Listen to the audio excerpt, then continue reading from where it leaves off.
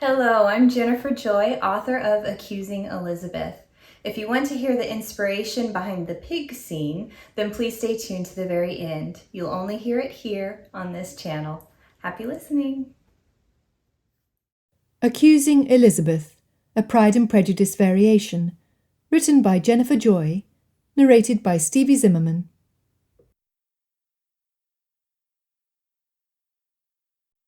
Chapter 1. Elizabeth Bennet clenched her hands, her nails biting the flesh of her palms until they hurt. She glared at Mr. Fitzwilliam Darcy, the man who dared insult her family, in the same breath in which he professed his love for her. How dare he proudly admit to separating her sister from Mr. Bingley? And the disdain with which he spoke of Mr. Wickham, a man whose manners were so far superior to those of his own, set her in opposition to the overbearing, pompous man before her. The more he spoke, the bigger the hole he dug for himself. When he insulted her father, that was the last straw. Shaking in her ire, she said in no uncertain terms, "From the very beginning, from the first moment, I may almost say, of my acquaintance with you, your manners, impressing me with the fullest belief of your arrogance, your conceit, and your selfish disdain of the feelings of others, were such as to form the groundwork of disapprobation on which succeeding events have built so immovable a dislike. I had not known you a month before I felt that you were the last man in the world whom I could ever be prevailed upon to marry." Her chest heaved in the passion of her disgust. He paused, visibly grappling with the emotions he had said moments ago that he could no longer contain. "You have said quite enough, madam. I perfectly comprehend your feelings, and have now only to be ashamed of what my own have been. Forgive me for having taken up so much of your time, and accept my best wishes for your health and happiness." His speech, broken and forced, struck Elizabeth. She raised her fingers up to her hot cheek as he turned and walked out of the room. He had spoken in earnest. Then again, so had she. Bereft of strength, she sank into the seat behind her. Drawing her legs up to her chest, she rested her face against her knees and measured her breaths. Charlotte and her younger sister, Maria Lucas, would return with Mr. Collins from their tea at Rosings soon. She must gain control of herself, or risk being plied with questions she was unable to answer. The crunch of wheels on gravel straightened her posture. It might be them, returning from Rosings. She reached for the book she had been reading, and sniffed back the tears threatening to spill. Some minutes passed, but nobody entered the parsonage. All the better. Elizabeth's overactive imagination conjured up a scene where Mr. Collins chanced upon Mr. Darcy leaving his home, knowing that she was without a chaperone. Instead of releasing his indignation on the gentleman, she used the term loosely, Mr. Collins would sooner blame her for her lack of propriety and accuse her of attempting to ensnare Mr. Darcy as a husband by arranging a compromising situation. Mr. Collins' accusation, though not in reality uttered, and the ease with which he thought the worst of her, heaped fiery coals of anger toward Mr. Darcy and his unsolicited call, on top of Elizabeth's already large list of complaints toward that particular gentleman. That made 2 proposals within the past 6 months. Both refused. Before she could wallow in too much self-pity, the Rosings carriage brought the inhabitants of the parsonage home. She touched her cold fingers to her eyes to relieve the swelling, and hoped the Collinses would assume she was miserable from the headache which had prevented her from joining them, a headache which had grown significantly worse since Mr. Darcy's lousy proposal. Cheerful chatter preceded the party to the door, but they fell silent as they crossed the threshold and saw Elizabeth sitting in the window seat. Charlotte stepped forward, concern on her face. Clasping Elizabeth's hands and sitting next to her, she said, "Are you well? Your face looks feverish." To her husband she said, "She is not well. Should we send for the doctor?" The insides of Elizabeth's cheeks stung as she bit them to refrain herself from expressing her ire and the source of her heightened complexion. "I assure you I do not need a doctor. and thank you for your concern for my health. I thought a quiet afternoon would ease the pounding in my head, but perhaps a stroll around your garden would be of more benefit." She rose, loosening Charlotte's hold on her hands. Mr. Collins' chest swelled at the mention of his beloved garden. Before he could bless them with a lengthy oratory on the benefits of spending time out of doors in appreciation of God's creations, Charlotte stood beside her, looping her arm through her friend's. "I will join you. Let us walk in the orchard. It is quiet there, and we shall not disturb Mr. Collins in his book-room. Lady Catherine had several opinions regarding his forthcoming sermon. He takes his duties to the people of Hunsford seriously, and he has much to investigate before next Sunday." Mr. Collins, whose feet had pointed to the door with every intention of accompanying them outside, now shuffled his boots toward the hallway leading to his study, overlooking the road. "How often it is that we must put the needs of others ahead of our own. Thank you, dear Mrs. Collins, for reminding me of the path I have chosen. How fortunate I am to have such a supportive wife, who seeks not her own selfish wants, but the benefit of others." He pointed his words at Elizabeth, who had refused his offer of marriage only months before. She had not regretted her decision then, and she certainly did not regret it now, though he used every opportunity to show her what she would forever fail to benefit from. "Come, Lizzie, you are in need of some fresh spring air." Charlotte stood by the open door. Elizabeth needed no further encouragement. The sweet breeze brought the best of spring's offerings to her senses. Her hair, free of a bonnet, swirled in her loose coiffure. The tree blossoms scented the air with the promise of succulent fruit. Bees hummed a low buzz, and birds chirped at the close of another busy afternoon's work. Charlotte did not speak until they were a safe distance from the house. Choosing a plum tree to lean against, she folded her arms and gave Elizabeth the same self-satisfied look she had perfected on her dearest friend over the years. "Mr. Darcy was not even present, so you might have joined us, instead of shrinking away from his company and spending a dull afternoon here." "I avoid one tea, and you accuse me of avoiding Mr. Darcy. Come, Charlotte, I have made no secret of my dislike of the gentleman to you, but I am not afraid of him, or his aunt." Lady Catherine had done her best to intimidate Elizabeth at their first dinner at Rosings. Her failure to cower had only irritated the lady. "I still think Mr. Darcy holds you in high regard. Otherwise, why would he look at you the way he does? Mark my words, Lizzie, Mr. Darcy admires you." If only she knew. But Elizabeth was not ready to tell her. It would only worsen her mood to recount the events of the afternoon to her friend, who had predicted it so accurately.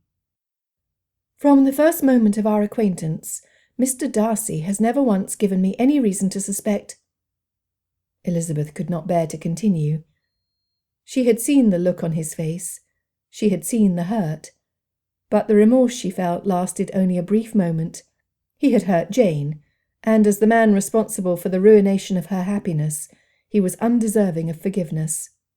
Continuing, she added, "If he were to ask, I would have to refuse." Charlotte's firm gaze brought Elizabeth out of her thoughts to reality. In a soft voice, devoid of judgment, Charlotte asked, "Why could you not accept Mr. Darcy? Surely his merits far outweigh his social deficiencies." Elizabeth wished, not for the first time, that she could be more like her pragmatic friend. Charlotte had married for convenience, and the past months spent in her company had proved her to be content with her circumstances.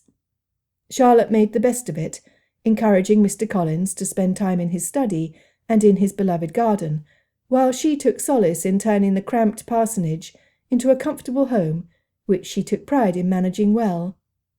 Such a life was not for Elizabeth.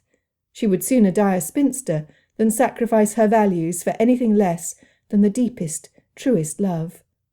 But Charlotte would not understand. "No, Charlotte, I am convinced that a man's character is defined by his actions, and I have seen nothing in Mr. Darcy's behaviour to justify any tender regard for him on my behalf." Charlotte propped her fists on her hips. "I know you too well. You've held a grudge against Mr. Darcy since he snubbed you at the Meryton Assembly. Admit it." Elizabeth lowered her chin and grumbled, "If I have a grudge, he has earned it." What frustrated her the most was that, other than the all-important issue of manners, Mr. Darcy was the image of her ideal gentleman, tall, dark, mysterious, wealthy, and handsome in a way that should be painted and preserved in a museum for ladies of many generations to enjoy. She had hoped he might notice her at the Meryton Assembly where they first met. His charm melted away when he opened his mouth and revealed that he was nothing more than a puffed-up snob. Though months had passed, she remembered his exact words. "She is tolerable, but not handsome enough to tempt me. I am in no humour at present to give consequence to young ladies who are slighted by other men." He had looked directly at her as he spoke. He had to have known that she could hear him. The memory of it made her angry with him all over again. Charlotte reached her hand out to Elizabeth's shoulder. "Perhaps he earned it, but you cannot afford to refuse another proposal. Who would propose to you if it became known that you would refuse Mr. Darcy? Please, Lizzie, promise me that you will give the matter serious consideration should he make an offer. After all, what would your parents say if you did not?" Indeed, what would they say if they knew? They must never know. Swallowing hard, she tried to remember how lovely the orchard had felt minutes ago. The birds chirped their gossip, scoffing at her in high-pitched shrills. A strand of hair swirled in front of her nose and poked her in the eye. The bees listened from the safety of their hive, ready to spread the news of her secret across all England at first light. In hopes of evading this conversation again, Elizabeth said, "You ought not worry yourself too much, Charlotte. Is Mr. Darcy not engaged to marry Miss de Bourgh?" She knew it could not be the case. Mr. Darcy was disagreeable, but he was not dishonourable. Charlotte harumphed. "If Lady Catherine had her way, they would have married years ago. Nobody in Hunsford takes it seriously.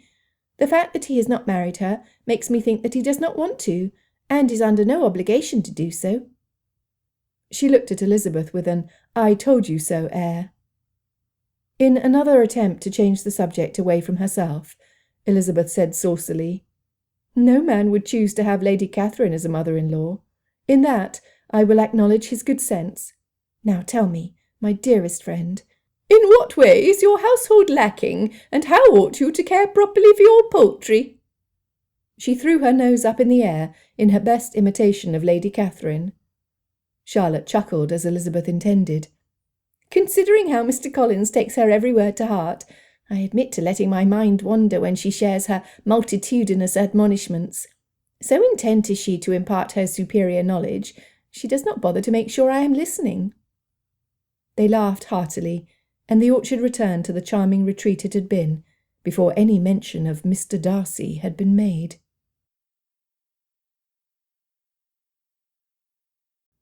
Chapter 2. Fitzwilliam Darcy marched his battered pride the half-mile back to Rosings. What a fool he had made of himself, laying his heart bare before a woman he found intriguing enough to spend the rest of his life with, only to have her refuse him with disdain. What was worse, as bitter as he felt, he could not hate her, or see her any less favourably than he had before. He had been abominably rude at the Meryton Assembly. He had hoped that his other merits would have softened the insult he had directed at her in time. Alas, he had lost her good opinion. Stalking into his aunt's house, he trudged up the stairs, ignoring the call of his cousin, Colonel Richard Fitzwilliam, until he reached his room and shut the door behind him. He was in no mood to talk, and Richard's cheerfulness would goad him beyond what he could bear. With a singular purpose, he crossed his room to the desk and pulled out several sheets of paper. Perhaps it was a foolish errand, but he could not allow Miss Elizabeth to continue to think so wrongly of him when it was in his power to enlighten her. Would it change her opinion? He could only hope. He would not give up so easily, when his very soul knew that she was the only woman he could ever love. No other lady had altered the beating of his heart as she had. Ironically, it had begun with a refusal. Wispy curls of hair had caressed her rosy cheeks, An eyebrow arched over her gleaming eyes, and her curvy lips parted to rebuff him so politely and resolutely. He had determined to win her favour that moment. The intensity of his resolve was no less now than it had been that evening months ago, burning in his bones stronger than his pride. He closed his eyes, and the mess of accusations against him ordered themselves into a neat line by order of the importance Miss Elizabeth placed upon them. Bingley and Miss Bennet were at the top of the list. How could he have known that Miss Bennet, with her tepid manners, was sincere in returning Bingley's affections? He had watched them closely, and judged her indifferent. Apparently he had been wrong. Next was the ever-present thorn in his side, Wickham. Miss Elizabeth's appalling misjudgment needed clarification. To think that he came out the loser in a comparison against his enemy, a man so lacking in decency he had nearly succeeded in eloping with Georgiana, his innocent sister. She was so shy in nature he had never suspected that she had developed an attachment. Just like Miss Bennet and Bingley. Darcy groaned. Could it be that he had misread Miss Bennet's manners toward Bingley, just as he had overlooked Georgiana's growing interest in Wickham? Cursing himself for not seeing what was now blatantly obvious, he nearly dumped the ink on top of the paper as he jammed the quill into the pot. A great deal on his mind, he wrote in a tight script. Soon he had filled several pages, front and back, with thick black letters. The relief of sharing his locked-in secrets cast a burden off his shoulders. He felt confident that Miss Elizabeth would protect them as much as she did her sister's happiness. Her unwarranted prejudice against him aside, he had no reason to distrust her character. His confidence returned. The revealing pages beneath his fingers would cast a more favourable light on his behaviour. Would her answer have been favourable had she understood? Had he forever lost her good opinion? Quickly, not wishing to waste any more time, he penned a second letter. He would send it by a messenger so that Bingley would have it at first light. Sealing the letters, Darcy looked out of his window to the darkness outside. He must have lit the lamp on the desk, but did not remember doing so. Nor could he account for the hours he had spent penning the letter on which all of his hopes depended. He looked over at the vase of roses on the bedside table, the first of spring. He had plucked them earlier that morning. The soft pink petals reminded him of the colour of Miss Elizabeth's cheeks after one of her walks. Reaching out, he touched the soft silk of the flower. He could not give them to her now, nor could he deliver her letter at such a late hour. Another day dawned, and Darcy tucked the letter into his coat pocket. With determination, he set out to find Miss Elizabeth. The morning looked deceptively pleasant, with a few puffy white clouds littering the bright blue of the sky. Rain would have been more welcome, more comfortable. He reached the bottom of the stairs which led to the entrance hall. A figure paced back and forth across the marble floor, his hands clasped behind his back. "Richard," Darcy called to his cousin. Disrupted from his thoughts and his pacing, Richard looked up. "Ah, precisely the man I've been waiting for. I hope you rested well." Darcy did not slow his pace, not wishing to be distracted from his mission. "I wish to leave today. I only have to deliver a letter which holds some information for which you might be sought out to corroborate. We can leave this afternoon." He paused briefly, expecting Richard to ask about the contents or recipient of the letter, and fall in beside him. He pulled the letter out of his pocket as he neared the front door, turning it over in his fingers. "Good morning to you too, my taciturn cousin. Not so much as a greeting or a polite inquiry to my health," teased Richard, in the maddening way he had of scolding Darcy with a laugh. Darcy grit his teeth. He needed to try harder to be pleasant. Turning back from the door, he said, "Excuse me, I forgot myself. Are you well? And why were you waiting for me?" Richard shuffled his feet and crossed and uncrossed his arms. It perplexed Darcy to see his confident cousin, a colonel in His Majesty's army, nervous. If anything, he looked more agitated that moment than before. Gulping a large breath, Richard said in a rushed exhale, "I wish to stay at Rosings longer." That was the last thing Darcy had expected to hear. Richard enjoyed Aunt Catherine's company as much as he did. Their yearly visits were made merely out of a sense of familial duty. Anything more would only encourage Aunt Catherine in her obstinate wish that Darcy marry Anne. Richard knew this. "I see the reply on your face, but I must beg of you to reconsider. Please, Darcy, I so rarely ask favours of you. Let us stay for 2 more days, that's all I ask." "Whatever for?" Darcy regretted having made the pact to stay together during their visits to Rosings. Richard had made it sound so honourable, something about never leaving a man in the hands of the enemy alone. "I have a matter of great importance to discuss with Aunt Catherine." He stopped, leaving Darcy waiting for more details. After an awkward silence, where it became clear to Darcy that Richard would share nothing more, Darcy slapped the letter he had toiled over against his hand. He felt certain that it would cast a kinder light on his actions. However, its impact would be greater felt in his absence. At least, that was the reasoning he used to justify leaving so that he might lick his wounds in the comfort of his home. He would have to wait to give it to Miss Elizabeth. His heart sinking at his lost opportunity to raise her low opinion of him, Darcy tucked the letter back into his coat pocket. How he wished he could deny his cousin's request. The grin spreading over Richard's face at his resignation to stay brought only a small measure of comfort to his upset plan. Slapping Darcy on the arms, Richard said, "I knew I could count on you. If all goes well, I will tell you everything. If it does not go well, then I hope you will allow me to spare my injured pride by keeping the matter buried." Darcy shook his head at Richard's cryptic language. He had no intention of sharing the news of Miss Elizabeth's emphatic refusal, so he understood Richard very well. "Whatever your endeavour, I wish you success." "Thank you, but now it is my turn to apologise. You mentioned something about me confirming the contents of a letter." "No mind. I pray you do not concern yourself over it." He left Richard pacing at the bottom of the stairs as he continued out of the door. Over the past week, Darcy had grown accustomed to walking over the property. He justified it by telling himself that he did it to suggest improvements or repairs to Aunt Catherine's steward. But his eyes searched for a young lady walking without a bonnet. He knew it was foolish of him, but he wanted to erase the look of hurt and anger he had last seen on her beautiful face. He craved the sight of her smile. Darcy walked for the better part of an hour, going to Miss Elizabeth's favourite spots, before he saw her coming around a bend in the road. Nothing could have prepared him for the clenching in his gut at the sight of her lovely figure gracing the path she walked upon.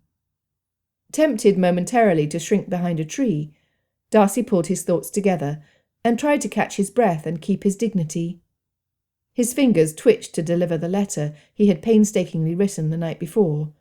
Why not? His absence was not necessary, only more comfortable. Decided, he pulled it out of his pocket. Only Miss Elizabeth was not alone. Miss Lucas was with her. He could not deliver a letter to an unmarried woman he had no right to claim an attachment to, especially before a witness who would surely tell Mr. Collins, thus adding to Miss Elizabeth's misery and her worsening opinion of him. It was wicked of him, but he would not mind a forced marriage with her. If he were not convinced that she would hate him forever for taking her freedom away so cavalierly, he would be tempted. He turned away into a small grove of trees to let the ladies pass by undisturbed. It would not do to startle them, and he did not want to give Miss Elizabeth any further cause to criticise his actions. The letter would have to wait. Lengthening his gait, he returned to Rosings in short time, with every intention of riding his favourite horse. He had not yet inspected the fences along the western edge of the property, and now was as good a time as any, even though Richard had undoubtedly seen to it by now. Richard rode the property every day to exercise his new mount, a handsome stallion, worthy of the polished saddle on its back and the colonel. Aunt Catherine's steward was a capable man, but he fought an uphill battle to see that funds which were used to support her lifestyle were not diminished by needed repairs or the welfare of her tenants. Rosings provided a comfortable living, but it was not enough for Aunt Catherine. She wanted more. She wanted Darcy's money. A quick trip up to his room to change into clothes more suitable for riding, and he would be on his way. Slipping into the entrance hall, He was halfway to the stairs when Simmons addressed him. "Mr. Darcy, her ladyship wishes to speak with you. Let me accompany you to her drawing-room." The butler extended his arm in the direction of Aunt Catherine's preferred room. Preparing himself for another verbal skirmish about his marital plans, he straightened his shoulders and walked through the dark antechamber to her room. Sitting in a gilded chair, her hair piled on top of her head like a silver crown, she did not motion for him to sit down, but let him stand in front of her as one accused. Anne sat off to the side next to her loyal companion, Mrs. Jenkinson. Her pale hands clasped, and shook her head at Darcy with wide eyes. Richard sat opposite them, avoiding eye contact with Darcy. Aunt Catherine's voice cracked like a whip through the room, making Anne flinch, and Mrs. Jenkinson reach out to calm her. "Have you disgraced our family by engaging yourself to another?"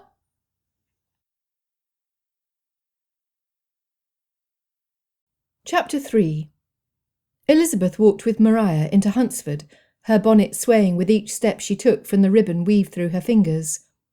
Though not quite so large as Meryton, the trip into the small village afforded Elizabeth the chance to escape the parsonage, so when Maria had expressed a desire to walk into Hunsford, she had jumped at the opportunity to accompany her. Her friendship with the girl closer in age to Lydia than to herself had grown over the past few weeks as their stay in Hunsford progressed. Maria, though nearly the age to be presented at court and enter society, was excessively naive, and tried too hard not to seem awkward in front of strangers. Once she found confidence in herself, she would fare well. In the meantime, her shy attempts to act more sophisticated than she was endeared her to Elizabeth. Cutting into her meditations, Maria said, "How exciting it will be to dine once again at Rosings tomorrow! Such grandeur and luxury! It is kind of Lady Catherine to condescend to invite us so often." Elizabeth hid her scowl with a smile.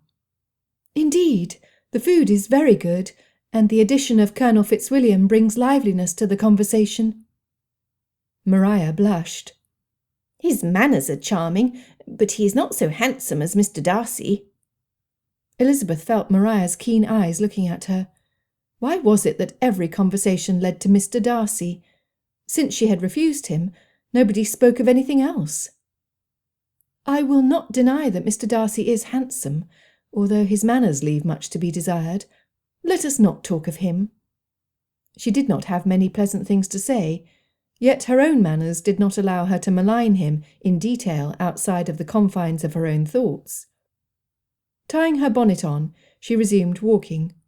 Her pace, no matter how fast it was, could not keep ahead of the invasive thoughts of Mr. Darcy. Someone had passed by in a carriage not long after he left the parsonage. What if someone had found out that he had called on her whilst unattended? What if she were forced to marry Mr. Darcy after refusing him? And what a refusal it had been!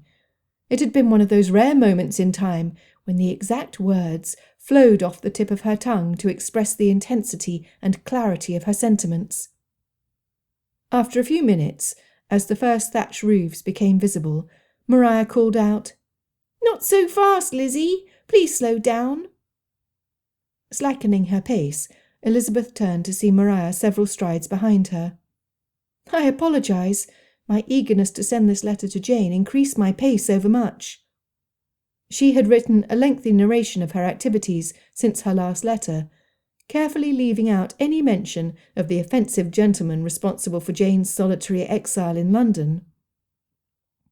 Catching up, Maria said, "No matter. I only do not want to mottle my complexion before we go into the shop. Mrs. Baxter watches me like a hawk as it is." Elizabeth laughed.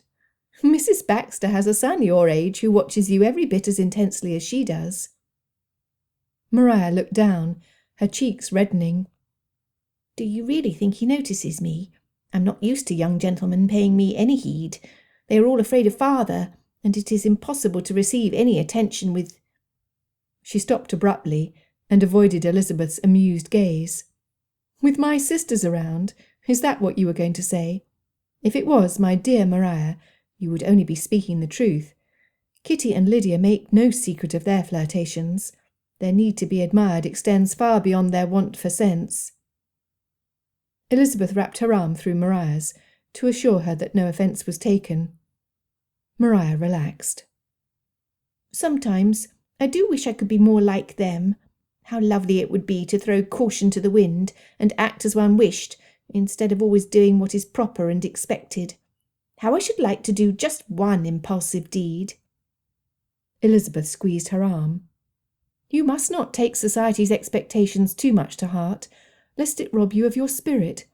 So long as you do not bend the rules too much, you will find that most people are forgiving of a few eccentricities. Like Mr. Darcy. Several times he had caught her walking unattended and had engaged her in conversation. When she spoke her opinion freely, he openly debated a point with her.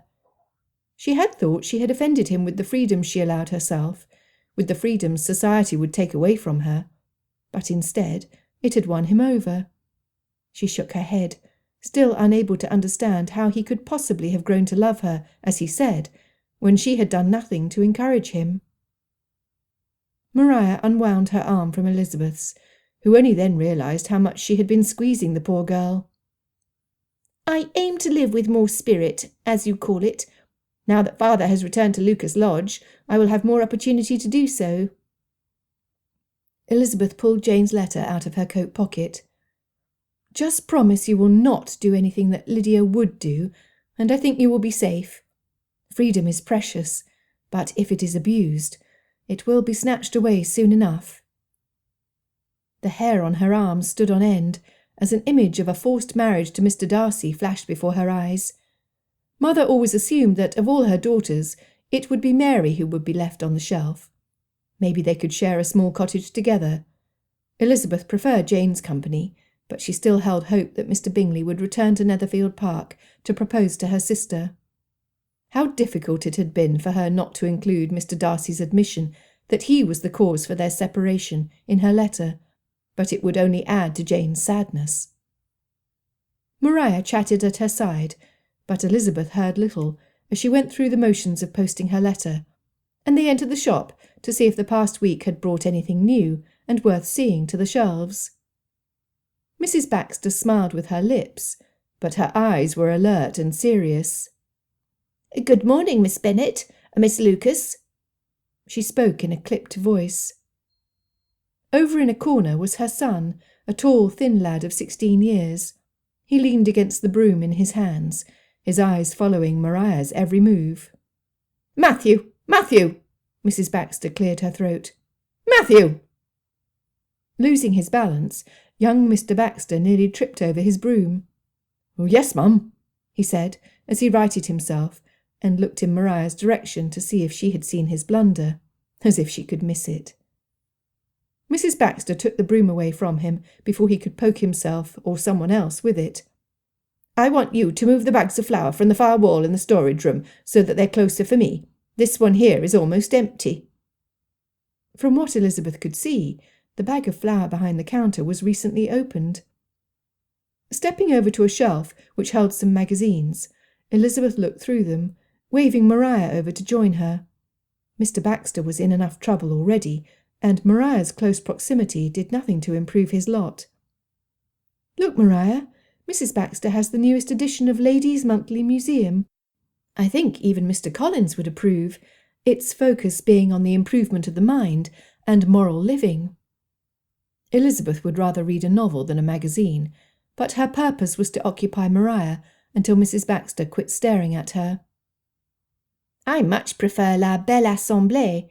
Maria pulled out the thick magazine and placed it on top of the shelf. "He would not approve of this, nor would father." In a lower voice she added, "In Meryton, I admit to flipping through the pages when the shopkeeper was not looking, to catch glimpses of the beautiful dresses inside." Elizabeth looked up at Mrs. Baxter. The woman occupied herself by sorting cards of lace according to colour in a neat box, between glances toward the magazine shelf. "I do not think we could flip through half the magazine before Mrs. Baxter would take notice and complain to Mr. Collins. We had best take our leave." Maria pouted. "What good is it to have a shop full of lovely things when the customers cannot enjoy perusing?"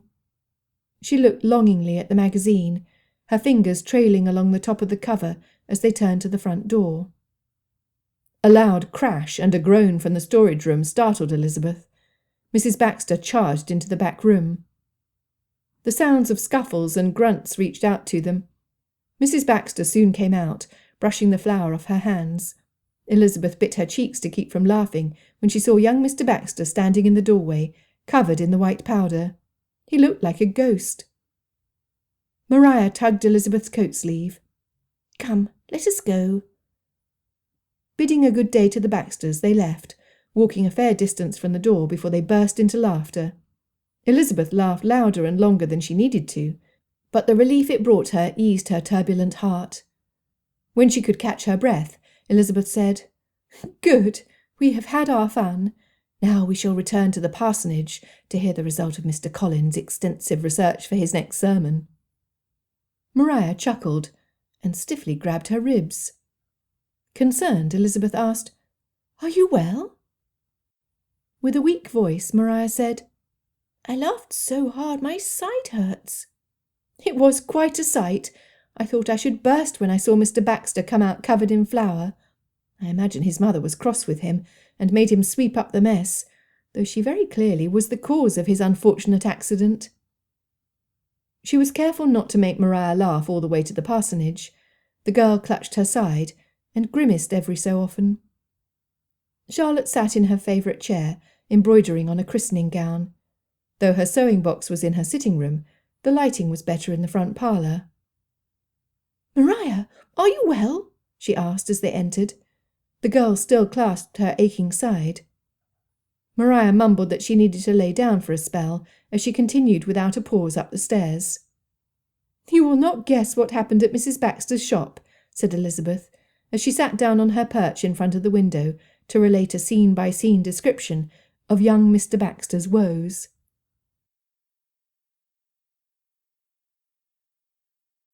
Chapter 4. Darcy stood in shock. Did Aunt Catherine know of his proposal to Miss Elizabeth? He kept his gaze level and his face neutral, but his heart hammered in his chest. Aunt raised her chin and stabbed the cushioned arm of her chair with her pointy nails. "Tell me immediately why you have not yet offered for Anne." Darcy glared at Richard. Over the years he had taken great strides to time his visits and cut his stay short to avoid this very confrontation. What could he say that had not already been said? He had managed to escape in time before, but thanks to his cousin he would not be so fortunate that day. Standing tall and speaking with unwavering confidence, he replied, "We have not married because we do not desire to do so. There would be no love in our match outside of the familial bond we enjoy as cousins." Aunt Catherine scoffed. "What does love have to do with marriage? You ought not place such importance on that fickle emotion. How many men have you known to marry for love who, after the passing of the years, can say with impunity that they still have affection for their wives?" She pointed her sharp nail at him. "I can guarantee you that the majority of them have taken on a mistress." Darcy tensed in revulsion, but his pulse quieted slightly in relief. He had successfully changed the subject. Before she could continue in more detail, he cut in. "When I marry, I intend to be loyal to my wife because I love her. Though the examples in our family would attempt to prove otherwise, I believe my expectations to be realistic." That brought a gasp from his aunt, and he heard Richard suck in air through his teeth next to him. Now that the insinuation of Sir Louis de Bourgh's infidelities had been made, there was nothing left but to continue. "I know that a good marriage requires effort from both the man and the woman.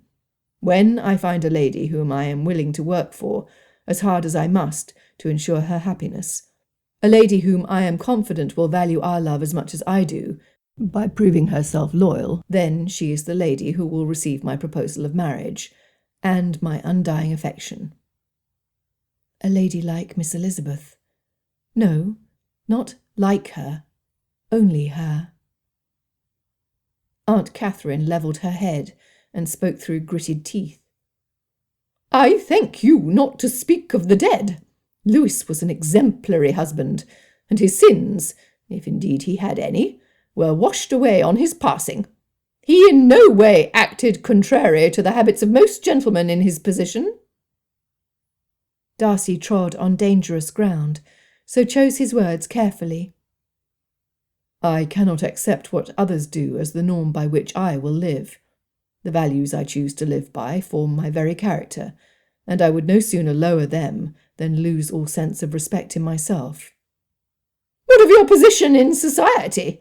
You have many responsibilities incumbent on you as one born into wealth, property, and prestige.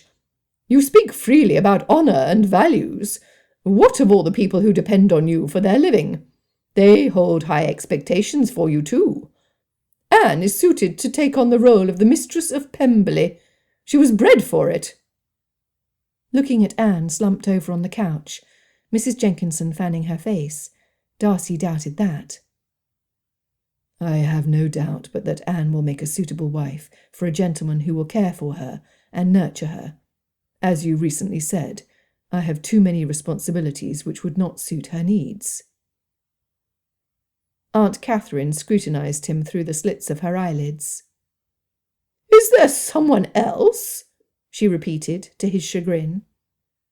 He could not lie. Disguise of any sort was despicable to him, but he could not unleash Aunt Catherine's fury against Miss Elizabeth. Were I to share information of such an intimate nature, I would do so only with Georgiana. She is the one to be most affected by it, and it is of no one else's concern. Have you written to her of anyone in particular? Aunt Catherine pressed. Her nostrils flared, and her eyes calculated. She knew him too well. Any flinch or hesitation would be noted by her and used against him in future conversations. She would find out somehow who his heart desired. Putting on his coolest expression, the same one he used to discourage fortune-seeking mothers at balls and assemblies, he said, I am through speaking of matters on which you have no authority over me. Now, if you will excuse me, I have some letters to see to in my room. Leaning back against her chair, her claws retracted from the padded arm, Aunt Catherine inclined her head toward him with an arch brow. She conceded his wish for the moment, but he knew all too well that he would render account for it. He reached the door when she spoke again. He ought to have known she would want the last word. You will marry Anne, she hissed from between her teeth. He turned back to the room to see Anne start to rise, but Mrs. Jenkinson clasped her hands and pulled her down, shaking her head. I do not love Anne, and she has given me no indication that she loves me. Why should we be forced to marry against our will? Ours would be a miserable union. It was the same argument over again. How many times would he have to repeat the same?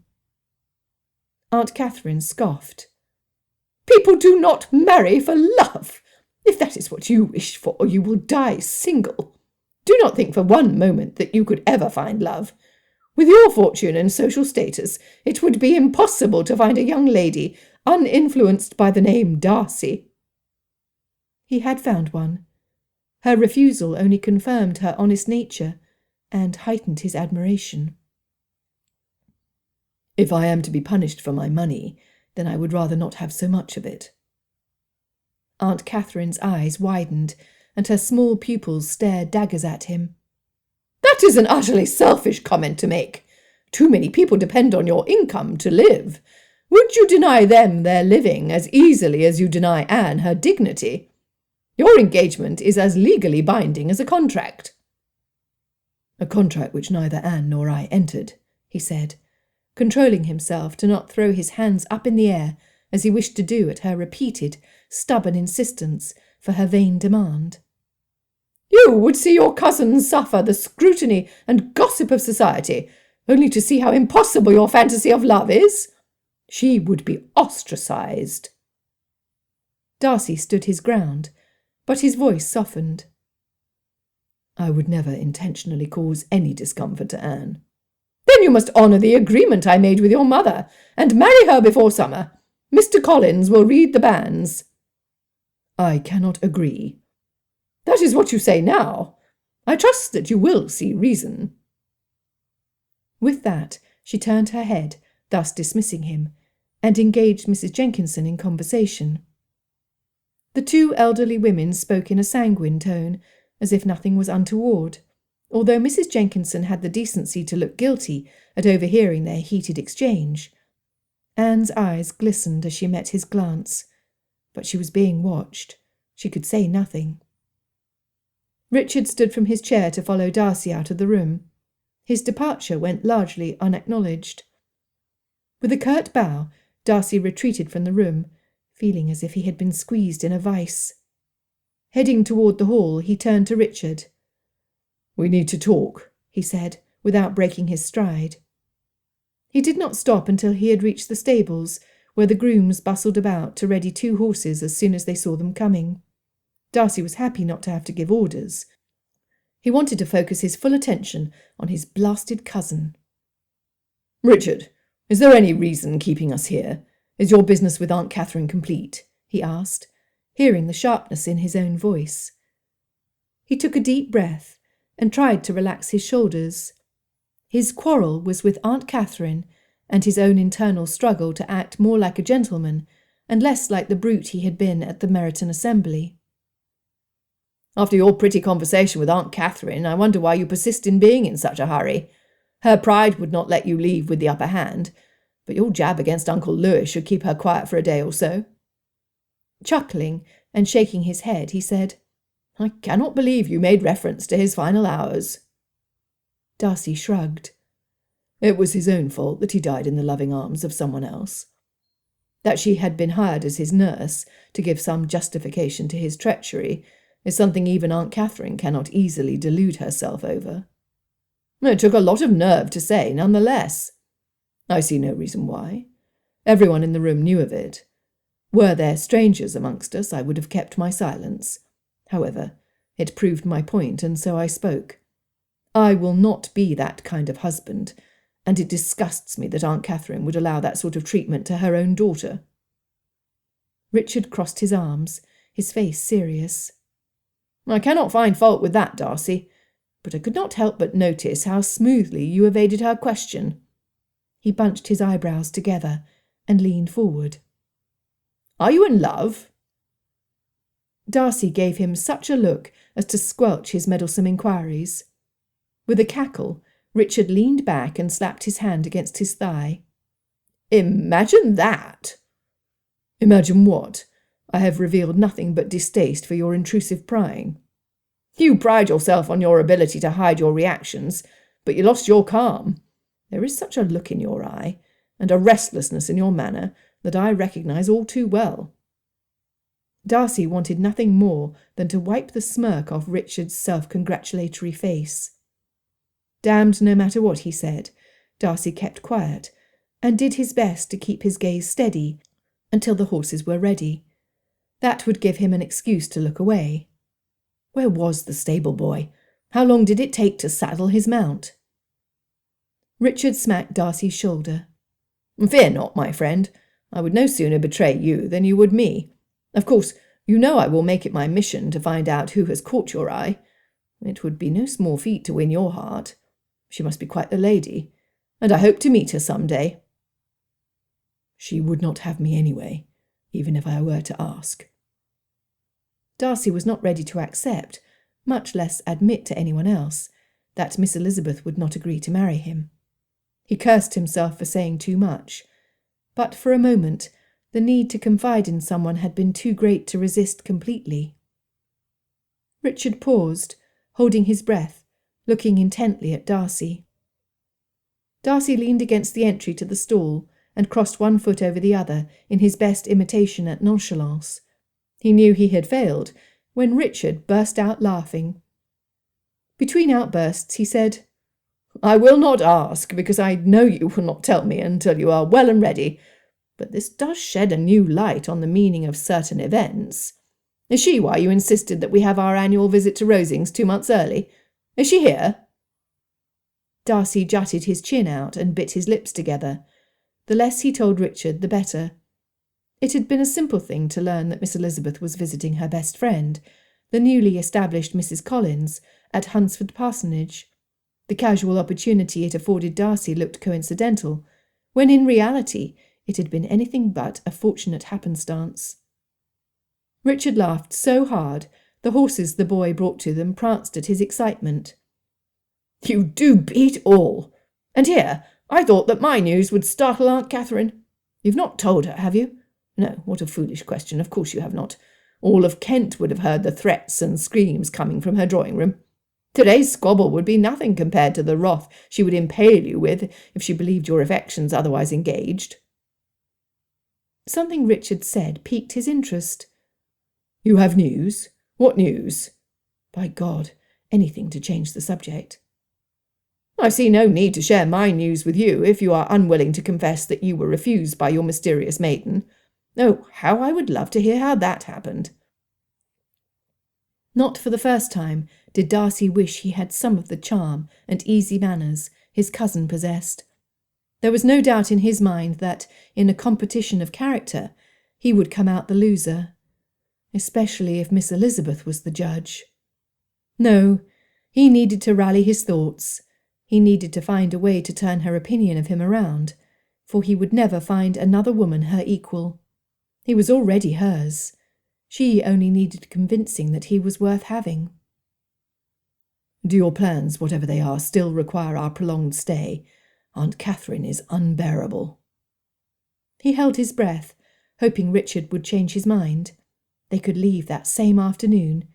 He could trust the butler to see his letter discreetly to Miss Elizabeth through the maid. The distance would clear his mind. Aunt Catherine's threats would fade in their intensity, and he could decide how best to change Miss Elizabeth's mind about him. They could make it to London by nightfall if they left soon. "I am sorry to disappoint you, Darcy, but it is impossible. You are not the only one in a bind," said Richard, as he mounted his horse and took off across the yard. What worries could Richard possibly have? Why did he believe Aunt Catherine would assist him?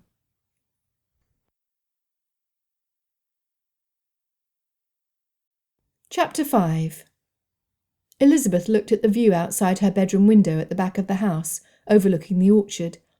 Unlike her home at Longbourn, the grounds at Rosings were well maintained and cared for. Mr. Collins, feeling it his duty to emulate everything deemed important by Lady Catherine, took pains to ensure that not a blade of grass was out of place at his home, lest it reflect poorly on his patroness. Charlotte ensured he had plenty to keep him occupied: bees, poultry, the pig, his rose bushes in the carefully cultivated garden, and his orchard brimming with fruit trees. A light knock at her door, followed by the entry of Maria, brought her thoughts back to the present.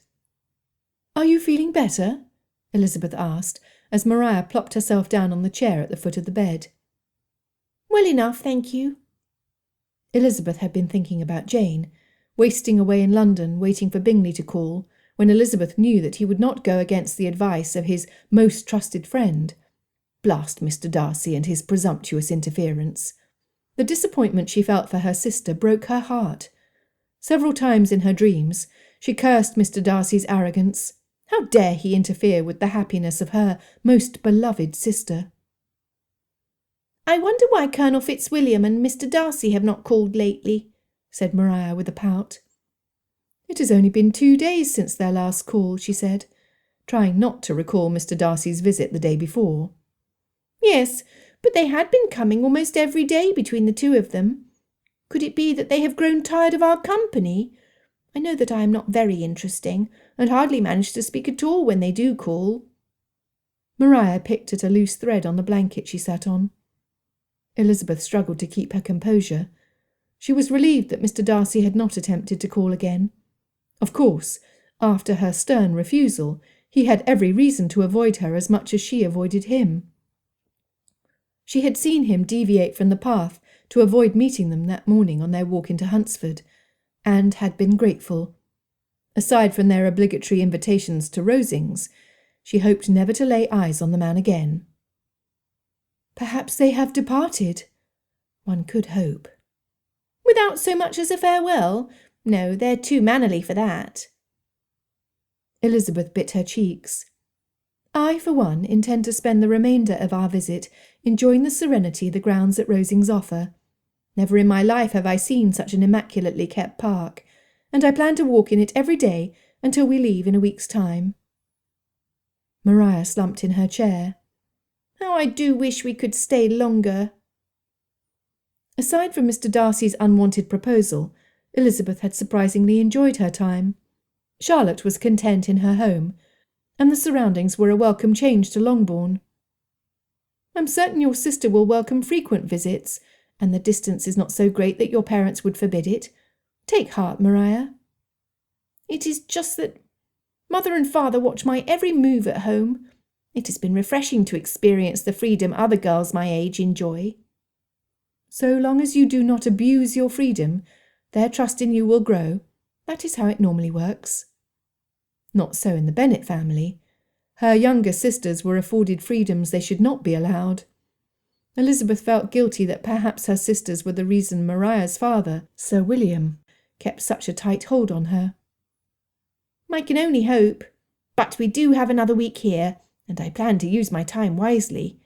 Lady Catherine has invited Charlotte, and has been gracious enough to include us, to practice the pianoforte at Rosings. Today I intend to go." It appeared that Elizabeth would be walking alone then. Only the girl sat fixed in place, looking expectantly at her. Not knowing what she was supposed to say, Elizabeth ventured, "Very good. Perhaps you shall play for everyone after dinner tonight." The excitement in Maria's eyes told her that was precisely what she hoped for. "Please come with me." Elizabeth wanted to kick the floor and grimace like a fractious toddler, but she contained herself. It was bad enough that she had to endure a dinner there that night. She could not beg off with a headache twice in a row, though her temples already ached. "You should ask Charlotte. It would make Lady Catherine happy for Charlotte to take her advice." Advice which she gave freely and exaggeratedly. "Charlotte is going into the village today with Mr. Collins to visit some of the families in their parish. She invited me along, but I would much rather spend my time at Rosings." "And you feel that you must go today? You could not wait until tomorrow, when Charlotte could accompany you?" Elizabeth held her breath. It was her last argument. "Dinner is tonight, and I should like to practice beforehand. You were asked to play last time, and I am certain that tonight I shall be asked. It would be embarrassing to stumble over the keys for lack of practice, especially when her ladyship was so insistent that we use the pianoforte in Mrs. Jenkinson's room." Maria looked up at her with large, pleading brown eyes. "Please?" she asked. Elizabeth could not disappoint her. "Very well. I admit to being curious to see the rest of the house. We shall catch glimpses of the rooms so that we can report to our families of the fineries we saw whilst here." It was not in her nature to despair, though there were times she wished life would deal her a kinder hand. They readied themselves, changing into their best dresses, lest they cast a shadow on the opulence of Rosings with a sullied hem or simple gown. Soon enough, and much too soon for Elizabeth's taste, they were following a maid up to Mrs. Jenkinson's room. Elizabeth had not been upstairs before, and took advantage of the prospect to take in her new surroundings. The number of windows in the house, and the excellent positioning of the building itself, lit up the interior with sunlight. Baroque paintings covered the walls with mythological creatures in rich colours and bold tones. Father would love this house, with the many philosophical opportunities it afforded. Elizabeth preferred simple elegance over gaudy luxury. Ascending the stairs to the private rooms, Elizabeth could not shake the sensation that the painted figures watched her. In a corner, a fat Cupid pointed an arrow in her direction. She skipped up the last 2 steps to get out of its way. Turning right at the top of the stairs, they passed several doors before they arrived at Mrs. Jenkinson's room. Elizabeth was relieved to see that her walls were papered with a modest floral pattern. Mrs. Jenkinson welcomed them as she rubbed a liniment onto her knuckled hands, massaging it into her fingers and joints. Her room smelled of camphor, but the draught coming through the windows promised to chase the harsh odour away. "How delighted I am to see you young people here. Her ladyship enjoys music, and it will please her to know that you've come to improve your skills on the instrument. Do you plan to play tonight?" the lady, who looked to be the same age as Lady Catherine, asked. Maria smiled nervously. "I will not refuse if I am asked, but I dare not presume." Mrs. Jenkinson's eyes crinkled up, and her cheeks dimpled. "Perhaps I shall presume for you, then. I will suggest it to her ladyship before we dine. We cannot have you practise in vain. Now, I must attend to Miss Anne. Please make yourselves comfortable. If you need anything, the maid will attend to it." She closed the door lightly behind her, and Elizabeth and Maria turned to face each other. "She is kinder than I imagined her to be. I was a bit nervous coming here. I did not want her to think we wanted to impose," said Maria. Elizabeth's impression being similar to Maria's, she easily agreed. It is a pity she must attend to Mr. Berg to the exclusion of conversation with her patroness's guests. It must be difficult to take her dinner in her room when her mistress falls ill, just to keep her company. Maria crossed the room to the pianoforte. "If I were a lady's companion, I would want it to be for someone closer to my age, someone who travels extensively and has grand parties." That would be a glamorous life, and hardly Mrs. Jenkinson's experience. I doubt she travels much. Elizabeth sat next to Maria on the bench, so that she might turn the pages for her as she played. Following along with the notes, Elizabeth thought of the life of a lady's companion. If she were not so fortunate as to find her match, she would have to find employment. She refused to be a burden on her parents, or fall under the protection of Mr. Collins, should father pass. Shivering, her hand trembled as she turned the page. Maria played on, not noticing. How frustrating that Mr. Darcy's character prevented her from accepting his offer. She shivered again as she remembered his atrocious proposal and his ungentlemanly disregard for social niceties. As marriage seemed to be an increasingly less likely event, she focused on employment. Of all the ways a lady could earn a living, of which there were too few, Elizabeth thought that a lady's companion would serve her the best. Of course, it all depended on the lady. Oh, if only she could be content like Charlotte! She would marry Mr. Darcy without hesitation. He was pleasant to look at. Her Aunt Gardiner, who grew up near his estate in Pemberley, spoke well of the family in general. Of him, Aunt Gardiner knew little.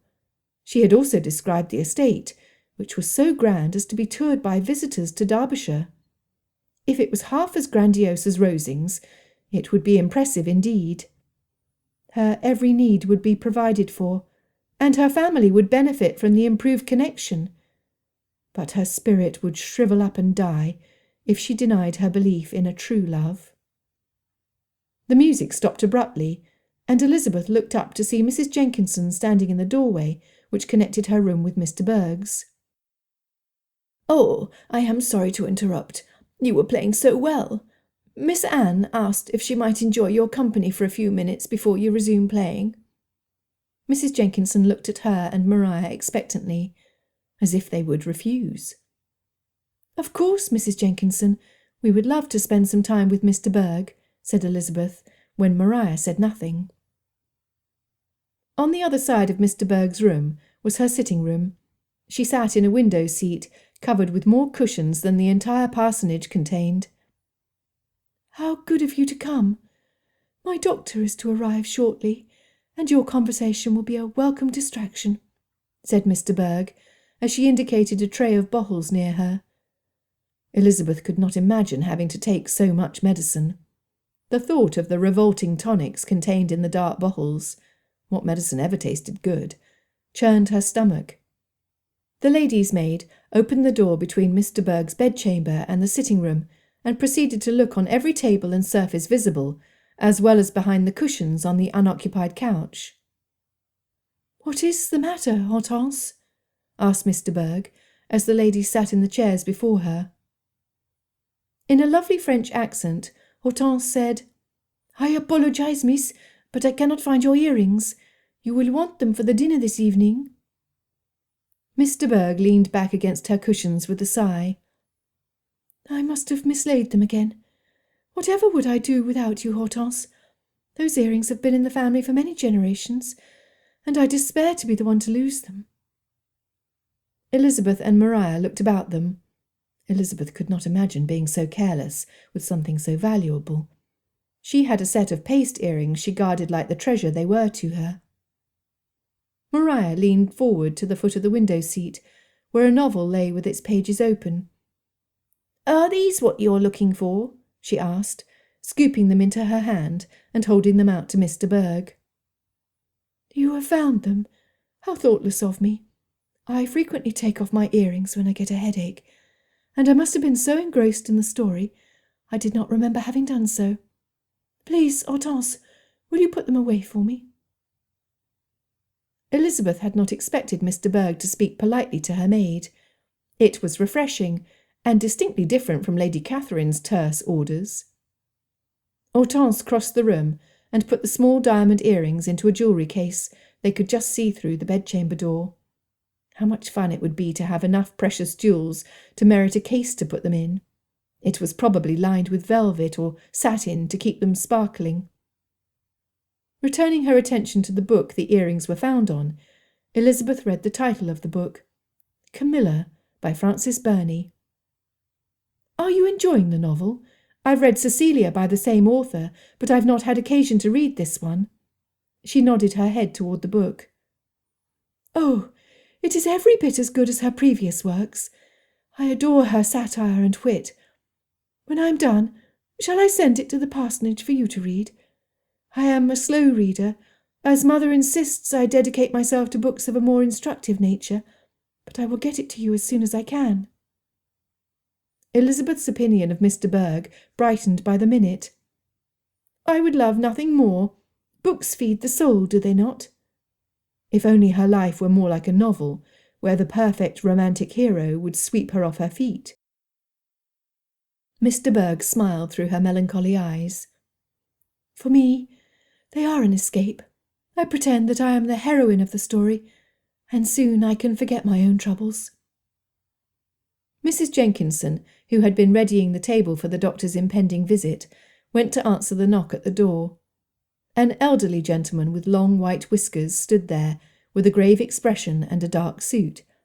He looked like he had come to a wake instead of a healing treatment.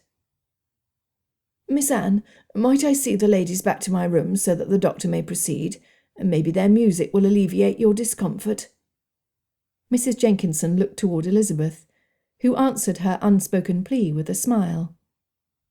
They left the sitting-room to the warnings of the doctor advising against company, which would only agitate Mr. Berg's delicate state.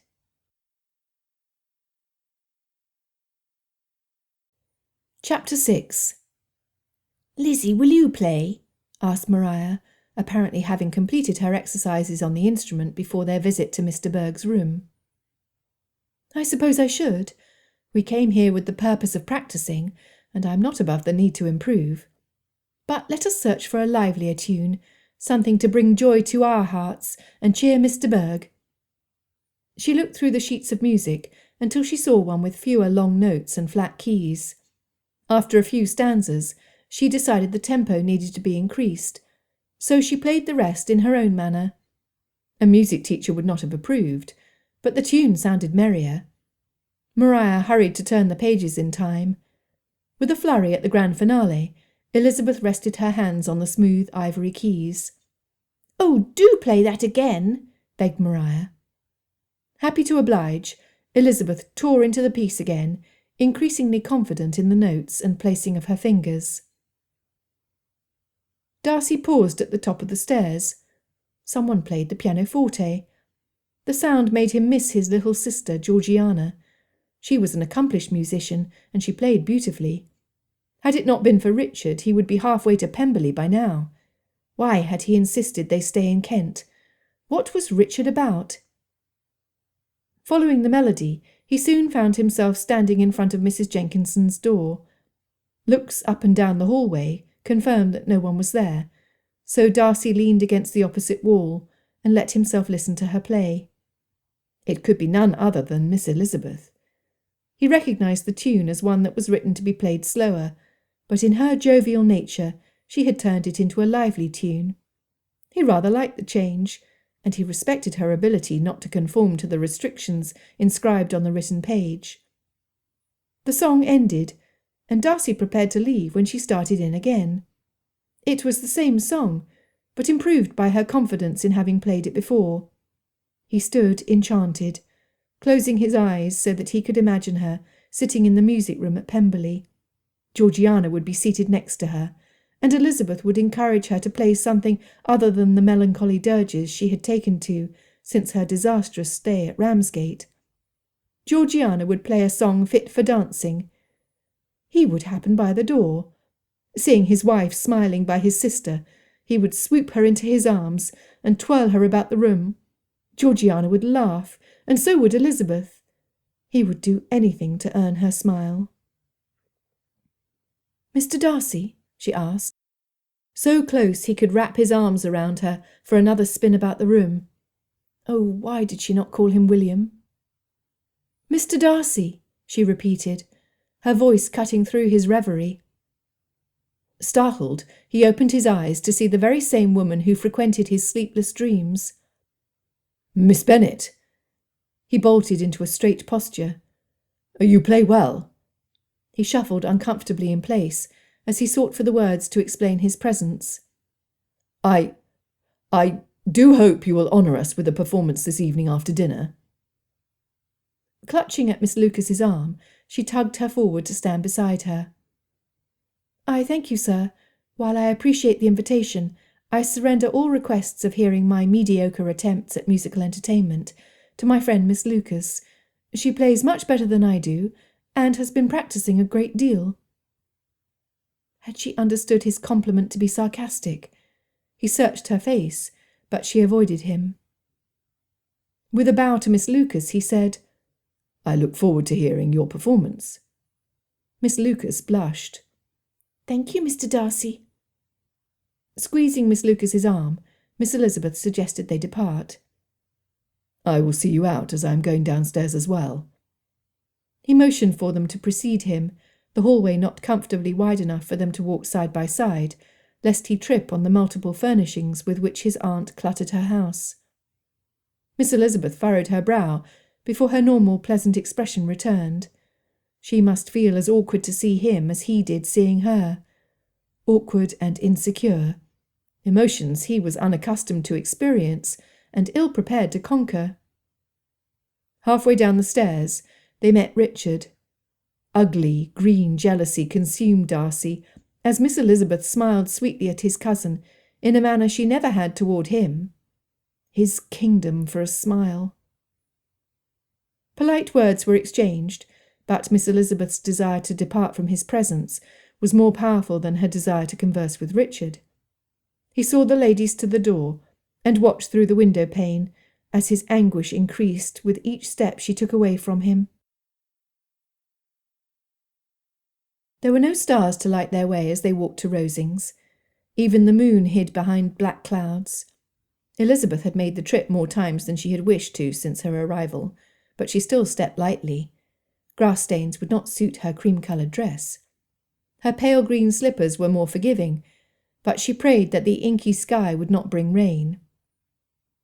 Mr. Collins marched a few paces ahead of them, every so often stopping to encourage them on with a wave. "Come, come, we must not keep her ladyship waiting." The entrance hall, which had been bright during the day, was lit by an abundance of candles. It looked more like a cathedral's prayer altar than a room. Servants rushed up and down the stairs, fear overtaking their normally expressionless faces.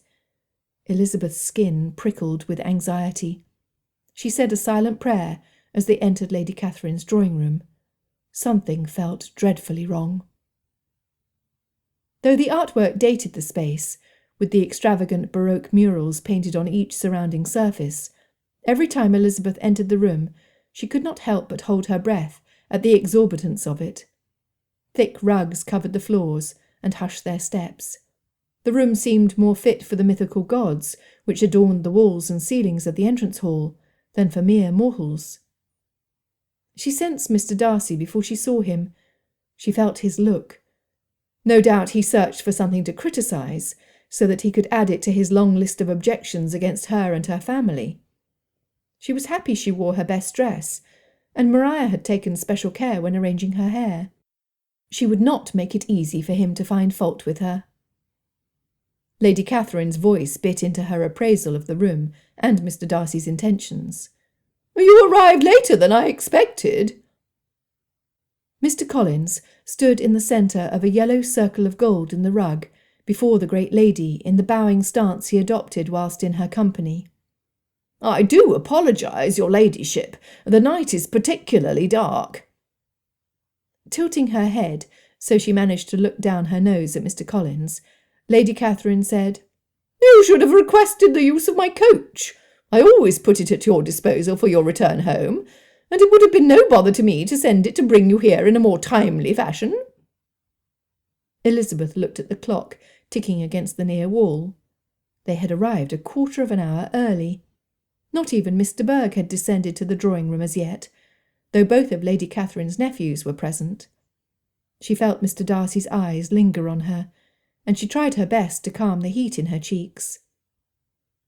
Gently raising her bejewelled hand to press on her temple, Lady Catherine added, "This afternoon has been most perturbing." She glared at Mr. Darcy. The butler entered the room. His jaw was clenched, and sweat beaded on his upper lip, betraying his agitated state through his cool facade. He crossed the room and spoke quietly to Lady Catherine. Elizabeth strained her ears to listen, but she could not even distinguish one word. She looked at Charlotte, who shrugged her shoulders. Lady Catherine soon appeased everyone's curiosity. At her violent reaction, both Colonel Fitzwilliam and Mr. Darcy stood from their chairs to stand on either side of her stout throne. Her face turned a startling shade of scarlet, and her breath came out in puffs and gasps. Mr. Collins rushed to her assistance, tripping over his own feet. He would have landed in her lap had it not been for Mr. Darcy and the butler. They caught him by the arms and helped him to his feet. The butler stood in front of her, awaiting instructions. Concerned expressions over Lady Catherine's health were uttered by all. Elizabeth hoped she would not suffer an apoplexy. She did not particularly care for the lady, but she did not want her to come to harm. Smelling salts were procured, and Lady Catherine came to, with her irritation of them being presented. She smacked away the well-meaning hand. "I am not a weakling that I require smelling salts. Get that horrid smell away from me, and tell Anne to join us immediately." The butler escaped the room to see to his task. Lady Catherine looked about the room, her eyes settling on Maria and Elizabeth. "You were here this afternoon, were you not?" she asked in such a way to make it sound like an accusation. Maria cowed in her seat, so Elizabeth spoke.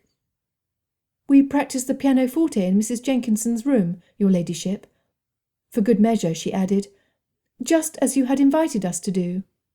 "Were you only in Mrs. Jenkinson's room, or did you look in other rooms of the house?" Her spine stiffening at her denunciatory tone, Elizabeth answered, "Mr. Berg invited us to sit in her sitting-room until the doctor arrived." Lady Catherine's eyebrow twitched, and the side of her mouth jerked up into a snarl. "I see. So you did not confine yourself to Mrs. Jenkinson's room. Interesting." She tapped her fingers against the arm of her chair. "Very interesting indeed." Elizabeth did not mean to, but her eyes searched the others for answers, even Mr. Darcy. What was happening? Why did she feel she was being blamed for something? Their puzzled expressions revealed that they knew no more than she did. Lady Catherine raised her chin and looked over each new arrival with a scrutinizing glare. "There is a thief in our midst," she said dramatically. "Someone has stolen Anne's favourite diamond earrings." Between her and Mr. Darcy, Elizabeth felt like she might catch on fire. When Lady Catherine stared at her, she returned the look. She had nothing to be ashamed of. She was not a thief. After a long silence, where everyone waited for more explanation, it was Mr. Darcy who spoke. "Perhaps you could share more details. Are you accusing one of us in the room of stealing?" Lady Catherine arched an eyebrow, unappreciative of her staring contests being brought to an end. "It would appear so, when during this same day Anne's diamond earrings have gone missing." "Shall I send to fetch the constable?" asked Mr. Collins, his body inclined toward the door in his eagerness to be of service. Lady Catherine's eyes flashed. "The blacksmith? No, I would sooner do the investigation myself, and avoid having a commoner poking around my home, asking questions of the servants, and setting tongues wagging. No, Mr. Collins, that will not do. I have always had a clever mind for seeing truth, and shall conduct my own investigation with the help of my nephews. Once I have proof, I will see that the guilty person feels the full weight of the injustice done against me." Elizabeth could not suspect Mr. Darcy or Colonel Fitzwilliam of theft, but she could not help but wonder why they were exempt from suspicion. Bowing ever deeper, Mr. Collins said, "Of course you are right. It was a foolish question, and I vow to do all in my capabilities, small though they are, to see that the criminal is brought to justice." Mr. Berg entered the room with Mrs. Jenkinson, effectively cutting Mr. Collins short. They looked wretched. Mr. Darcy spoke as soon as they sat in their usual perch. "Please be so kind as to illuminate us, cousin. Do you suspect that someone stole your earrings?" "My maid could not find my earrings in the jewellery box. I had told her that I did not intend to wear them this evening, but she understood me to mean that I would rather wear a different set. When she opened the jewellery case, she noticed that they were gone, and immediately set to looking for them, and alerting half the household in the process," Mr. Berg said in a faint voice. To Elizabeth, she sounded more upset at her maid's reaction than for her lost earrings. Perhaps she had mislaid them again, though that would be odd since only that morning they had been replaced in the jewellery case. Why would she remove them, only to mislay them again? "When was the last time the earrings were seen?" she asked, directing her question to Mr. Berg. "This morning, when they were found in my sitting room. My maid put them away then." Her eyes flickered over to where she and Maria sat. Elizabeth was grateful she had left out their names. It was plain to see that Lady Catherine already suspected them. Said lady's sharp voice cut in. "Your sitting room? Who was in the sitting room when they were found?" Maria shrunk back into her chair, her face white. Elizabeth lifted her chin and squared her shoulders when Mr. Berg looked toward them with a painful expression. "If it pleases your ladyship, I should like to answer that question," Elizabeth said, to spare Mr. Berg from having to reveal what she clearly did not want to. If the truth was to be found out, the truth needed to be spoken. Elizabeth was not about to let Mr. Berg's hesitancy make her or Maria look guilty. "Mr. Berg's maid searched for the earrings while Miss Lucas and I were present in the sitting room. Miss Lucas found them lying on top of a book at the foot of the window seat. The maid put them away in the jewellery case, visible through the open door in Mr. Berg's bedchamber. We all saw her put them there." Colonel Fitzwilliam, pinching his chin in thought, said, "You do have large windows facing out over the lawn. Is it possible that someone could have entered there?" Elizabeth thanked the good colonel in her heart for drawing the stairs away from her. Mr. Berg's eyes grew large. "It is possible, I suppose, so long as they were quiet enough not to disturb Mrs. Jenkinson or alert the servants.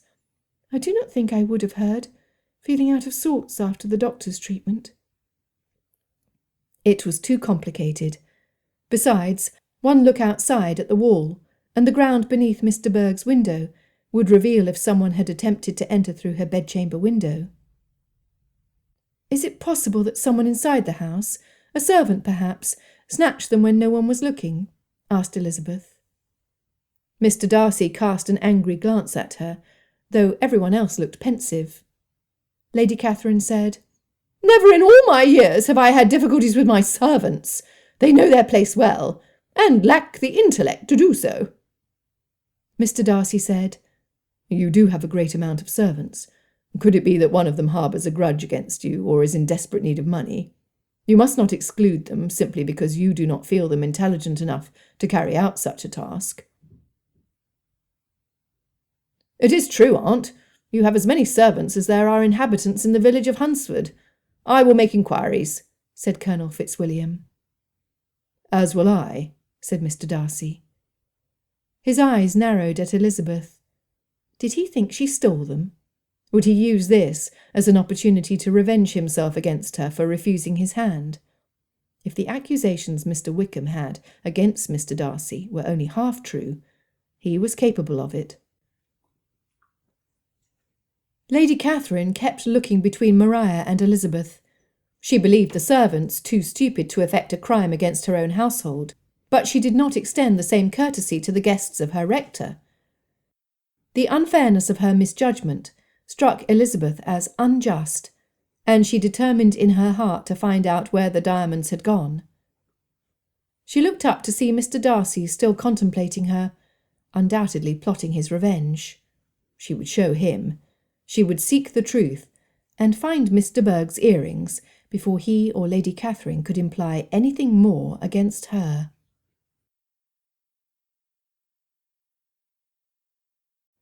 Chapter 7. The air grew heavy in the room as everyone looked about them suspiciously. Just when Elizabeth felt she could not stand their questioning glances any more, the butler entered to announce that dinner was ready, as if she could eat. Silently they filed into the dining room. The draught running through the space sent chills down Elizabeth's arms as she took her seat between Colonel Fitzwilliam and Maria. At least she was in good company, and far enough down the table not to have to suffer the immediate conversation of Mr. Darcy and his snobbish aunt. She wondered how Colonel Fitzwilliam had escaped the family characteristic of pride. Mr. Collins sat on the other end of the table. He was so pleased with the honour bestowed upon him by his generous patroness that he sat as tall as the peacock pie, which would most likely make an appearance at a later course. Maria leaned in to whisper to her, "I hope they do not think that we did it. I never set foot inside Mr. Bourgh's room, but we were practising on the pianoforte next door. Do you think we will be accused?" Her voice trembled, and for a moment Elizabeth thought the girl might cry. "We are innocent of any crime. Do not forget that." Her determination to find out who the real thief was became stronger as she looked at the scared girl next to her. "I know that, but sometimes mistakes are made." Patting her hand and determining to end their whispered conversation before Lady Catherine demanded to know what they were talking about so secretively, she said, "Do not worry. I will find out who's behind this, and everything will be all right. You will see." During the evening, she often felt Mr. Darcy's scheming eyes upon her. Her opinion of him worsened as the evening progressed. Elizabeth tried to focus on the beautiful spread before her, but her appetite did not cooperate. It was a long dinner. Conversation was halted, and every second passed as slowly as an hour before the meal concluded. Finally, Lady Catherine ordered that her carriage take her guests home. After a tiresome day and an even worse evening, Darcy slept little. The only silver lining had been Miss Elizabeth. He tried to keep his attention elsewhere, but too often his gaze wandered down the table, more often than he could help. She wore her hair differently, and her dress shimmered in the candlelight. Like a dark rain cloud set on spoiling their dinner, his aunt had determined that one of Mr. Collins' guests was responsible for the stolen jewellery. Her mind was made up, and there was little he or anyone else could do or say to alter her opinion. All he could do was buy time until he found the culprit. Anne did her best to calm her mother, but she had quickly grown weak and had retired early. Richard supported Darcy's endeavour to prevent Aunt Catherine from making premature accusations or reacting before anything was fully known. It was ridiculous to accuse both ladies of a crime when the only proof against them was that they were in the adjacent room, playing Mrs. Jenkinson's pianoforte hours before it was found out that the earrings were missing. Only when he recommended that she give him and Richard a couple of days to look into affairs in order to keep down the gossip did she calm down. Darcy had much to think about, and many plans to make. Waking before his usual time the following morning, he went outside to clear his mind in the fresh air and to order his thoughts. He would need some sort of plan to effectively find out what had taken place. He needed information. He started toward the rose garden. The soft spring breeze carried snatches of conversation to his ears. It came from the opposite side of the garden. Darcy slowed his pace, not wanting to interrupt nor to eavesdrop. The voices sounded vexed. He delayed at the corner of the house, but only for a moment. If someone was having an argument outside, where anyone could hear them, perhaps it would do more good for him to interrupt it. Stepping around the corner, he found himself looking at his cousins. Anne sat on a bench, her skin as white as the lace trim on her dress. Richard ran a hand through his already tousled hair and shoved the other one into his pocket. He paced in front of Anne until he froze in place when he saw Darcy. Proceeding cautiously, Darcy asked, "Is all well?" Richard said, "It is nothing to trouble yourself with, Darcy. It is only that our cousin and I do not see eye to eye on the development of recent events." Darcy looked between the two of them, still confused. Anne said, "You see, I would not have said anything, only Hortense, when she saw that the velvet pouch I keep the earrings in was empty, made such a fuss as roused the entire house." Furrowing his brows, Darcy asked, "You would have said nothing? Why?" "Do you not see? How are we supposed to catch a thief, if indeed there is one, when he knows that we are on to him?" She made a good point, but he had to ask, "You doubt that your diamonds were stolen?" Shrugging her thin shoulders, she said, "We searched my room thoroughly, but something as tiny as a set of earrings could easily have dropped somewhere, and I have been known to take them out during the day, when my head aches. There is the chance that I mislaid them again." Darcy doubted that. "With a household staff of nearly 100, it is not likely, and I do not think you so careless as to mislay your diamonds twice in one day." Richard nodded vigorously. "That is what I tell her." She gave Richard an annoyed look. "Let us not quarrel any more, please. I have enough on my hands with Mother being so upset as it is." Richard grumbled. "If only I could have spoken to Aunt Catherine before all of this took place." Darcy snapped. "You've not spoken to her yet? My God, Richard, what is taking you so long? After you begged me to stay another couple of days, and now we will have to stay as long as it takes just to keep her from calling the constable for Miss Bennet and Miss Lucas." Speaking in a tone just as strong as his, Richard answered, "Thanks to you, Aunt Catherine has been in such a foul mood as to prevent me from doing so. The nature of my business with her is so delicate as to require that she be in a good humour." Consumed with frustration, Darcy grumbled, "If that is what you seek, we shall have to remain here indefinitely." Holding up her hand, Anne said, "Stop quarrelling. I beg you, Richard. I think it wise not to disturb Mother any more than she already is. Your business with her will have to wait. Darcy, Mother will soon speak with you about it, so I had best warn you that she wants us to marry by the end of spring. She thinks that I must have done something to discourage you, and has been lecturing me daily since your arrival to encourage you to pursue your suit." Darcy heaved a sigh. He did not want to marry Anne.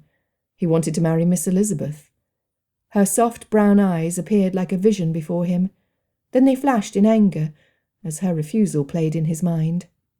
She chose not to marry him, despite all that he could offer her, a choice Anne had never been offered by her mother, by him, by anyone. It occurred to him that in all of their adult years he had not once asked Anne what she wanted. How selfish he had been. Taking a step forward, Darcy lowered his voice and asked, "Anne, what is it that you want?" She looked startled to be asked. She opened her mouth to speak, but her thoughts slowed her. Finally she placed her hand over her mouth, and something like a chuckle escaped. Darcy and Richard looked at each other. What was funny? "Do you know, that is what I want." Not understanding her meaning, Darcy shuffled his feet uncomfortably. Could it be that she did want to marry him? It would be an escape from her overbearing mother. Oh, please, no. What is that? Please, explain your meaning. A scoff escaped her lips. I want to be given a choice. Everyone around me feels that they have the right to order me around and make plans for my future without so much as a consideration as to what I want. I would like for others to ask me what it is that I want. Richard broke in. What do you want? She looked at him steadily before shifting her gaze to Darcy. I do not want to marry you. I will not allow myself to be a tool for Mother to use so that she might continue in her extravagant ways. What is more, I do not love you, and I know I never shall. Darcy could have kissed her hand then and there. His relief was so great. Very well. Thank you for the warning. I will do my best to deal with Aunt Catherine, knowing that your feelings are similar to my own. And, Anne, I am sorry. She rose from the bench with a smile that reached her eyes. I must return to the house before I catch a chill. I'm still fatigued from yesterday. Richard extended his arm. Let me assist you. I have some letters I need to see to, so I should return as well. Are you coming, Darcy? I will see you as far as the door, but I feel the need for a long walk. I have much to ponder. Giving little thought as to where his feet took him after passing the front door, Darcy continued past the large oak tree in the middle of the lawn in front of the house. In his mind, he created a list of everyone who had the ability to steal Anne's earrings. Any of the household staff who knew where she kept her jewels had to be added. He would talk to her maid again. Maybe she had thought of something new since he had spoken with her the day before. He had been looking at the ground as he walked, kicking the occasional pebble on the path. When he looked up, he saw her. She was walking alone. She looked as if she might turn around to escape meeting him, but then thought better of it. Darcy looked about and realized the mistake he had made. He had let himself wander without any thought as to his whereabouts, and had unwittingly walked to her favourite path. Had he been paying attention, he would have chosen to go elsewhere, but his feet had realized a conspiracy with his heart. The damage was done, and he decided to do his best to act the part of a proper gentleman, though there was hardly anything proper in encountering a lady with no chaperone. He bowed, nervous she might hear the pounding of his heart when he opened his mouth to speak. Good morning, Miss Bennet. You are out early. As are you, I might add, she said with a shallow curtsy. Are you on your way back to the parsonage? He asked. He patted his empty pocket. Now that he had the opportunity to talk with her alone, he wished he had brought the letter he had written. It sat in a drawer in his desk, waiting for her to read it. Blast! He had carelessly left his best defence behind when the ideal situation to give her the letter presented itself. He would put it in his pocket, where it would stay until he next saw her. Yes, it is time for me to return. The other residents should be awake and breakfasting by now. She took a step forward, then paused before taking another. Miss Bennet, please allow me to be honest with you. It seems that the harder I try to avoid you, the more frequently we cross paths. It is not intentionally done, I assure you. Not entirely intentional, only partly. She looked at him for what felt like an eternity. Finally she nodded and continued down the path. He followed. She did not tell him not to. Mr. Darcy, I meant what I said the other day, but my heightened emotions led me to speak with too much feeling. It was never my intention to hurt you, she added hurriedly, though it does not change my reply. The roses in her cheeks brightened her eyes considerably. You made yourself perfectly clear. You need not repeat anything said that day. It is forgotten. Not that he could forget, but he did hold on to the hope that she might forget her poor opinion of him, as well as the revulsion she had expressed that fateful day. They walked in silence for some minutes. Darcy tried to think of something clever or interesting to say. He wished he had the ease of speech Richard was gifted with, but he had always experienced difficulty with casual conversation, especially so with Miss Elizabeth.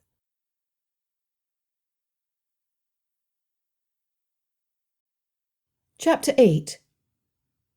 When the silence grew unbearable, he said, "My sister is at Pemberley at the moment." There was no genius in the words, but he hoped that they might lead to a pleasant conversation. He had a sister. She had several sisters. It was something they had in common. "Oh, how nice for her," she said, looking at him with an odd expression. Then, relaxing her shoulders, she added, "Please tell me about her. I know that you think poorly of my sisters, but I do miss them so. What age is she?" He bristled at the mention of her nerve-grating siblings, but kept his thoughts to himself, as he should have before. "Georgiana is 15. There was a brother between us, but he died when he was just a child." He had not meant to share that detail, but he found that when he could speak, he often said things he did not mean to say while in Miss Elizabeth's company. "I am sorry for your loss. That must have been painful for your parents and for you." Darcy could only nod. It had devastated Mother especially. She never returned to her normal, happy manner after it happened. "I was too young to remember, but it devastated my parents. It is the worst fate a mother can suffer, I think. By the time Georgiana was born, Mother's sadness had weakened her heart so much that she could not continue much longer. We lost her within a month of the birth." Miss Elizabeth's face lost its joyous aspect, and Darcy felt foolish for making her sad. This was not going how he had anticipated. "I'm sorry, Miss Bennet. I did not mean to share my sadness, but rather to talk of my sister. Sometimes I think she would benefit from the company of other young ladies closer to her age. She only has Richard and myself to keep her company, besides her companion." Elizabeth tried to imagine what it would be like to have someone like Mr. Darcy as a guardian. It was such a disagreeable thought. Her pity for Miss Darcy grew. "Does she prefer to stay at Pemberley rather than visit her aunt with you?" If it were her, she would prefer to avoid the company of her supercilious aunt, as well as her proud brother, at every chance. Darcy smiled. "It is a challenge to visit my Aunt Catherine. She has an overbearing personality, from which I would rather protect Georgiana. She's a shy girl, and the company here only makes it worse." His response surprised Elizabeth. Could it be that he thought of the comfort of his sister more than his own? "That is selfless of you, Mr. Darcy. Often I have wished to have Jane here with me to offer her gentle support. She's far kinder than I am, and she would find many positive things to say about those whom I do not." She bit her tongue. It was one thing for Mr. Darcy to call his aunt overbearing. He was family, and as such, had the freedom of speech to say what he very well pleased about them. She did not have that same luxury. With a smile, Darcy said, "What you tell me of your sister is similar to Georgiana's character. I had not seen it before." His smile vanished. Elizabeth had revealed Jane's shyness of character to him when she refused his proposal. Though she regretted speaking so forcefully to him, she did not regret a word of her accusations against him for separating Jane from Mr. Bingley. "Is that why you would rather Mr. Bingley marry your sister?" she asked. It was a bold question, but she needed to know why Mr. Darcy had seen fit to interfere with her dearest sister's happiness. Stopping abruptly, Mr. Darcy gawked at her with his mouth wide open. "That is what you think? That I cultivate Bingley's friendship out of self-interest for my own sister?" His shock stunned her. It was too genuine. Her cheeks burned at his reaction and blunt statement of her equally blunt opinion. Still, she would not back down. "It is what I thought when Miss Bingley made it perfectly clear to both Jane and me that her brother was set apart for Miss Darcy. After it was revealed to me that you were the cause for their separation, it was as good as confirmed." "Nothing could be further from the truth. Bingley is my friend. I have never singled him out to be my brother."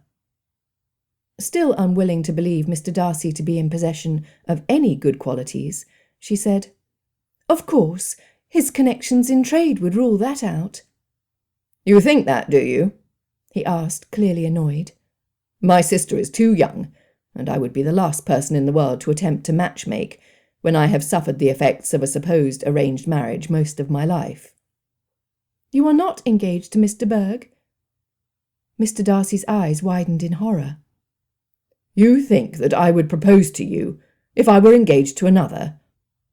Shaking his head, he added, "You must think I am the worst class of gentleman to believe me as selfish and unfeeling as you claim." At a loss for words, Elizabeth clasped her hands together in the hopes that she could find some way to justify her opinion of him. It all sounded so much worse, coming from his mouth. Could it be that she had mistaken his character as badly as he had Jane's? Her mind flooded with doubt. Her confidence shaken, she said, "You have given me every reason to think poorly of you, and I do not understand why my opinion of you is of any import," especially when she felt unsure what that opinion was. Mr. Darcy breathed in sharply, the muscles on his jaw tensing. After a long exhale, he said, "Though I cannot explain my reasons at this moment, I can assure you that your opinion is important to me. I have promised that I will speak no more of the subject, so let us change this current one. How are you enjoying your stay at Hunsford?" It was a safe question, and one he had asked her several times since his arrival at Rosings. "I am enjoying it as much as the last time you asked," she said, tongue in her cheek. She could not help it. She peeked up at his face to see his reaction. Did he really roll his eyes? She had not thought him capable of such a common gesture. She bit her lips together to keep from laughing. Then she remembered that she did not like him, and willed her face to reflect the intensity of her dislike. She forced herself to focus on Mr. Darcy's negative traits, cloudy though they were. His greatest and most unforgivable fault stood out as clear as crystal. He had ruined Jane's chances of making a loving and advantageous match with Mr. Bingley, even sounding proud of having done so. Busy trying to justify her appraisal of his character after what he had revealed, she was startled when he spoke again. "What do you think happened to my cousin's diamonds?" He looked at her intently. Unlike the previous evening, his manner held no accusation. Or had she misread him then? What she had seen so clearly before muddled into a confusing mess, so that she did not know what to think about the man walking beside her. "Your aunt has already decided on the guilty party. She made it quite obvious. My only defence is to prove who the real thief is before she decides to call the village constable." She tried to sound confident, though she trembled. There was no humour and nothing ridiculous about facing an accusation from a lady respected in society. Mr. Darcy's shoulders stiffened. "She can be unreasonable. Please let me reassure you that I intend to get to the bottom of this. Have you learned anything thus far?" "I have only made a list of everyone who could have stolen the jewellery. I even went so far as to include Miss Lucas and myself. Next to their names, I have attached a motive. It could be anything as simple as the need for money to a lifelong grudge against Lady Catherine." Darcy nodded. "It is a good start. A growing suspicion has taken root in my mind. Do you not think that someone with a grudge against my aunt would have stolen an article of importance to her? Why would they steal Anne's earrings?" Elizabeth, disappointed he had not shared what his suspicion was, but knowing better than to ask, thought for a while. Normally, any harm done to one's offspring would be a cut against the parent, but Lady Catherine and Mr. Berg did not seem to have that kind of relationship. On first seeing Anne, she had even mistaken Mrs. Jenkinson for her mother when they had crossed in front of the parsonage in her pony and cart. Mr. Collins had corrected her, and later that same day they had met Lady Catherine. "Perhaps you are right. What we need are some facts. It could be that a servant, one of the multitude at Rosings, was in need of money.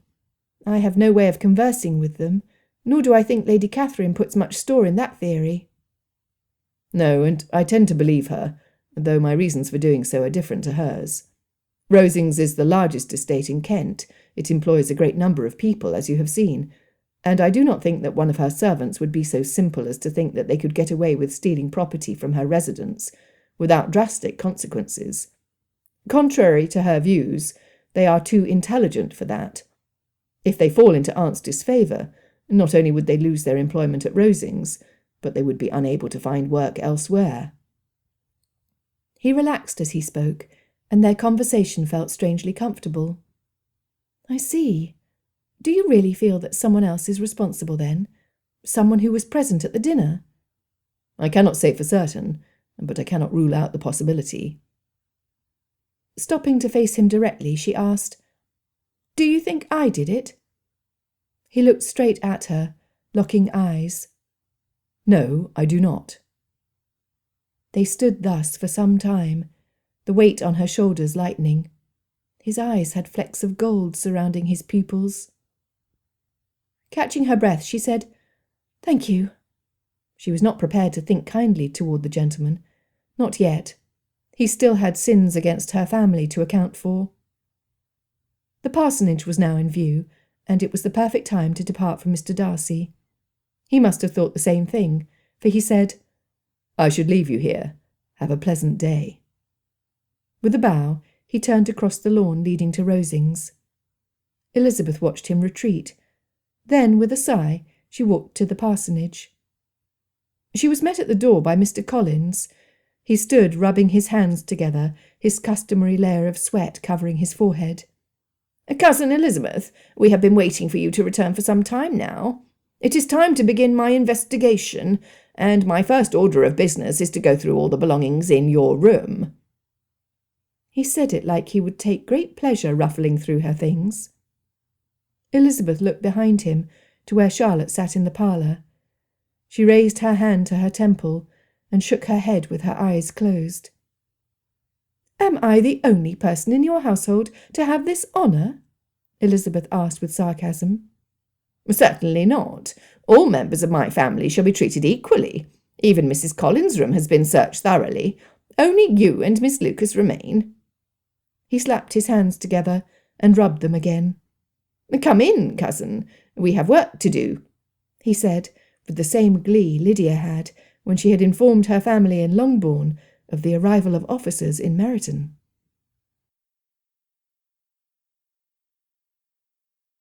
Chapter 9. Elizabeth opened the door to her bedchamber. There was not much to see, other than a stand with a wash-basin near the door, a chair in the corner by the window, the bed against the wall to the right, and the trunk with her possessions at the foot of it.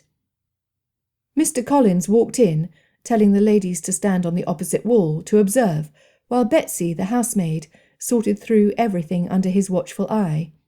Elizabeth could only imagine the disorder her cousin would make in his home during the course of the day. She looked at Charlotte, who appeared tired. As much pride as she took in the orderliness and comfort of her home, it must distress her greatly to have it disarrayed so badly by her own husband. Starting in the corner with the chair, Betsy ran her fingers down the curtains, checking every fold and seam in the fabric for hidden diamonds. Elizabeth folded her arms and leaned back against the wall. This would take some time. How fortunate for her that she had missed everything except the ransacking of 2 bedchambers. Betsy flipped the covers off the bed, meticulously checking each blanket as she had the curtains, pausing on occasion to look to Mr. Collins for instructions. The feather pillow, of which Elizabeth was grateful she only had one, was flattened and squished inch by inch. Looking at them from under his moist brow, he said in a disappointed tone, Nothing thus far. She stepped away from the wall, but one look at Charlotte silenced the retort on the tip of her tongue. Grumbling to herself, she leaned back, resuming her position against the floral paper. Just because she had refused his hand and insulted his pride did not mean that she was a thief. Mr. Collins turned his attention to the trunk. It was not large, nor did she have many possessions in it, as her wardrobe consisted of the minimum assorted dresses a gentleman's daughter should be in possession of. Since a pair of earrings could only be placed in a book if a hole were cut in it, the 2 novels she had brought with her had been spared a page-by-page inspection. Still, it did not stop him from thumbing through the pages.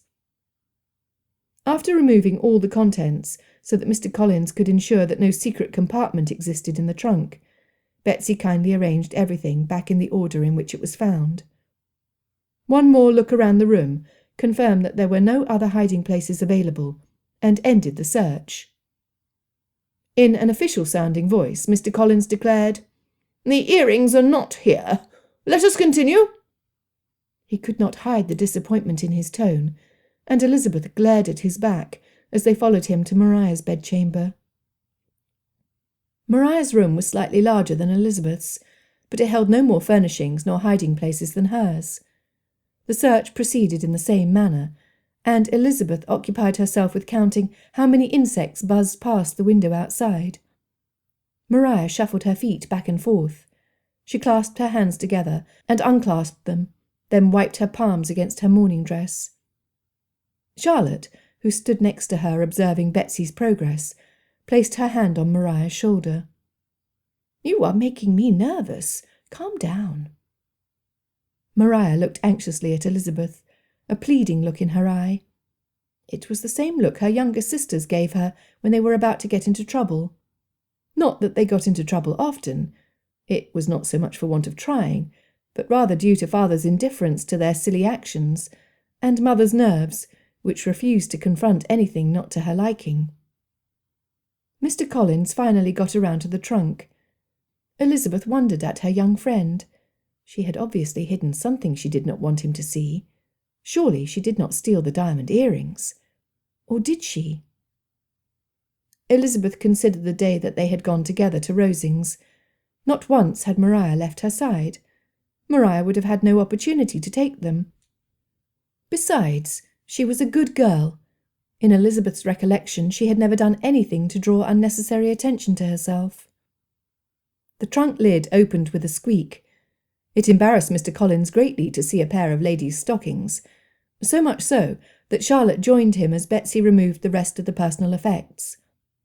They reached the bottom of the trunk, and all but Betsy froze. Charlotte placed her hands on her hips and stood erect, facing her sister. Mr. Collins' face took on a stern aspect as he continued to stare at the object at the bottom of the trunk. Elizabeth heard Maria suck in her breath and hold it. Wringing her hands in front of her, she resumed her shuffling. What had they found? Elizabeth chewed on her lip and was sorely tempted to walk the few steps to the foot of the bed to see for herself. As it was, the silence in the room only made Maria's now shallow breaths sound too loud within the small space.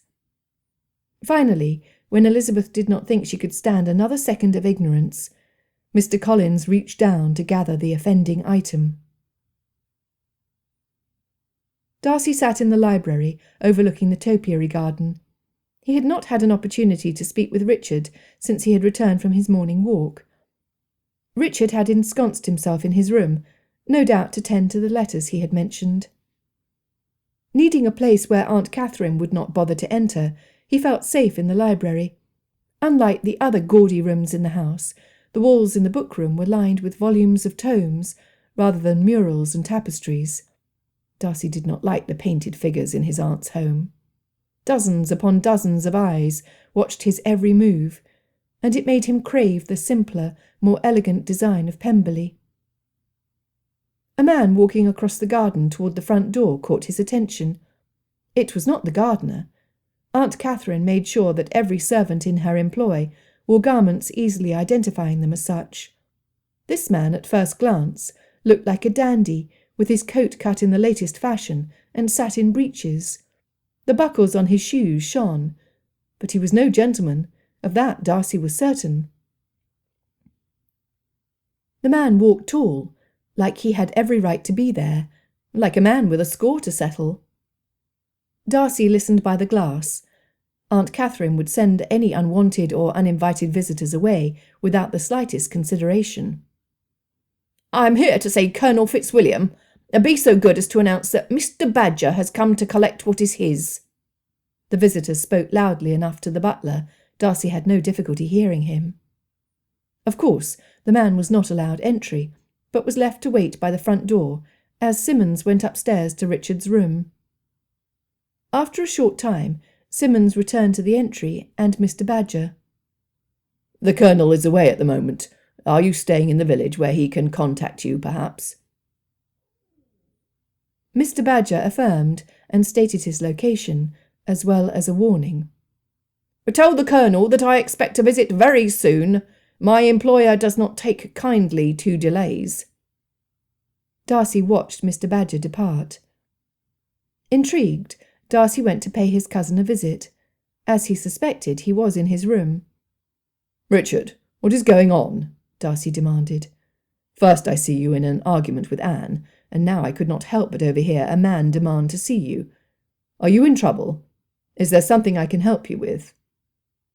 His concern grew as he watched Richard shove his fingers through his hair and down to squeeze the back of his neck. "It's not what you think, Darcy."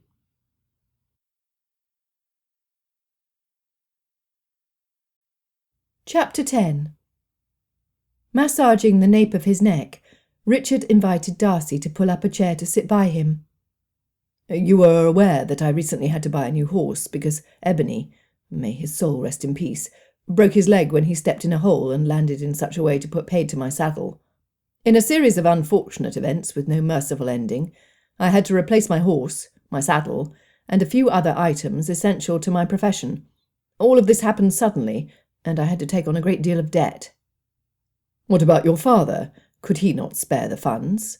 asked Darcy, angry that he had been unaware of his cousin's difficulties until that moment. Richard ground his teeth together, clenching his jaw.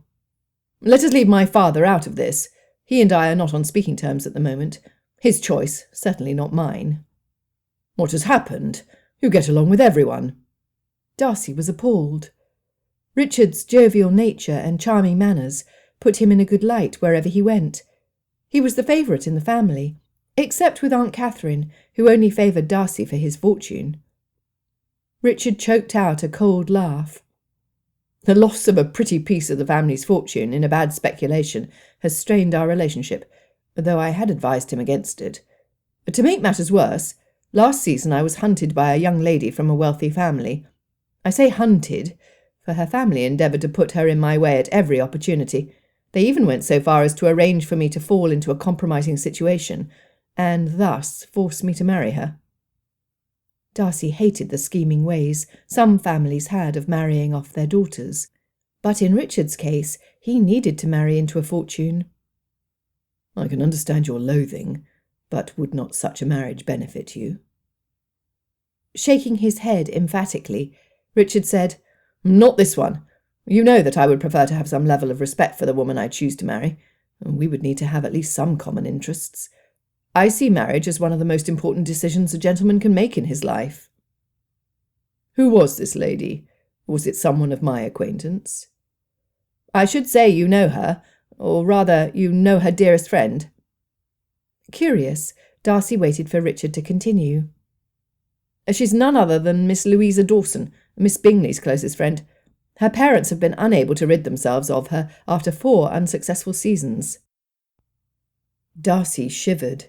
Any friend of Miss Bingley was someone he would run away from as quickly as his feet could carry him. Miss Dawson would make any man miserable in marriage, if she was anything like Miss Bingley. No fortune could account for the misery she would put her future husband through. He was glad Richard had escaped. "I take it that Uncle wanted you to agree to the match?" It always came down to money. Those who had it lorded it over those who did not. Those who had none resented those who did. Friends were easily made when one possessed a fortune, but how many of them really cared for the man more than his possessions? "My father was furious. He felt that it was not my place to refuse to make an offer when the lady was obviously willing to accept it. He is so much like Aunt Catherine, it is disturbing. Both of them refuse to live within their means. Not that their means are difficult to live within, quite the opposite. Did you know of Aunt's latest plan to hire an architect to improve the already perfect gardens in the park?" Leaning back in his chair and running his hands through his hair, he continued, "So, I was in the position of owing a good amount of money I had no means of paying. I did what most men in my position do. I borrowed from a lender." Darcy winced. "Why did you not appeal to me for help? I would gladly have given you the money." Richard's stance softened. "I know it, Darcy, and I thank you for it. However, you had just dealt with Wickham, and you had your hands full with Georgiana. I could not burden you with my problems too." Richard did not need to say it, but Darcy sensed that his pride would not let him ask for help when it was so desperately needed. "Was that what you wanted to speak to Aunt Catherine about?" he asked. Richard shifted his weight in his chair and kicked the heel of his boot against the floor. "Essentially." Kicking his boot heel against the floor again, he added, "Have you seen Anne's arms?" The change in direction of the conversation caught Darcy off guard. "No. She always wears elbow gloves or long-sleeved gowns. Why?" Richard leaned forward. "I think her doctor is a charlatan. I only happened to see because one of her gloves slipped down. She's so thin. Well, I shall never forget the cuts I saw on her arm. I suspect the other one is just as bad. I know that bleeding is an accepted treatment in the medical profession, but I saw with my own eyes what a loss of blood did to the men on the battlefields. It killed them, Darcy." Darcy exhaled in disgust at the doctor and pity for Anne. She was weak as it was. "Aunt Catherine calls him in from town, does she not?" Richard scoffed. "She personally selected him and pays for him to travel the distance here so that he may bleed Anne once a week. I suppose he applies leeches to her temples for her frequent headaches as well." He threw his arms up, then crossed them in front of him, a scowl on his face. Darcy tensed as well. He had never been close to Anne. His efforts to discourage Aunt Catherine's desire for their union guaranteed that. But he did not want her to be mistreated in any way. She was his family, and if her own mother would not protect her, then somebody should. Could he risk speaking to Aunt about Anne's health? Or would she twist his concern for her into unmerited interest in their imagined engagement? "Richard, would you be willing to suggest a different doctor? I would be happy to pass on the name of mine in town." "Someone needs to say something before the charlatan bleeds our cousin to death."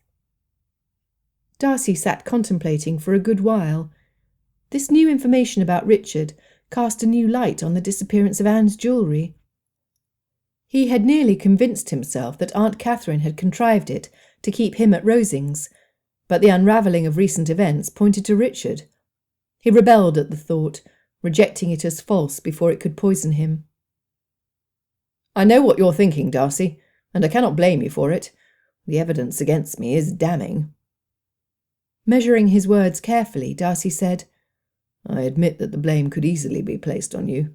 If it became known that you were in debt to a lender, you would move up in the list of suspects.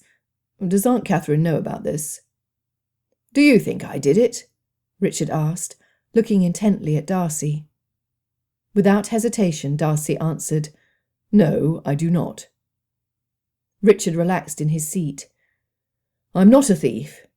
But the reason I wanted to stay here for a couple more days was to ask a special favour of Aunt Catherine, and thus clear my debt. Mr. Badger has promised to give me until the end of the month, but he must have grown impatient. I'm sure it brought him great pleasure to show up here." "I saw him walk up to the front door.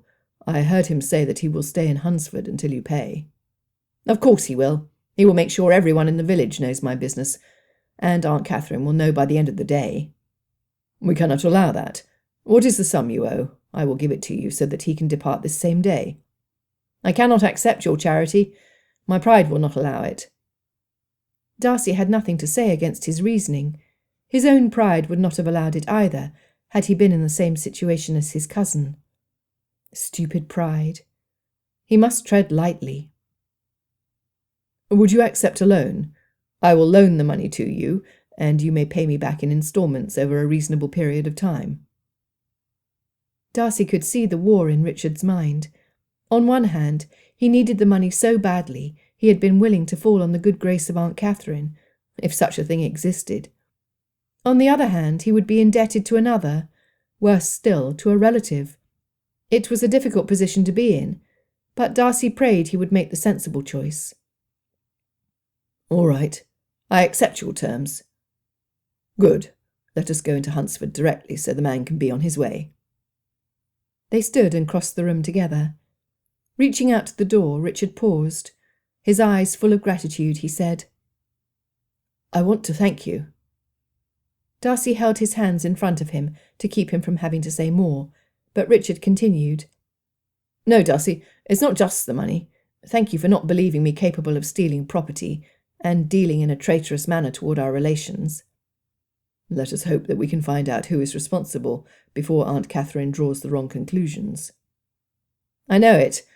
It's between me and the visitors to the Hunsford parsonage. You do not think Miss Bennet or Miss Lucas could have...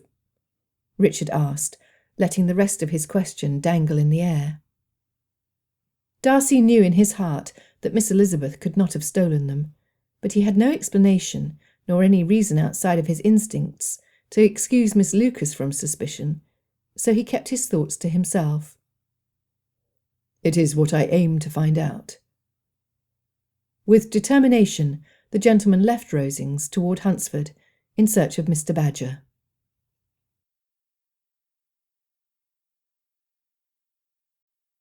Chapter 11. What is this immoral magazine doing in my home? Insisted Mr. Collins, his left eye twitching in his fury. Elizabeth's breath came out in a rush. It was nothing more than a magazine. She read the title, La Belle Assemblée, and that was when she understood Maria's apprehension. Maria bowed her head, too overwhelmed to speak. Charlotte reached an arm out to Maria. You know that not even mother and father allow you to purchase this magazine. It is frivolous and only encourages excessive vanity. Where did you get this? Indeed, where did she get it? Looking closer at the cover, Elizabeth saw that it was the same edition Mrs. Baxter had in her shop. Only Maria had not purchased it. What was it doing in her trunk? I only wanted to look at the dresses. They're so lovely. I even found a design similar to one of Mr. Berg's gowns. Maria looked up, hope in her eyes. No doubt she thought the mention of the great Lady de Berg's daughter might soften Mr. Collins. It did not appear to work. The disapproving rector pinched the magazine between his fingers and held it out from him as if it were a snake. Charlotte shook her head slowly. You know that you are a guest in our home. As such, you must live in accord with the rules of our home.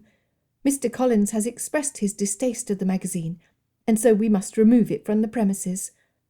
I dare say you only fell victim to the follies of youth, and will not do so again. Otherwise I would have to speak to mother and father. Maria shook her head vigorously. No, you do not need to say anything. It was an impulse, nothing more, and I have learned my lesson. Elizabeth narrowed her eyes at the girl. She was leaving out a lot of information. How did she acquire the magazine in the first place? She reserved her questions.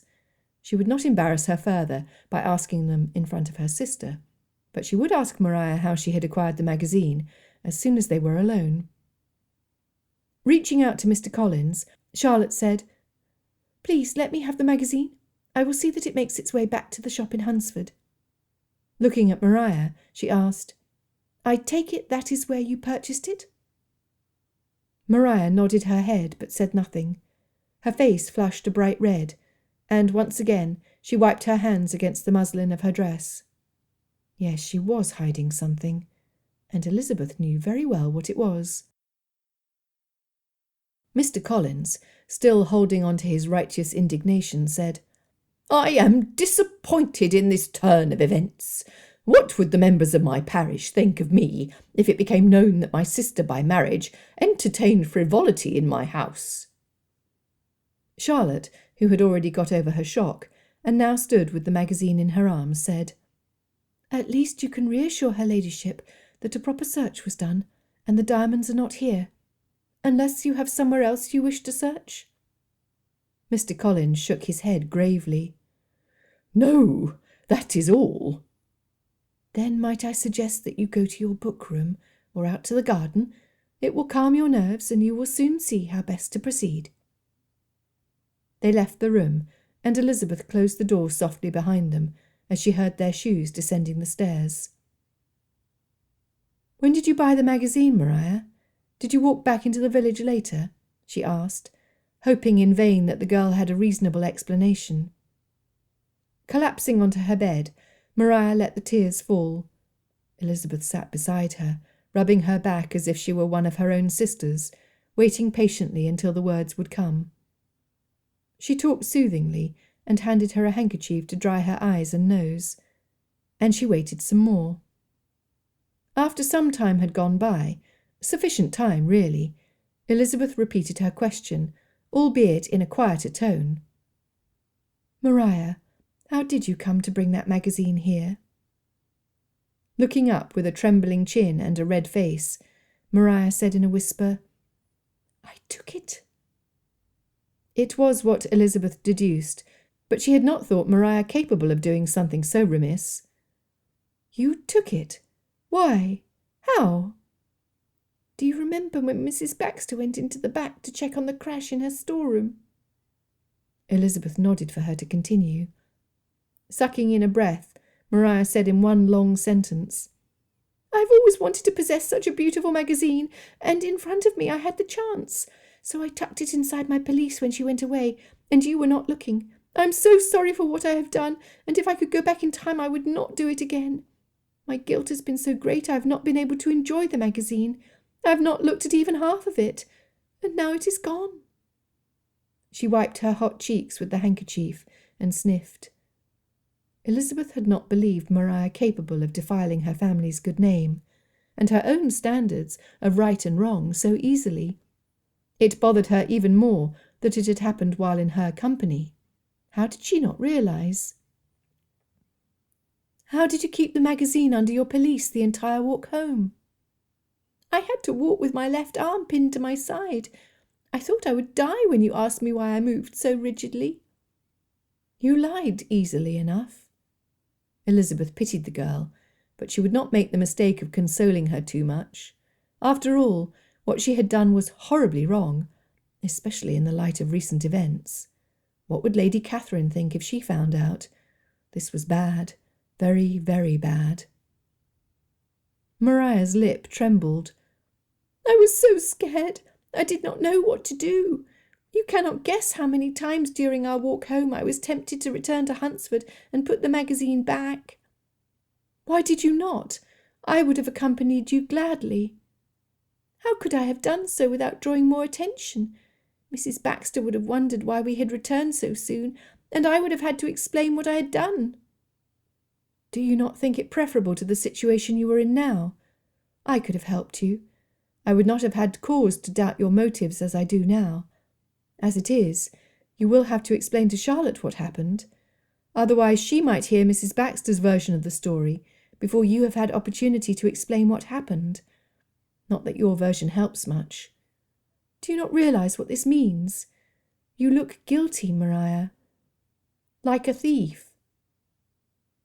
The red in Maria's face spread down her neck, mottling her skin. Her hands trembled as much as her lower lip did. Elizabeth hated being so stern with the girl, but she could see no other way out of it. "No, I cannot tell her. I am not so close to my sister as you are to yours. She will think that I am not mature enough to visit her on my own, and she will never invite me back. She will tell mother and father of what I have done, and any freedoms I had before will surely be taken away. I will end up like Mr. Berg, frail, thin, and trapped indoors. I will die a spinster." She burst into hysterical fits of weeping. Elizabeth did her best to shush her, but this was not the time for dramatics.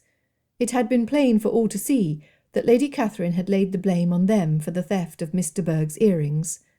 Were it found out that Maria had stolen a trifling magazine, it would guarantee her guilt before Lady Catherine and everyone else in Hunsford who had heard the news. By now, everyone knew about the missing earrings. It was only a matter of time before they heard about the magazine. "Maria, listen to me." Elizabeth put a hand on each side of Maria's tear-stained cheeks. Wiping her dishevelled, soggy hair off her forehead, she said, "You must calm yourself. It is unfortunate, but you have to take care of the damage done from your impulsive action. Would you prefer for Mrs. Baxter to attack Charlotte for something you did? Or worse yet, for Charlotte to hear the accusations against you before you have the opportunity to defend yourself? You simply must tell her. What is more, this puts you in a bad light because of the theft of Mr. Berg's diamond earrings. What if people begin to reason that you are a thief, first stealing a magazine, then moving on to bigger rewards? People must not be allowed to make that connection, and you can prevent it by confiding in your sister. She understands the danger you are in, and she will help you. Charlotte was reasonable and incredibly practical.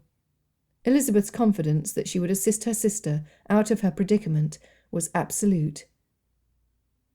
Maria did not share her confidence. Shaking her head emphatically, she said, "How I wish this would just go away! What I would give to turn back the hands of time!" Elizabeth felt like Charlotte when she said, "You must see what is practical to your situation right now. It does you no good to lament the past. It is done. Now you must deal with the consequences of your choice. It will be difficult, but in the end you will have an honest conscience, and your punishment will be far less severe. Do you not realise the penalty for stealing jewellery from a family such as the de Bourghs? Were they to accuse you of the theft of their valuable property, you could spend the rest of your days in a prison, or worse." Elizabeth shivered. Life was not valued as highly as a prized possession from a wealthy family. They could end Maria's existence if they chose to. Elizabeth would never place her trust in Lady Catherine's ability to be fair and just. Maria should not either. "I need more time. Please, I need more time," Maria repeated. "I cannot face Charlotte in this state." Elizabeth could see that Maria was in no condition to talk to anybody at that moment. She really did need some more time. Biting her lip at what she was about to suggest, she took a deep breath and said, "I think I have a plan which might allow you a little bit more time." Maria latched on to her with an embrace. "Thank you. Oh, thank you." Elizabeth hugged her, but then pulled her away so that she could see her face clearly. She would not have any misunderstandings. "Only a little bit more time. It does not mean that you are free from admitting your wrong to Charlotte. You must still speak with her. I only offer you the advantage of an hour or so. I can buy you some time, but you must speak to her before she walks into Hunsford this afternoon. Do you understand me?" The girl placed her hand over her heart, like she was making an oath. "Yes, I do understand. I will tell her. I will talk to Charlotte," she said, trying to convince herself. Elizabeth looked into her face. Maria's eyes and nose were swollen and red. She did not waver in her determined expression, so with one final look, Elizabeth nodded. "Then we have a deal. I will do my best to delay Charlotte's trip, but you must confess today."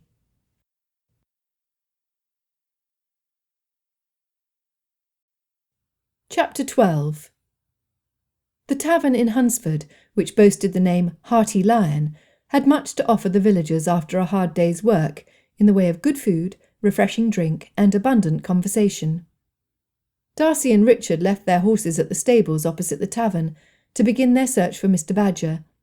The Hearty Lion had a couple of rooms upstairs, and was their best guess at finding the man. If nothing else, the innkeeper, Mrs. Shepherd, would know where he could be found. Nothing happened in the village without her knowing about it. "Mr. Darcy, Colonel Fitzwilliam, how good of you to stop by for a visit. Do you care for a tankard of my best ale?" she asked, with a large smile and rosy cheeks. It was impossible not to smile back at Mrs. Shepherd. "Yes, a tankard would be much appreciated, thank you," replied Darcy, as Richard looked about the room. "Let me set up my special room for my special guests. I'll only be a moment," she said as she disappeared behind a curtain between the bar and the stairs leading to the rooms above. Richard whispered to Darcy, "I do not see him. Do you suppose he might have gone back to London? The distance is not too great." "That is nothing but wishful thinking on your part. If Mr. Badger is anything like the moneylenders' men I have heard of, he will be like a bulldog sniffing for a bone until he gets his master's money. He will go nowhere until his purpose is accomplished." Richard tugged his sideburns. Darcy watched his cousin's attempts to keep his confidence in the face of his debts. He did an admirable job of it, but Darcy knew him too well. Richard had taken great pride in his ability to live off his army salary. For years he had asked no favours of anyone. Darcy knew he often suffered want, and there were times when he would invite Richard to dine with him when he was in town, just so he could ensure that he enjoyed a fine meal and a warm room every so often. His family, who rarely came to town, were more preoccupied with their own financial burdens with their extensive and unnecessary renovations at Matlock. Bustling out from the private room, Mrs. Shepherd said, "Come this way, please, gentlemen." Once they were inside the room, she said, "I will call the man who has come for you from London. The sooner I get him out of my tavern, the better. I do not trust men of his sort." Without another word on the matter, she left Darcy and Richard alone in the room to wonder how much she knew, probably more than they were comfortable with. A few minutes passed by. Richard must have pulled out his pocket watch half a dozen times while they waited. Darcy, who did not want to lose any advantage they had over the money collector, tried to calm him. "Do not show any anxiety, Richard. He will get his money today, and your business with him will be done. It's not Mr. Badger I worry about. He is only a minion. Who I worry about is the man he works for." Richard shuffled uncomfortably in his chair, crossed one ankle over a knee, decided against it, then crossed the opposite ankle over his other knee. Darcy intended to ask who Mr. Badger worked for, and what kind of hold he had over Richard, but just then Mr. Badger sauntered into the room. He swayed from side to side, his head held high and his shoulders erect as if he owned the place. It was the same posture Darcy had seen at Rosings. He knew he held the upper hand, but why? "How good of you to come to me, Colonel Fitzwilliam. And I see you brought your cousin, Mr. Fitzwilliam Darcy of Pemberley." The hair on Darcy's arms stood straight up. He had not been presented, and while his family name was well known, it was a breach in common courtesy to assume knowledge before it was presented to him. "Since you presume to know who I am, let me speak plainly, Mr. Badger. We have come to cancel the Colonel's debt in full," said Darcy, through his tense jaw. Mr. Badger sat opposite them, taking his time to pick a piece of lint off his coat, roll it into a ball, and watch it fall to the ground. "If only our business were that easy. You see, the man I work for is a powerful man, and used to getting his way in business. When the good Colonel approached him with his scheme, he gladly obliged." His smile revealed pointy teeth. Richard tensed, but kept his composure as steady as a card player. "I see no need to draw this interview out any further than necessary." Darcy pulled out the banknotes required to cancel the debt. "This covers the amount borrowed as well as the interest." Reaching into his pocket, he pulled out another banknote and placed it on top. "This extra should see to your expenditures and safe return back to London, bringing our business to its conclusion." Darcy moved forward in his chair in order to stand. Mr. Badger, in a low, menacing voice, said, "Mr. Vallanti will be most pleased with his payment, and I thank you for my share." He grabbed his portion from the top of the pile of banknotes and shoved it into his pocket greedily. The rest he folded carefully and put inside his breast pocket. "However, this does not conclude our business together. My work is to know everything about the people who come to borrow money from Mr. Vallanti. The question I will ask you, Mr. Darcy, is this.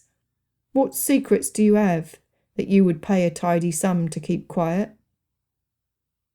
Darcy never winced, and through many years' practice he controlled his complexion and breathing.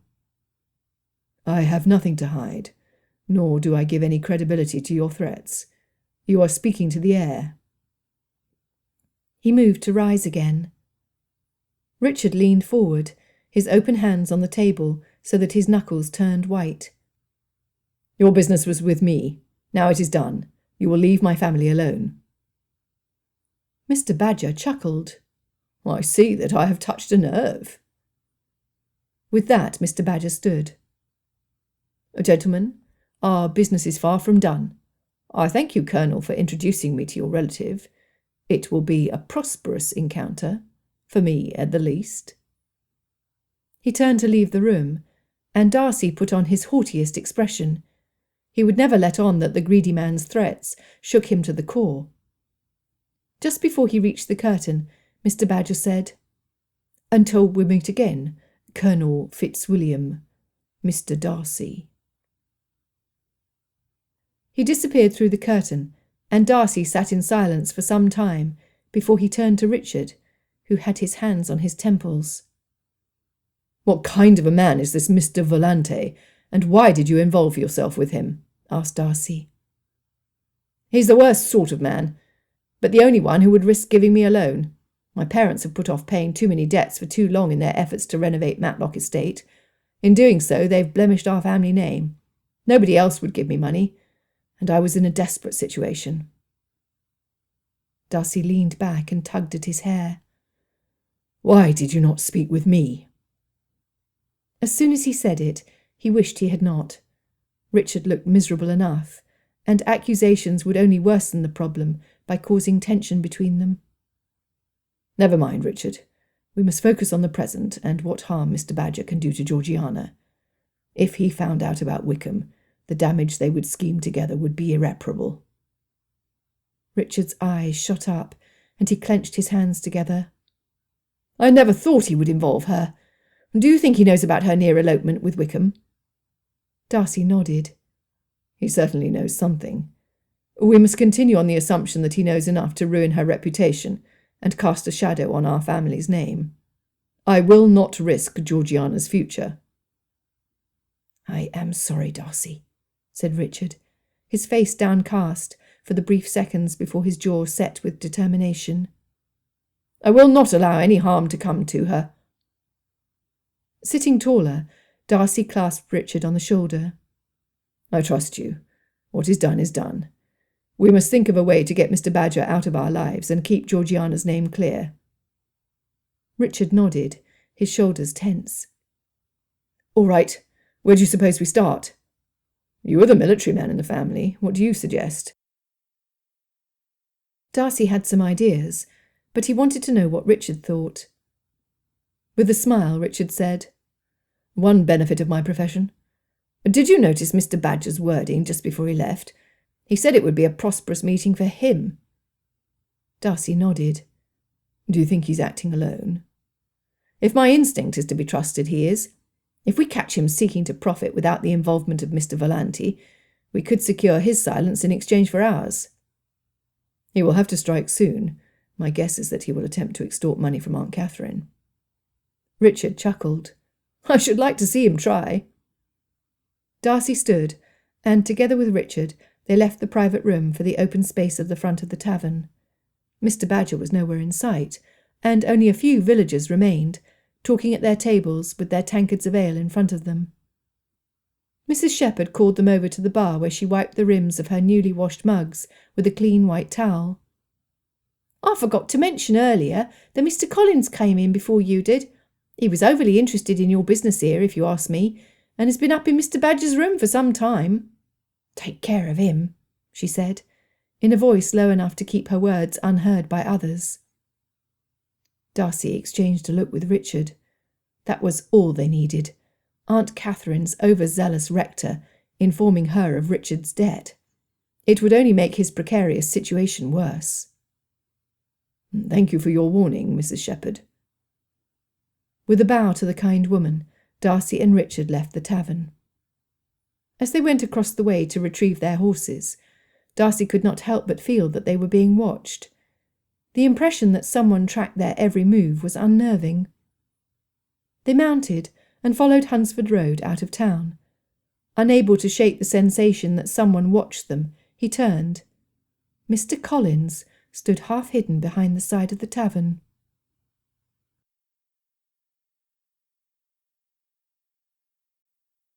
Chapter 13. "Lizzie, Maria, I'm walking into Hunsford. I cannot wait another moment for Mr. Collins if I am to deliver this basket to the Thatcher family and return the magazine."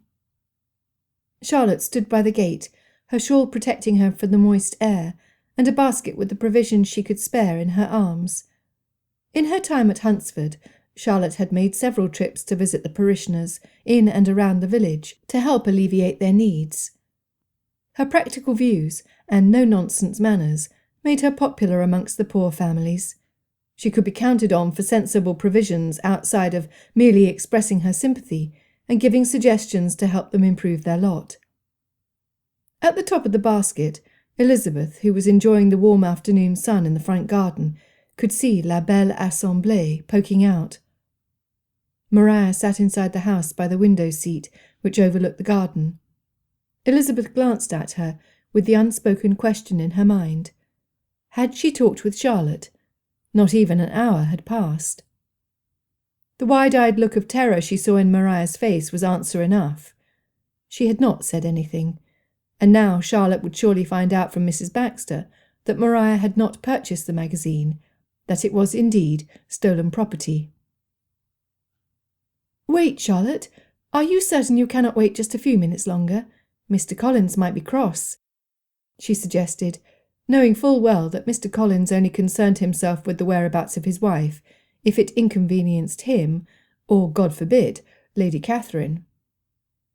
"Do not be silly, Lizzie." Charlotte clucked at her, and reached her hand out to undo the latch on the whitewashed picket gate. That one simple action jolted Elizabeth with inspiration. With one look of appeal to Maria, Elizabeth jerked her head toward Charlotte. If Maria wished to speak, now was the time. She prayed she would, or else Elizabeth might regret what she was about to do. Large, teary eyes looked back at her. As Charlotte left the house accompanied by the housemaid, Elizabeth marched to the back of the house and down the sloping lawn to the pig's pen. Elizabeth had not experienced the flight of said animal, but she knew that Charlotte lived in terror of it escaping again. Every commotion Mr. Collins caused was followed by the question, "Did the pig escape again?" from Charlotte. Walking quickly, before her sense of reason could catch up with her and stop her, Elizabeth raised the latch which secured the door to the pen. She flung open the gate and clapped a few times to set the animal in motion. It needed no further encouragement. Squealing with the joy of its newfound freedom, the pig ran as fast as its 4 pink legs could carry it, its ears bouncing and its tail swishing through the air as it cut through the lawn, with Elizabeth chasing after it, trying with all her might to keep up, so that she might encourage it to go toward the front of the house where Charlotte could hear it. "Charlotte, the pig is loose!" she yelled. Charlotte, who had not walked far down the road, shoved the basket into Betsy's hands, picked up her skirts, and ran toward the house. The look of determination on her face was a fierce thing to behold. "You block it from that side, Lizzie. I will make sure it does not come through the gate. Maria!" she yelled. The girl, not understanding what all the fuss was about, but observing it tranquilly through the front window, came outside. Charlotte made no explanations, but she gave orders rather well. "See that the pig does not get into our garden." Maria ran to the opposite side of the house to stand guard, but Elizabeth knew that the pig must already be there. Its squeals of protest at Maria's attempts to shoo it out of the garden confirmed its location. Charlotte threw her hands up by her face. "Oh, no! It will uproot and eat everything! Lizzie, I need your help!" she called from over her shoulder as she ran toward the garden. Elizabeth did not remember the last time she had run so much, not since she was a child. Maria was in some sort of deadlock with the offending animal. It stood with a carrot hanging out of its mouth, chomping at the greens contentedly, and daring anyone to draw near. "Maria, you get at him from the far side. I'll go from this side. Lizzie, make sure he cannot escape through the front," Charlotte instructed as she closed in. Betsy, having freed herself of the basket, joined them. With a wicked glint in its eye, the pig finished chomping on its carrot, then charged at Elizabeth. Widening her stance so she could grab the animal as it passed, it ran straight between her legs, catching her dress and pulling her down backwards. Charlotte and Betsy were quick to run to her, but the pig masterfully untangled himself from her dress, stepped over her, and continued squealing toward the open fence. "I suppose I deserved that," said Elizabeth to herself, as she tried to get back on her feet. Thankfully, the pig was small, and it had not hurt much when he stepped all over her in his haste. Dashing across the lawn to the front of the house, they watched as the pig headed toward the open gate. "Do not let it get out!" cried Charlotte. Elizabeth ran with the women after the pig, wiping her loose hair out of her face. "It must not cross into Rosings. Mr. Collins would be mortified," insisted Charlotte. Chasing the tireless pink beast down the Hunsford Road, Elizabeth's lungs burned for breath. After all this effort, Maria had best confessed to Charlotte. Down the road, 2 gentlemen on horseback appeared. Elizabeth gritted her teeth at the sight of Colonel Fitzwilliam and Mr. Darcy. It embarrassed her for them to see her in such a state. A great deal of her hair was loose, and her dress was covered in mud and muddy hoof-prints. But it had all been of her own doing, and she must see Charlotte's pig safely back to its pen. Charging through her shame as she continued in the chase, she kept her focus on the pig, waiting for her opportunity to pounce. One quick look over her shoulder confirmed that she was on her own. Maria and Betsy lagged behind her. Charlotte had slowed to a walk, having grown tired. As the runaway animal neared the horseman, Mr. Darcy handed his reins to Colonel Fitzwilliam and dismounted. Elizabeth had expected him to observe piously from the comfort of his seat. When he rushed the pig, turning it back to trot toward her, she could not have been more surprised. Unfortunately, the pig must have figured that its odds were better against one man than against 4 resolute women, who now stood closer together. It promptly turned back to Mr. Darcy, picking up its pace. Elizabeth, her limbs as tired as her spirits, yelled, "Please do not let the little devil past." Mr. Darcy took her seriously. He leaned down to grab the pig as it neared, but the pig had anticipated his move. Veering to the side just outside of Mr. Darcy's reach, he squealed in delight at what he thought was another victory in his escape. What the pig did not count on, nor anybody else for that matter, was for Mr. Darcy to pivot in place and pounce on top of it. He circled his arms around the squirming animal. Colonel Fitzwilliam had his hands full with the nervous horses that did not much like a small pig darting about near their feet. He laughed so loudly it echoed down the lane. Without losing his hold, Mr. Darcy's eyes shot up to glare at his audacious cousin. "Stop your cackling and make yourself useful." Seeing that the colonel would not be of much help, with 2 skittish horses in his care, Elizabeth knelt down next to Mr. Darcy so that she could hold the pig's feet and allow the gentleman to stand. "Thank you," he said, a scowl on his face. Wrapping his arms around the pig's middle, he asked, "Where does this thing belong, Mrs. Collins?" Rushing forward, Charlotte said, "Oh, no, please, Mr. Darcy, we will make sure it gets back into its pen. You need not trouble yourself." Elizabeth shook her head at her overly polite friend. Mr. Darcy, scowl still in place, said, "Nonsense. If I loosen my hold, this ingrate will only escape again." "Very well," said Charlotte, as she led the way back to the pig's pen. They walked in silence back to the parsonage. Elizabeth did not remember running that great a distance, but the pig had covered a good deal of ground.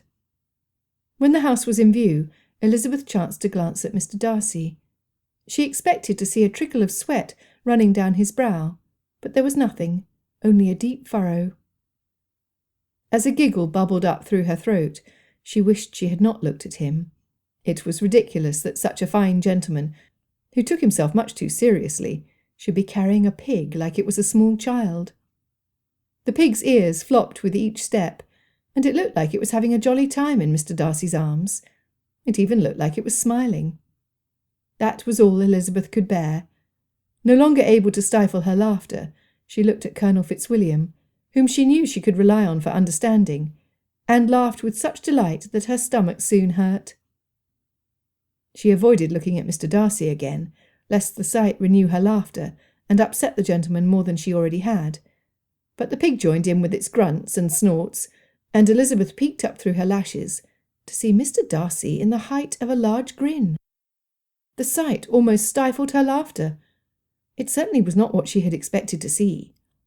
Mr. Darcy's eyes lit up, and his lips curled up in the corners so bewitchingly that she had difficulty looking away from him. Disarmed by his smile, she focused on the happy pig bobbing up and down in his arms. They filed through the gate, the colonel waiting just outside with the horses. Elizabeth was grateful that at least he had laughed with her. He was a merry sort. As Charlotte closed the latch to the pig pen and gave an accusatory glare to its resident, she turned to thank Mr. Darcy.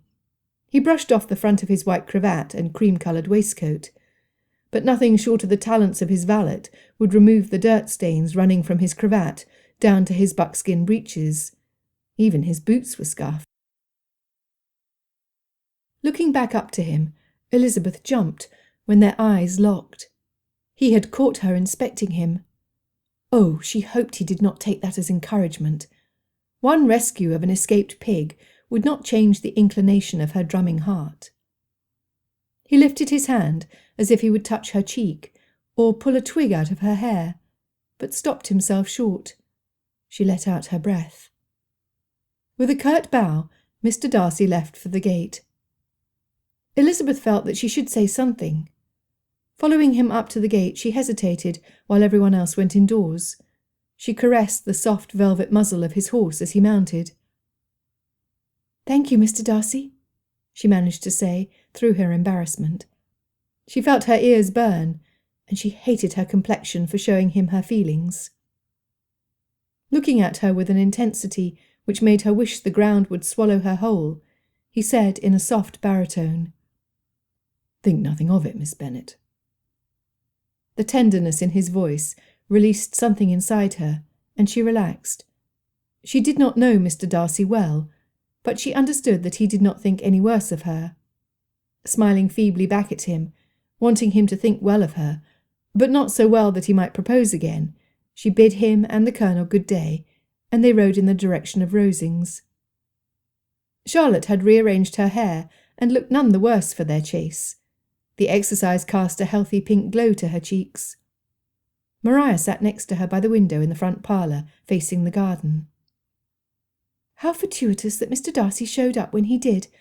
Otherwise we would have chased that horrid pig all the way into Hunsford." Charlotte fanned her face with her hand and sunk back into her chair.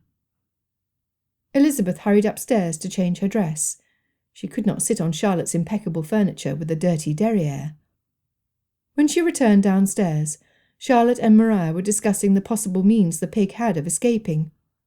Elizabeth sat quietly, careful not to add her opinion, nor draw unnecessary attention to herself. After some minutes, Charlotte said, "You are uncommonly quiet, Lizzie. If I did not know better, I would think that you know something you are unwilling to share." She said it as if it was a dare. Her eyes defied Elizabeth. Elizabeth looked at Maria and said, "Now would be a good time." Looking back and forth between the two, Charlotte asked, "A good time for what?" Maria, her eyes tearing and her face reddening, sat forward in her chair, wringing her hands in her lap. "You see," she began.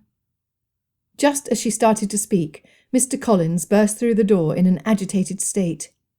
"I think I know who took Mr. Berg's earrings," he said in triumph.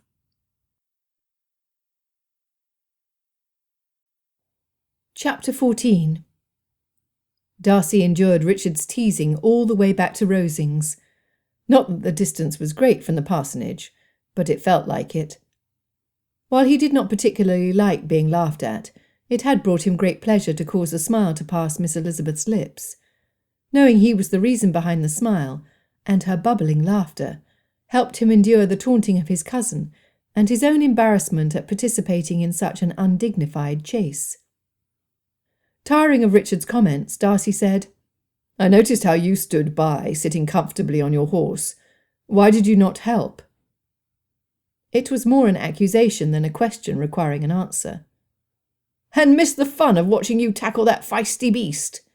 Richard burst into laughter again. "There is nothing on this earth which would cause me to miss such entertainment. Never in my life have I thought you would do such a thing. I am in awe, Darcy." Darcy still could not believe it himself. What had possessed him? As soon as the question passed through his mind, he knew the answer.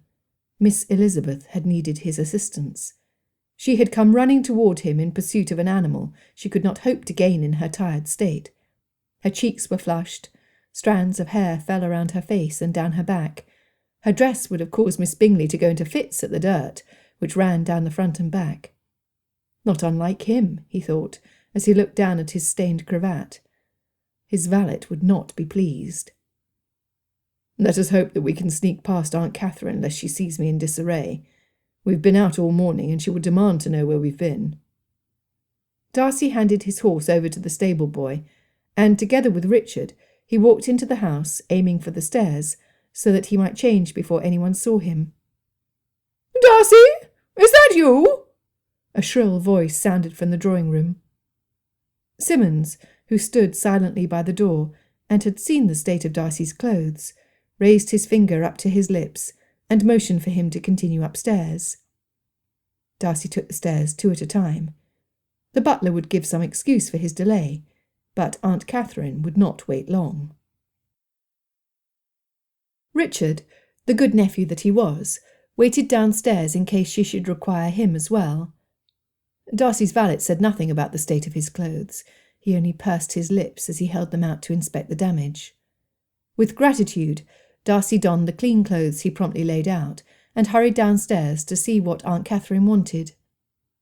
She sat in her favourite room, holding court from her gilded chair. "Darcy, what took you so long? I have been waiting," she complained. "I do apologise, Aunt. I went into Hunsford with Richard earlier this morning and had to change clothes to make myself presentable." Unless it came from Richard, she would never hear about the pig incident. He was certain the residents of the Hunsford parsonage would guard their silence.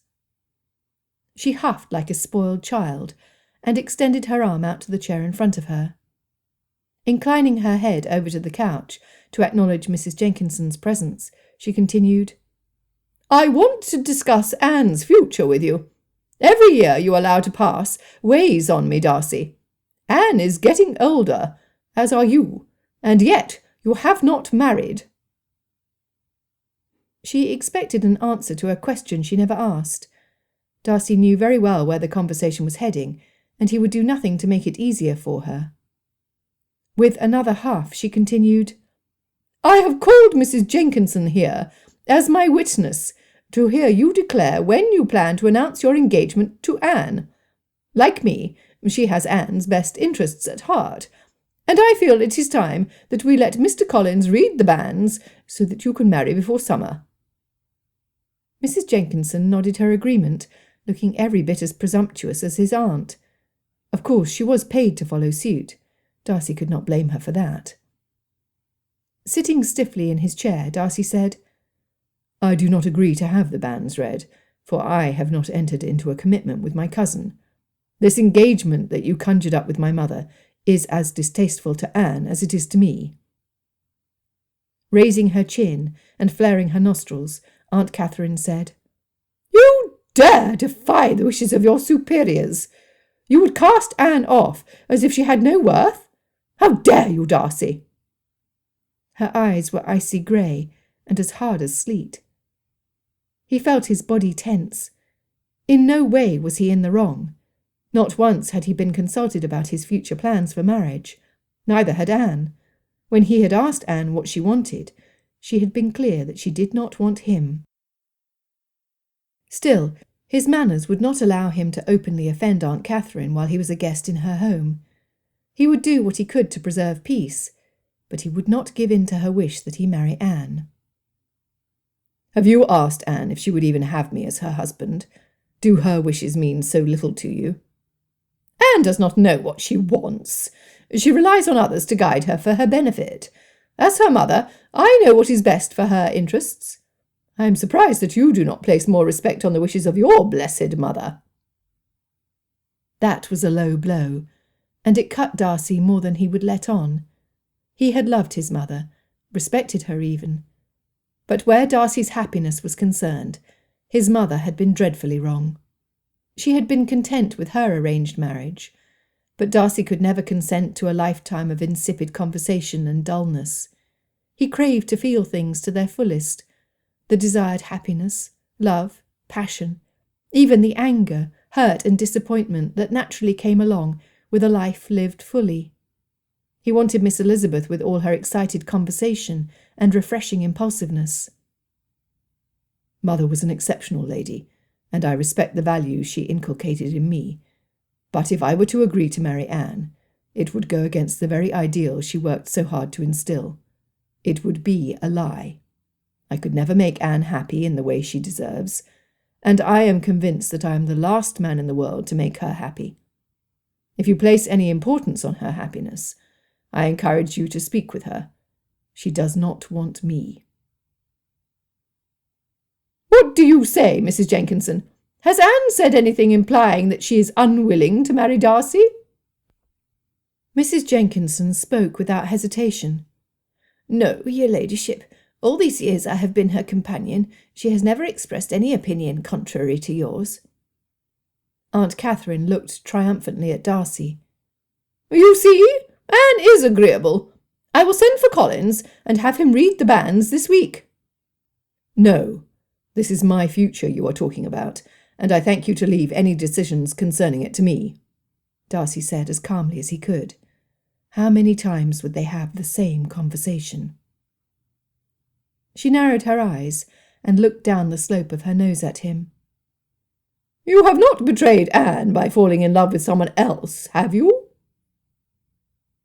Unable to answer the question honestly, and resenting being asked yet again, he replied, "How could I possibly betray Anne if I have not agreed to marry her?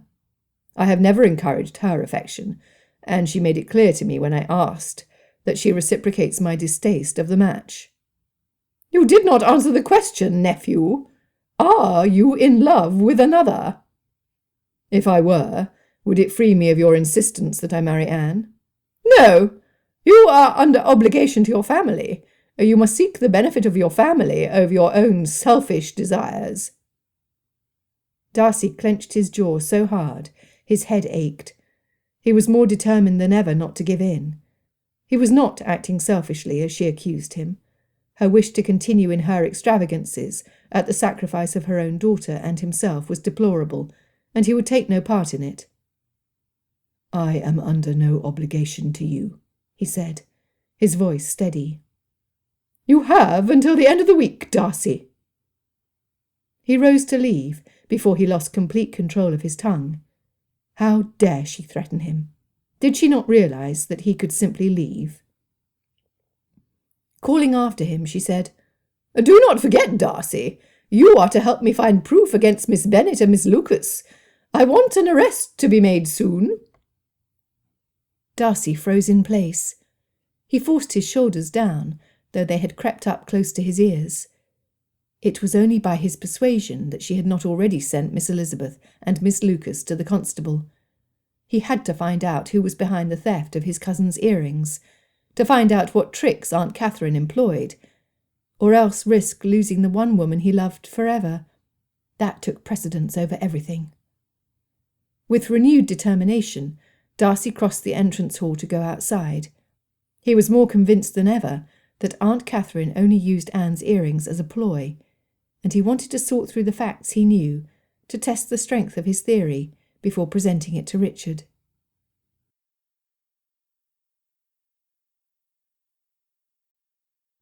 Chapter 15. Elizabeth stared in disbelief at Mr. Collins.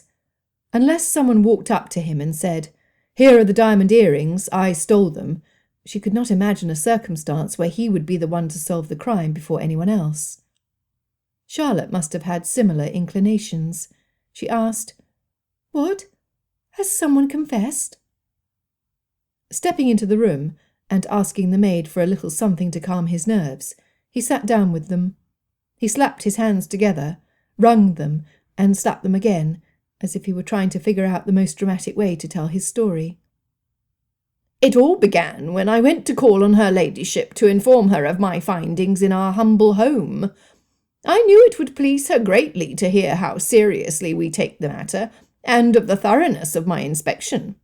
It so happened that as I crossed the lawn from one side, I saw another man cross from the other end.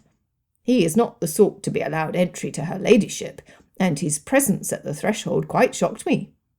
Uncertain as to how to proceed, I promptly hid behind a bush. I do not think he nor anyone else saw me." That was quick thinking, thought Elizabeth. Revelling in his cleverness so long, she thought it would take the rest of the afternoon to hear his story, Charlotte came to the rescue. She asked, "Then what? Who was the gentleman?" "I had hoped you would ask," he said, rubbing his hands together. "I had not thought that Lady Catherine would allow such an individual entry into her dwelling. His coat was cut in the latest fashion, but was made of inferior fabric, so suspecting that her ladyship might be in some kind of danger, I took it upon myself to ensure her safety when he was left standing outside." Elizabeth kept her mouth shut, but she could not control her thoughts so well. "You protected her from behind the bush. How very brave." Charlotte gave her a look that made her determined to behave. What a pity her friend knew her so well. It was almost as if she were reading her thoughts. She stifled a laugh, pursing her lips together and nodding in attention to the noble protector of his patroness, Lady Catherine de Bourgh. "He did not remain long at the door before he was denied entry, so I took it upon myself to follow him into Hunsford. He is lodged at Mrs. Shepherd's tavern." Charlotte gasped. "You went inside the tavern?" Mr. Collins had the decency to blush, and fresh beads of sweat covered his forehead. Nodding in a most grave manner, he said, "I felt it imperative upon me to do so. These are a special set of circumstances, and I could not have the man threaten her ladyship when there is a thief about." That made the second time Mr. Collins cast an unfavourable light on the man. Elizabeth asked, "What was it about the man that made him appear threatening?" A coat made of inferior fabric was not enough to judge a man. "He dressed the part of a man seeking to look greater than his born station.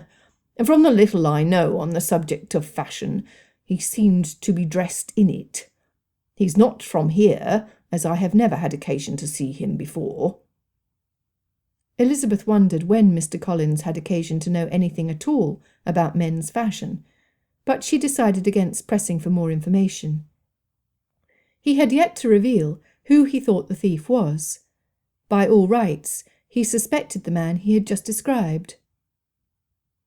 "Do you believe him to be the thief?" asked Charlotte, leaning forward in her chair. "No, indeed, though he did look the part. But I will get to that. I must beg your patience as I continue. I do not want to forget even the smallest detail, lest it be of the utmost importance." Elizabeth sat back in her chair. They would be there for a while, and she might as well make herself comfortable. Rubbing his hands together yet again to restore his memory, he picked up where he left off. "Ah, yes, I followed the man into the tavern, and learned through discreet questioning that Mr. Badger is his name. I asked him politely what his business was at Rosings. At first he did not want to confide any details in me, but I condescended to inform him of my position with the family de Bourgh. He must have been impressed, because he spoke openly, and I believe honestly, of his business with Lady Catherine's nephew." Elizabeth sat up in her chair, all ears. Maddeningly, he did not continue, but sat there with a sardonic smile, as if he would say no more, but leave them with half of the story, and just when it got interesting. Maria, who had been silent, broke the silence. "Surely you do not mean Mr. Darcy? What business would he have with someone like the man you described? But I cannot think that Colonel Fitzwilliam would either." She rested her chin in her hand on her knee, contemplating the conundrum revealed before them. Slowly, savouring the effect each word had on his listeners, Mr. Collins continued. "Mr. Badger's business is with Colonel Fitzwilliam. Apparently, the Colonel owes the gentleman Mr. Badger works for a great deal of money, and he has come to collect it. How the mighty do fall!" He looked at Elizabeth with a haughty glee she knew was intended more for her than for Colonel Fitzwilliam. Elizabeth's heart sank for the Colonel. He was a charming man, and his manners toward them had been impeccable. What would Lady Catherine think of her nephew, when she found out that he had incurred debts. Mr. Collins sat with a pleased expression at his revelation. So, you see, Colonel Fitzwilliam must be the thief. He is in need of a tidy sum of money, and it is no coincidence that the diamonds went missing during his visit. Folding his hands, he sat back with a self-satisfied look on his face. While Mr. Collins' findings certainly gave the Colonel a motive to commit the crime, Elizabeth could not justify it in her mind. "What do you plan to do with this newfound knowledge?" she asked, curious to see if Mr. Collins had the audacity to accuse Lady Catherine's own nephew of the theft. "I took great care to verify his story while I was at the tavern, the topic being of such a delicate nature, and myself feeling uncomfortable on the premises. Mr. Badger was so good as to attend to me in his room. Who do you think arrived but Mr. Darcy and Colonel Fitzwilliam? I was able to hear bits of their conversation through the curtain at my position at the top of the stairs. I felt at liberty to do so, since the matter concerns her ladyship, who preoccupies herself with all things related to the good people in and around Hunsford, as well as her family. It was enough for me to verify that what Mr. Badger had said was true. Mr. Darcy paid him in full, and practically threatened the man to make him leave." Charlotte said, "I can imagine so. Just think if word was to get back to Lady Catherine. You cannot tell her what happened." Mr. Collins shook his head gravely. "Oh, I do agree with you. What insight you show, Mrs. Collins. It is for the reason you so sagaciously expressed that I agreed to meet with Mr. Badger at Rosings tomorrow. I could never be the one to reveal confidential information. But if it came from him, and Lady Catherine knew how it was found out, then I think it would bring her great comfort to know that it was me who discovered her nephew's secret, and tactfully revealed it to her in the most delicate way I could arrange." He looked so pleased with himself, Elizabeth could only gape, astonished at the delight he took in his egotism. Surely Lady Catherine would not appreciate him meddling in her family's affairs in the least, no matter his intentions. Nor would she appreciate him bringing Mr. Badger into her home. Elizabeth had the presentiment that whatever happened tomorrow, it would not end well, for Colonel Fitzwilliam or for Mr. Collins. Charlotte spoke warily. "It sounds as if you have already made arrangements with the man, and you must see it through." She swallowed hard and looked nervously at Elizabeth. "Yes, all will be taken care of on the morrow. Her ladyship will be most pleased, I think." He pressed his fingers together in front of his chin and smiled greedily.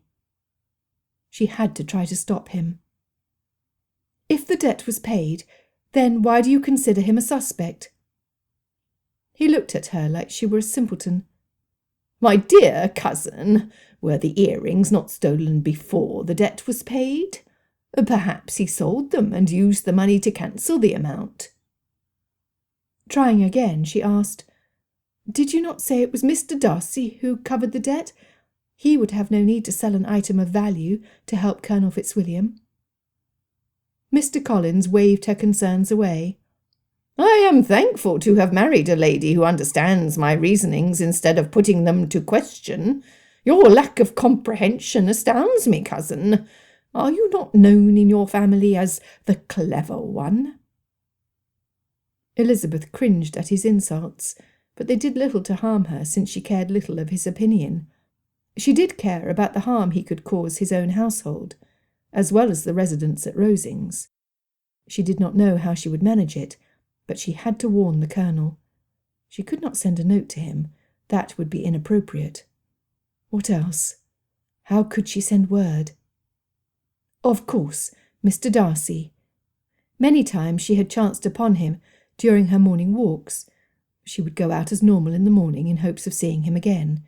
She would walk the entirety of the park if need be. Mr. Darcy and the Colonel were not only family, they were friends. She could trust him to set matters straight. Mr. Collins, his news delivered, went into his book-room to contemplate the glorious moment which awaited him on the morrow. The moment he shut his door, Charlotte spun around in her chair to face Elizabeth.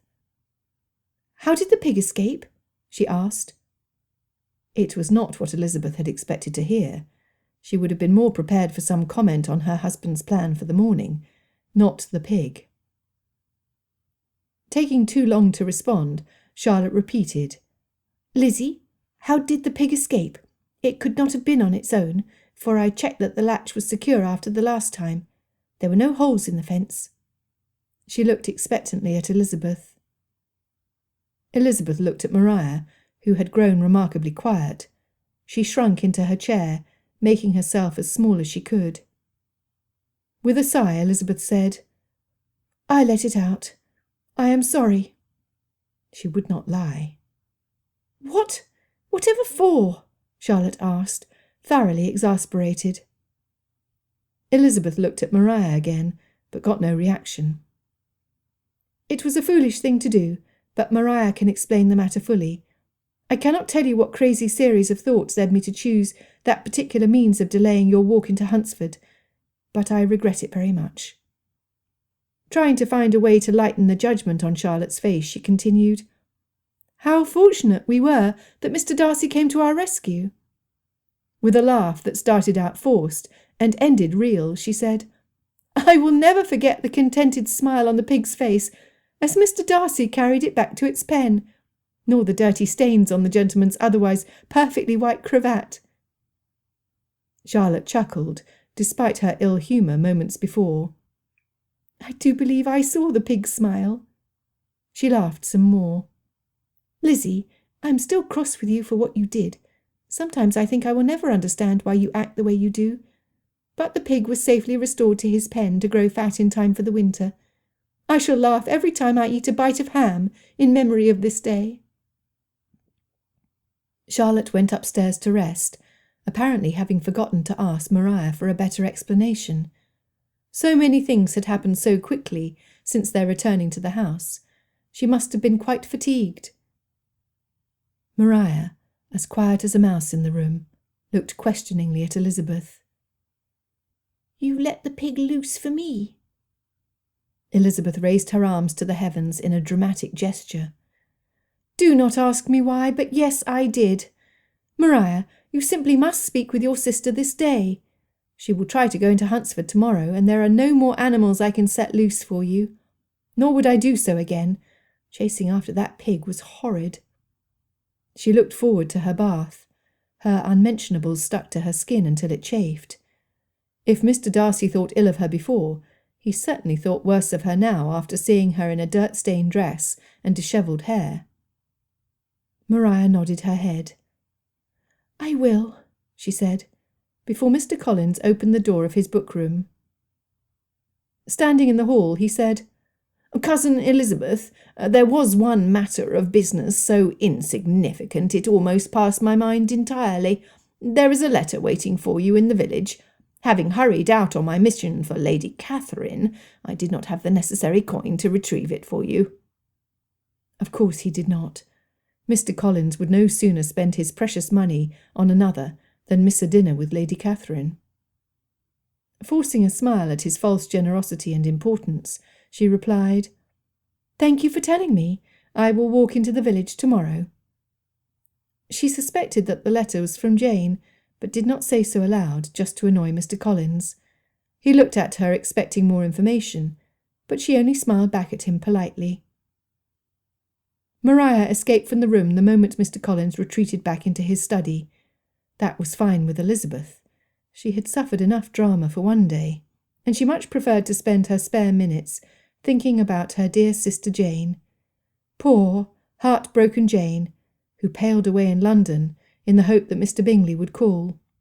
Oh, that horrid Mr. Darcy, sticking his nose where it did not belong. Why did he see the need to meddle with her sister's happiness? All of a sudden, she was not looking forward to her walk in the morning. Their recent conversation and the incident with the pig had softened her attitude toward him. But now that she remembered her grudge against the gentleman, she repented. He did not deserve her compassion. Only the amiability Colonel Fitzwilliam had shown during her stay near Rosings would make her seek out his company, so that she might save him from any embarrassment with his aunt. Only that, nothing more. She never wanted to see Mr. Darcy again. And so it became a great source of frustration when the image of his friendly eyes and crooked smile invaded her mind time after time. She swatted the picture in her mind away like a pesky fly, but like the persistent insect, it would circle back around to assail her thoughts.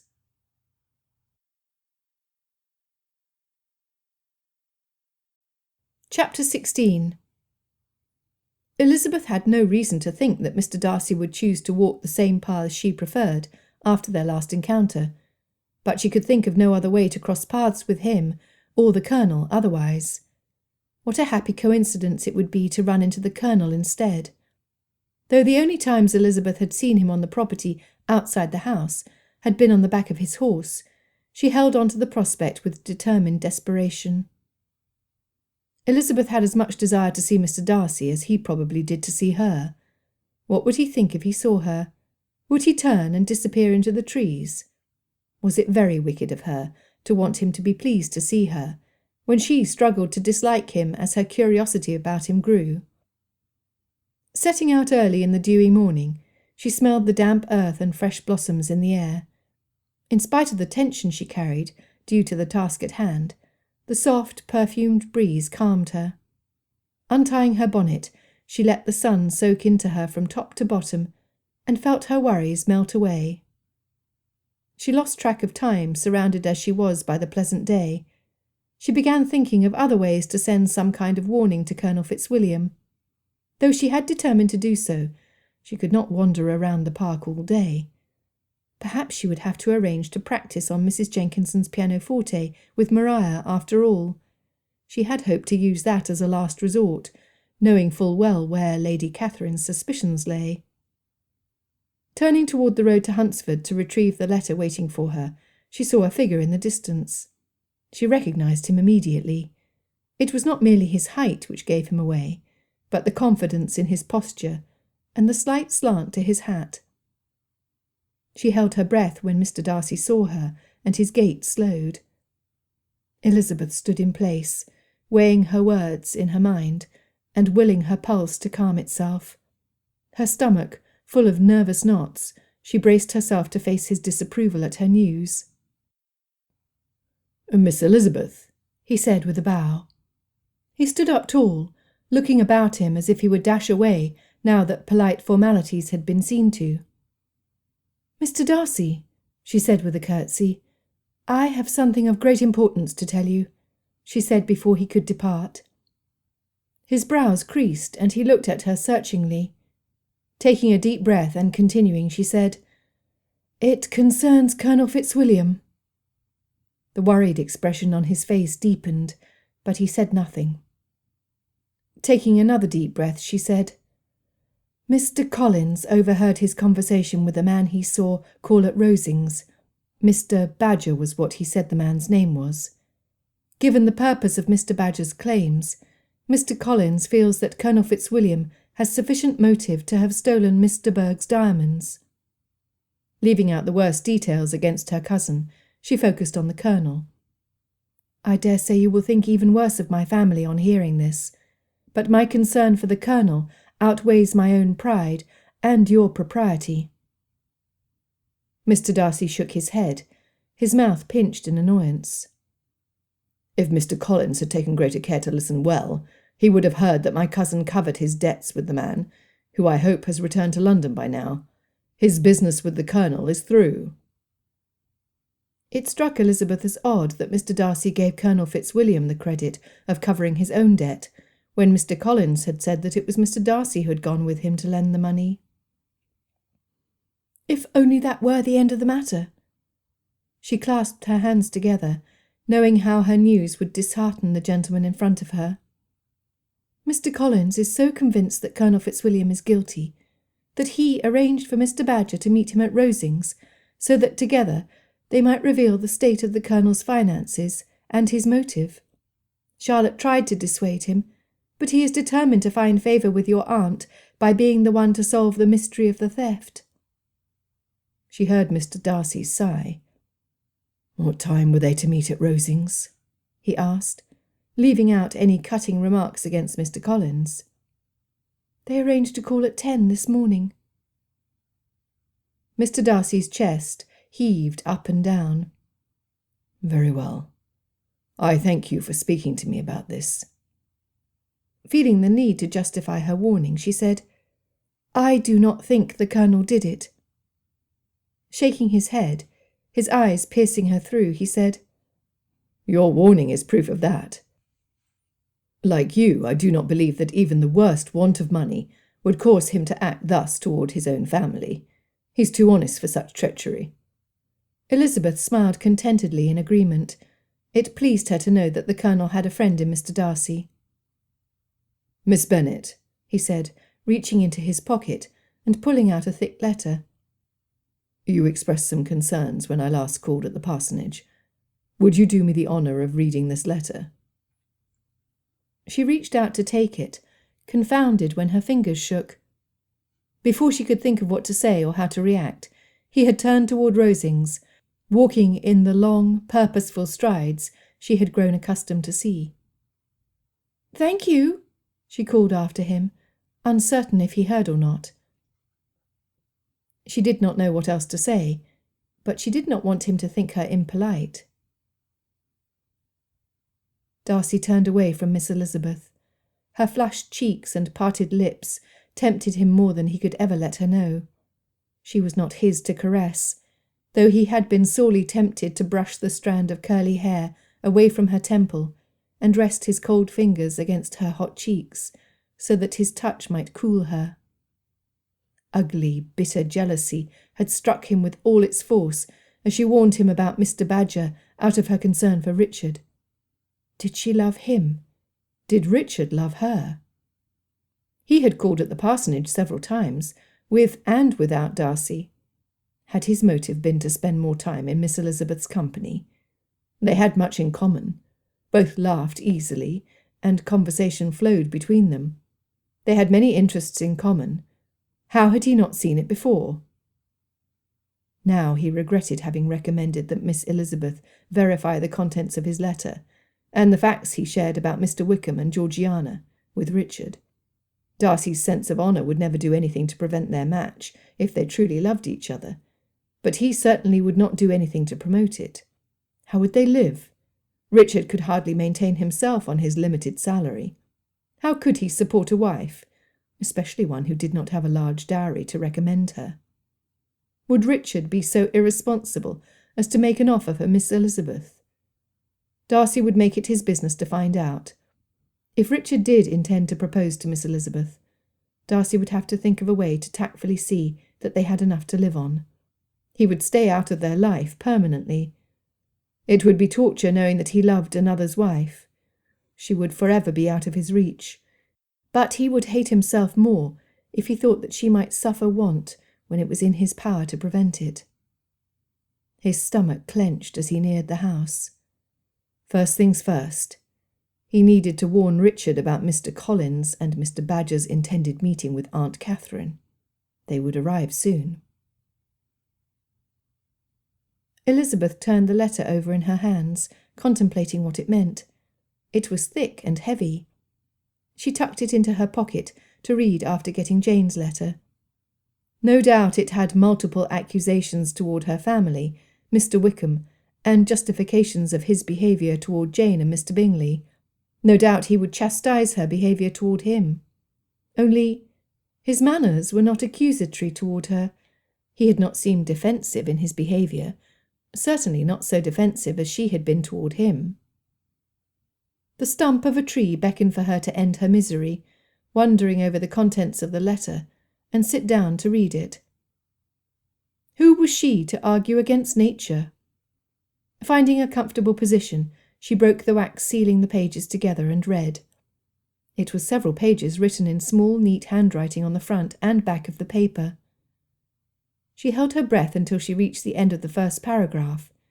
Then she devoured the entire letter.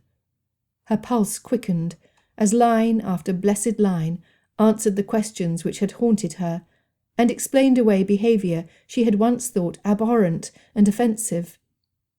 Pausing to catch her breath, she began again at the beginning, this time reading slowly and deliberately. Her heart filled with joy and sorrow as she continued. Every fault of Mr. Darcy's, which she had exposed so ruthlessly 4 days ago, was explained in clear, rational terms. He wrote in detail about his past with Mr. Wickham, as well as his recent dealings with that officer. It was not flattering, to Mr. Wickham especially, but also to Mr. Darcy. He shared information with her that, were it known by others in society, would cast his sister out of favour and denigrate his family name, which he held in such high regard.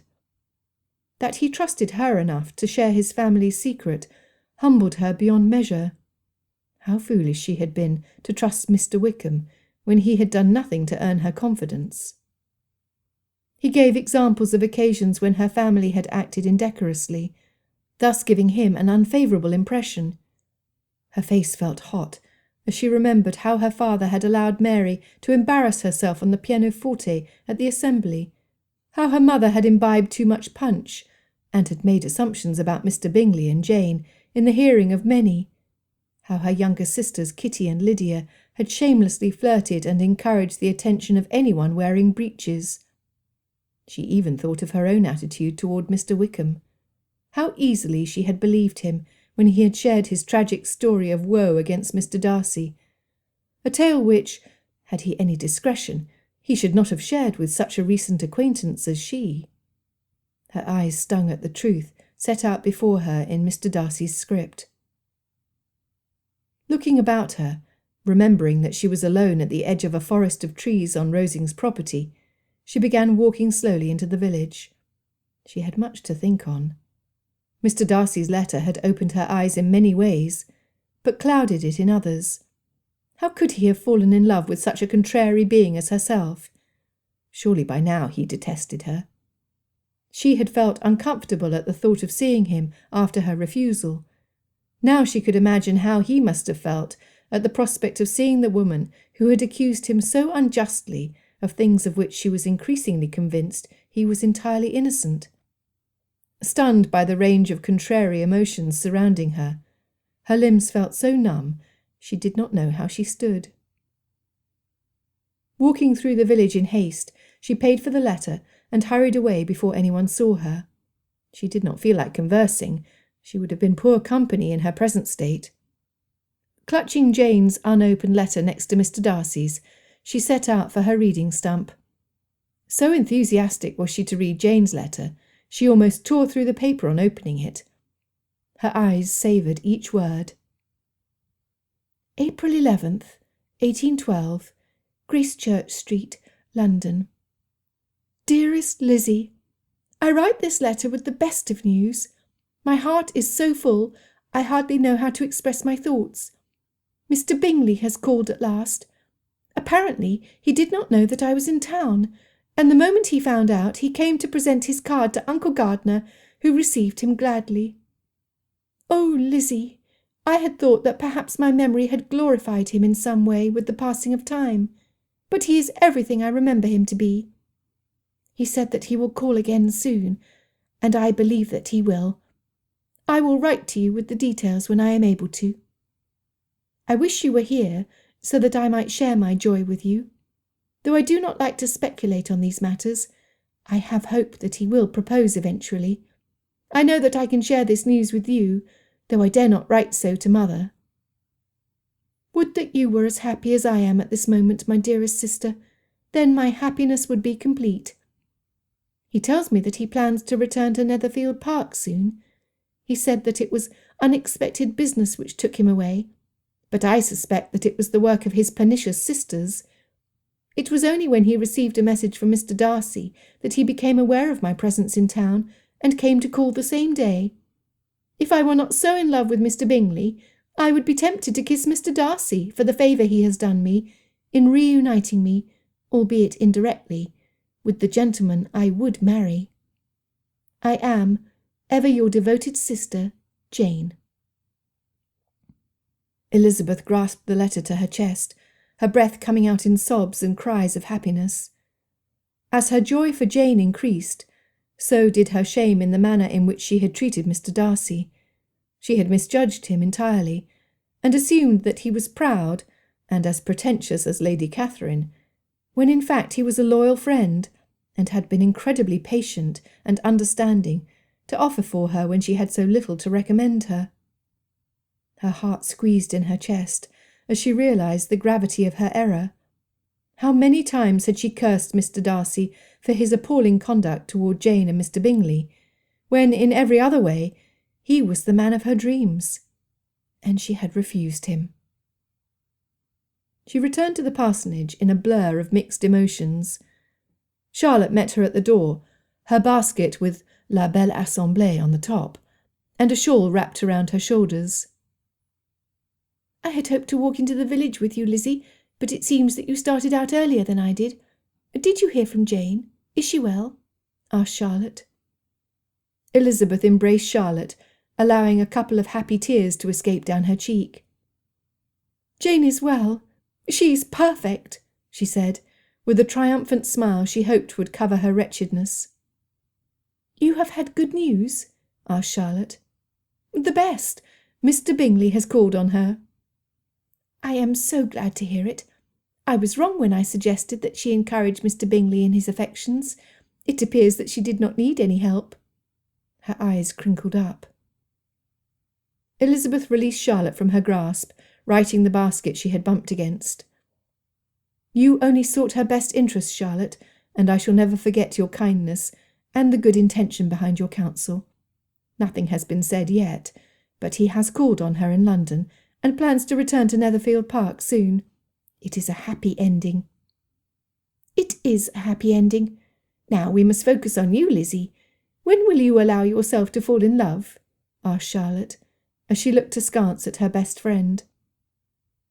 Elizabeth felt the smile on her face fade. Now that she had no excuse to dislike Mr. Darcy as she had before, she realized how dangerously close she was to falling in love with him. The very man she had forcefully pushed away was now the man she most admired. "I fear that I may have ruined my chances, Charlotte." She suffered no disillusions of Mr. Darcy repeating his offer. His good opinion, once lost, was lost forever, and she had done everything in her power to lose his good opinion. Scraping together what pride she had left, she added, "Let me rejoice in Jane's happiness and your contented match before I worry about my own."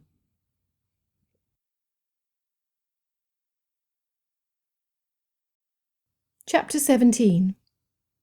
He found Richard in the library, looking aimlessly out of the window, a book in his hand. He started when Darcy cleared his throat behind him. "Some soldier you make, Colonel," he teased, as he joined Richard by the window. "It does not come naturally to me, Darcy. You know that," said Richard in a melancholy tone.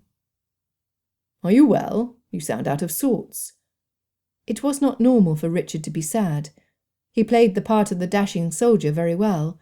It was a rare occasion when he let his guard down. Smiling half-heartedly at Darcy, Richard extended his arm to the seating area nearby. Sinking into a chair, as if his weight was too heavy for him to bear, he said, "I'm well enough. These events of the past few days have me a trifle out of sorts, is all." Darcy understood the feeling all too well. "I fear that I have news which will do nothing to alleviate your concerns. During my walk this morning I chanced upon Miss Bennet. She told me that Mr. Collins followed us into the village yesterday.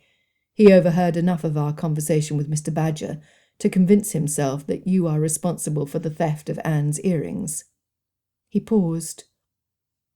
Richard rested his hand against his head. "Mrs. Shepherd suggested as much, but I had hoped he would not involve himself. Just what I need. More problems. I do not know Mr. Collins well. However, I heard him declare to Aunt that he would find out who had stolen the jewellery with such enthusiasm. I would not put it past him to accuse me before her in an attempt to gain her favour." The audacity of Mr. Collins never ceased to surprise Darcy. He was so intent on pleasing his patroness, He did a good many things that, if she had condescended to understand, she surely would have frowned upon. And that is precisely what he intends to do. He's not so preposterous as to believe that he can accuse you without providing proof. So he arranged to meet Mr. Badger here to present his case before Aunt Catherine. Richard dropped his hand. You do not think I did it, do you?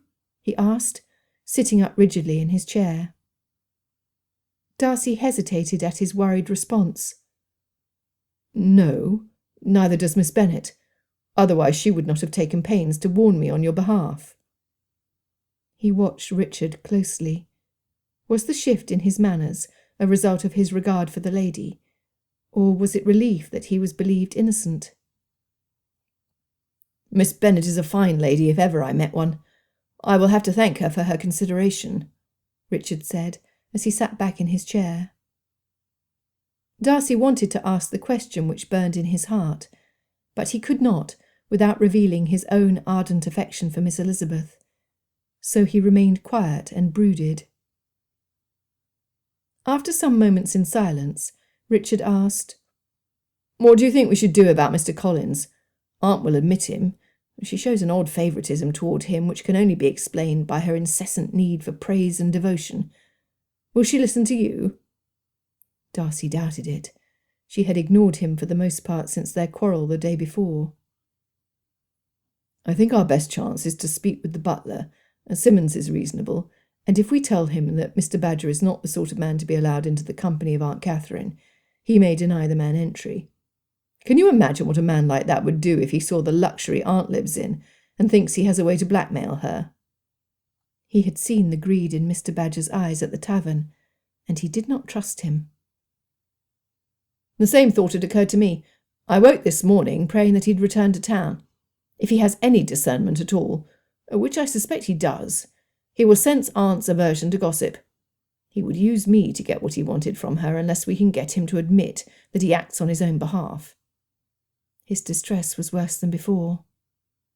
"Let us speak with Simmons directly. We do not have much time." Darcy accompanied Richard downstairs. Simmons stood ready at the bottom of the landing as if he expected them. "Simmons," said Richard in a hushed voice. The high ceiling and marble floors made any voice echo in the entry hall. "Mr. Collins is to call this morning on Lady Catherine, along with a gentleman we feel is not suitable company for her ladyship. Our concern is that the man, Mr. Badger is his name, will seek to cause division in our family." The butler nodded slowly. "He is the same man who came for you yesterday?" he asked. "One and the same," answered Richard. "We feel it is in Lady Catherine's best interest that he not be allowed an audience with her. My business with him is done, and there is no reason for him to stay in Hunsford." Simmons nodded again, pursing his lips. "Normally I would make him wait on the front step whilst I gave a description of the man to her ladyship. That would be enough to send him off without a word. However, Mr. Collins has proved himself very astute. He sent a message earlier this morning to her ladyship." Darcy sucked in his breath and held it. He had not counted on Mr. Collins' forethought. Simmons continued. "I do not know the contents of the message, but I received orders from her ladyship to admit both Mr. Collins and Mr. Badger when they come. I cannot go against her direct order." He looked genuinely displeased. "I am sorry." Darcy looked at Richard. They had no other option than to spend the morning with Aunt Catherine in her drawing-room, so that they would be present when the men called. Maybe, if Mr. Collins had any sense, their presence would discourage him from speaking against Richard. One could hope. Addressing Simmons, Darcy requested, "Please be so good as to inform us when Lady Catherine is ready for visitors. We should like to be present when they call." "Of course, sir." Having too little time, for Aunt Catherine would descend to her drawing-room at any moment, they went back to the library. Sitting in front of the window with a view of the lawn leading to the front door, Darcy asked Richard, "Who do you think stole Anne's jewellery? I have talked to most of the servants, and the more I hear, the more confusing all this business seems." He would not mention his suspicion of Aunt Catherine, until he heard Richard's thoughts. Richard, oddly, would not look at Darcy. Rather, he looked all around him, until he finally settled on Darcy's boot atop the plush peacock blue and red carpet. Let us not talk about that. I, for one, think the whole thing is a misunderstanding which has been blown out of proportion. What? How can you say that, when indeed Anne's earrings are not in her jewellery case? Her room was searched, and they were not found. You do not think she has made the story up, do you? Darcy looked incredulously at his cousin, his growing suspicions toward him warring against his inner struggle with his brotherly loyalty. Richard was not only his cousin, he was his friend. He would never believe him capable of thievery, but Richard's own actions and words made him appear increasingly guilty. No, Anne is not a liar. Shoving both of his hands through his hair and pinching the back of his neck, he continued, I do not know what to think, Darcy. I just wish that this whole mess would go away. It is unfortunate that life comes with so many obstacles to one's happiness, but it pains me to hear you speak thus. You have never been one to shrink away from a confrontation when necessary. Where was the fight in Richard? Looking at him massaging his neck, his shoulders slumped, out of defeat or sheer weariness, Darcy did not know, was disconcerting. You have no reason to concern yourself further about this, Darcy said, knowing that it was only true if Richard was innocent of the crime. Your debt has been paid in full, and with the debt gone you have no motive to commit any crime. They will argue that the crime was committed before the debt was cancelled. No, Darcy, I do not trust them. Mr. Badger will sniff out something else to make me lose favour with Aunt Catherine. There's a reason he works as a collector for one of the worst moneylenders in town. Dropping his face into his outspread hands, he moaned, Oh, why did I go through with it? It was a foolish decision made out of desperation, and I have never regretted anything more in my life. How could I be so stupid? Struggling with his own emotions, Darcy tried to reassure him.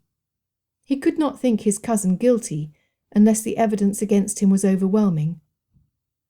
As yet, there were only accusations and presumptions. Darcy determined to discover the cold facts and reserve his judgment until the real thief was found.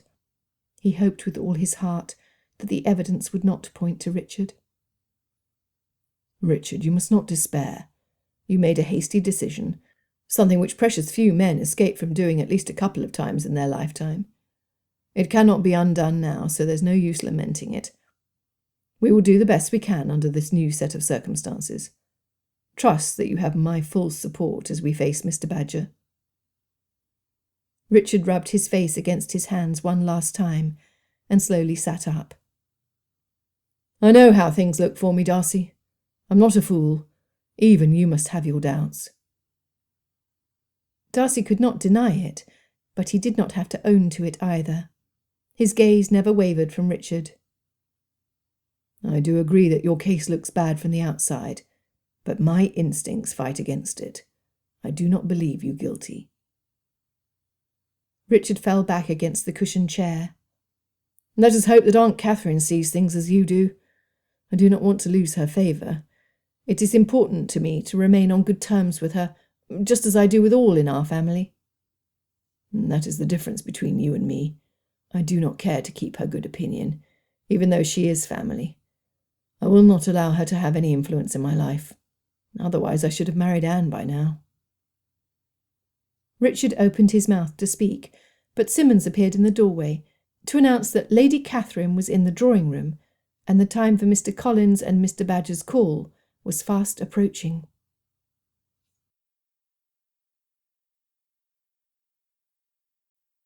Chapter 18. Aunt Catherine was not pleased. Darcy did not know what Collins' note said, but it must have been enough to set her against Richard. I would not have thought you would give me cause for grief, Fitzwilliam, she said to Richard. For once, Darcy was happy to escape her notice and sharp comments. Not that he wished them on his cousin either. Richard stood before her, his arms clasped confidently behind him, as if he was speaking to the general. I would much rather you hear the news from me than from anyone else. The means of it having been overheard shows a distinct disregard for those superior in station, and I will not stand idly by while I am accused of something of which I am innocent." He tailored his words to appeal to Aunt Catherine's high-born values. "Smart manoeuvre, Colonel," thought Darcy. Arching one eyebrow, Aunt Catherine nodded for him to continue. "I incurred several debts in a short period of time. None of them were due to the vices common to those of my age and station. Rather, they were the result of unforeseen circumstances. My horse, as I'm certain you heard, broke its leg, and it was incumbent upon me to secure another mount which measured up to the high standards of my profession. Such horses are not come by cheaply. This, as well as the replacement of some of my equipment, put me in a position I've never been in before. I was in debt. If that is a sin, then I dare say that there are many others, better than I, who are worse sinners." He stuck his chin up, his stance wide, ready to receive whatever blow Aunt Catherine would strike him with. "Did you not appeal to your father?" she asked, with a bite in her voice. "I did," was his curt reply. I see. The rumours I hear about my brother must be true, then," she said, with an unhealthy glee common in siblings who competed with each other. "Why did you not appeal to your other relations?" She nodded her head in Darcy's direction. Darcy could not help but notice that she had not offered to be a source of help. Richard answered, "My pride prevented me from doing so." "Pride or foolishness? Darcy would have given you the money," she insisted. How easily she spent others' fortunes. "I did not want to trouble him, though I know he would have given me the funds without any questions or rebukes," said the Colonel, kindly leaving out any mention as to why he felt it would be a trouble. The truth was, Darcy had had his hands full with Georgiana. Helping a girl of 15 pick up the pieces of a broken heart, while dealing with that scoundrel Wickham, had been almost more than he could handle. Though he had chastised Richard for not asking for a loan sooner, he understood his reasons, and he was thankful. "Who is this Mr. Badger, and why is he coming to my home?"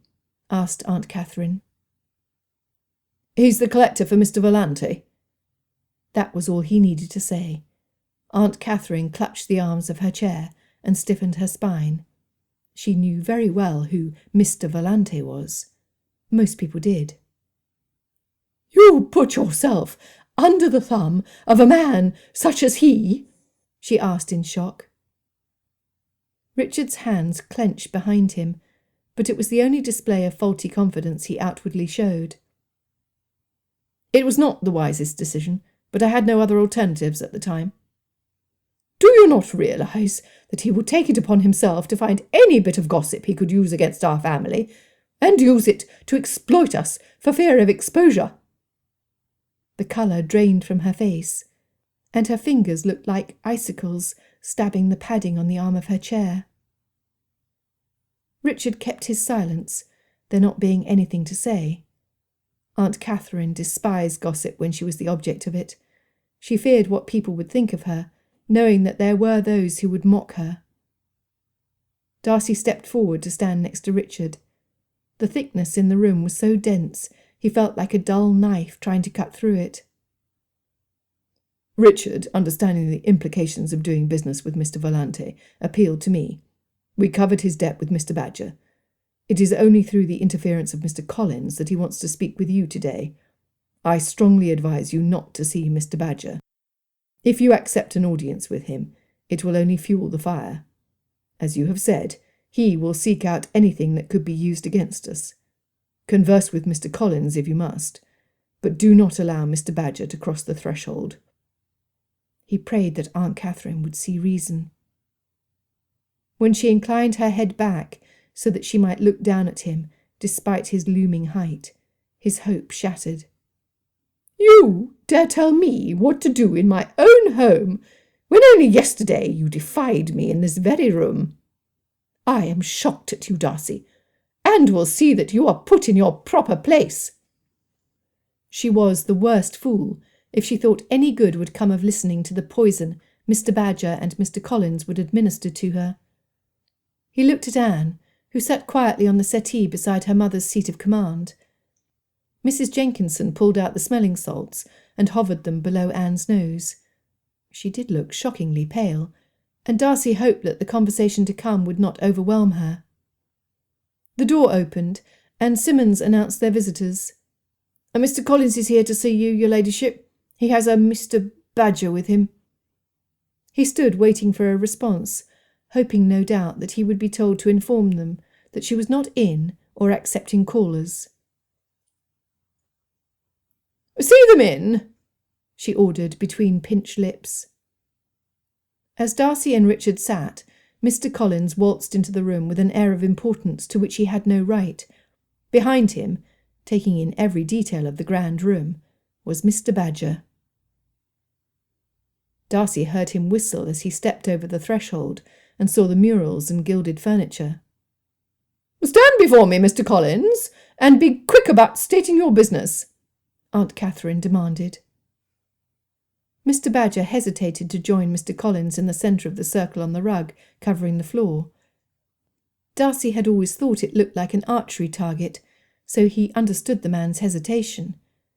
Mr. Collins waved him over from his half-bent position, making sure to only look at Aunt Catherine from the corner of his eyes, as he cocked his head up to see from his bow. "Lady Catherine, I want to thank you for your kind condescension in permitting Mr. Badger to see you this morning.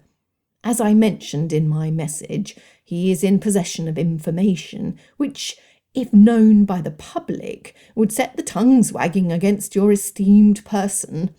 As the leader of the parish of Hunsford, and one who enjoys your patronage, I could not in good conscience allow your name to be slandered when it is in my power to assist you." Aunt Catherine waved at him to hurry up, bunching up her cheeks in impatience. Addressing Mr. Badger, Mr. Collins said, "Be so good as to inform her ladyship of your reason for coming to Hunsford." Only then did Mr. Badger think to remove his hat. The butler must not have been able to pry it away from him.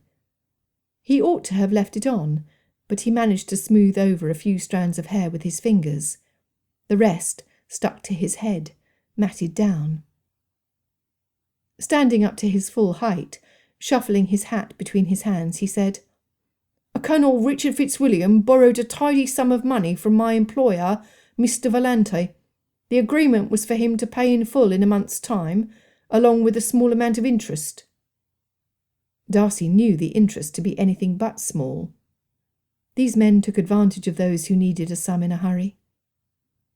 "After 3 weeks had passed, Colonel Fitzwilliam requested that he be given 2 more weeks to acquire the necessary amount. Now, Mr. Vallante does not normally make exceptions, but with the Colonel being the son of an earl, and it being known that he is kin to other wealthy relatives, he went along with the request.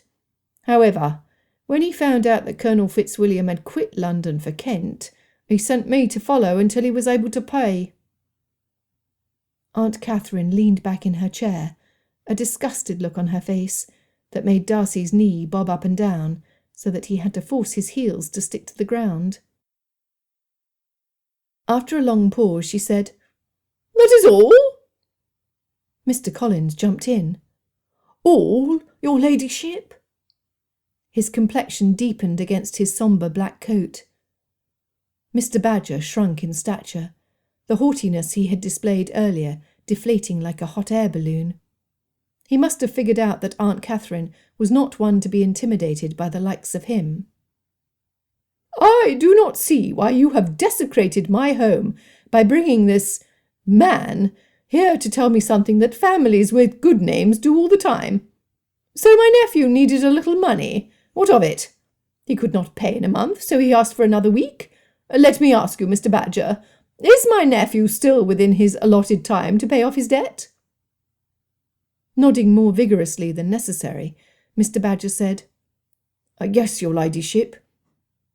She pinched her lips together and gave them a stare as sharp as an arrow. "Then I fail to see what you are doing here, Mr. Badger. You have no business in my home. You have no business in Hunsford. My nephew has paid his debt within the time agreed upon. Now I must ask you to leave."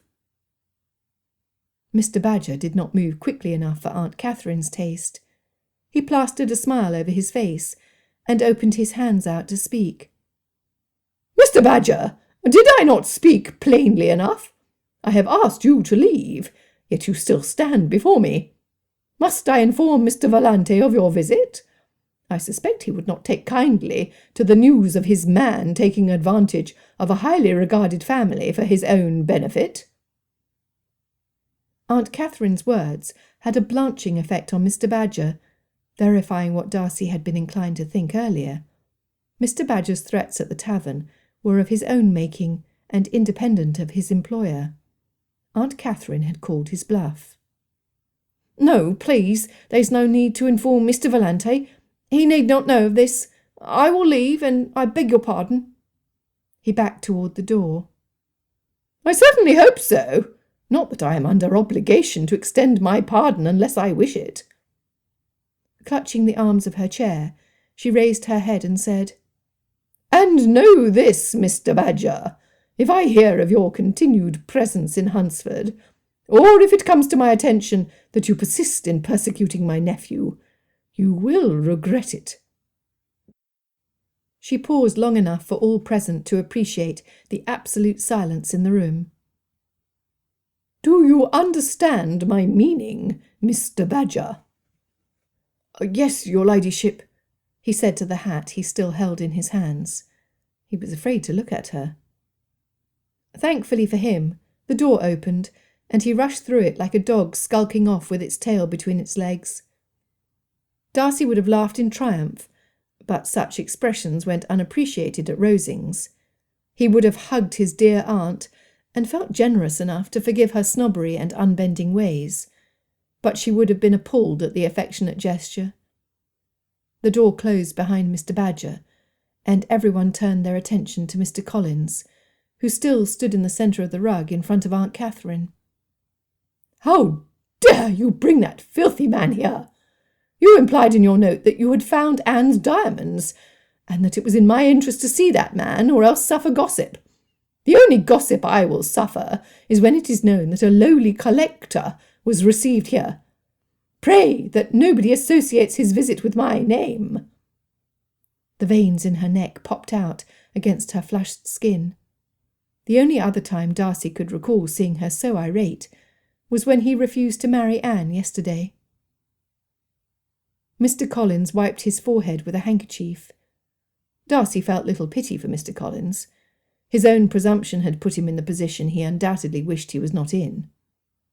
Stuttering, Mr. Collins said, You see, your ladyship, it is that—" "Stop your mumbling and speak clearly," said Aunt Catherine impatiently. Surely Mr. Collins would not lay bare the connection between the theft of the jewellery and Richard's need for money. He would not dare. Darcy sat on the edge of his seat. Fortunately for Mr. Collins, he spoke no more of Mr. Badger and his connection with Richard. Like Mr. Badger had done moments ago, he seemed to shrivel in place, his posture ever more humble and subservient. "I do apologise, Lady Catherine. I had thought that I was doing you a service, as I am always looking for opportunity to do. I assure you that I will never again bring up this subject, if you will be so gracious as to forget my grave error." Aunt Catherine let him sweat for a moment. "I trust your discretion, Mr. Collins. As outside of this unfortunate incident, I have no other complaint against you. Need I remind you that your living depends on me as your patroness?" He energetically denied the need for any such reminder. "Nay, your ladyship, I am grateful for your patronage and only aim to please you." There was no doubt about his sincerity. Darcy, who tended not to like the gentleman at all, was convinced of it. Evidently Aunt was too, for she dismissed him. "Very well, Mr. Collins. You may leave now." So practised was Mr. Collins in backing out of the room at half-mast, he wove through the chairs toward the door and only brushed the tall vase near the doorway. All the time he thanked Aunt for her generosity and praised her name to the high heavens for her forbearance and forgiveness.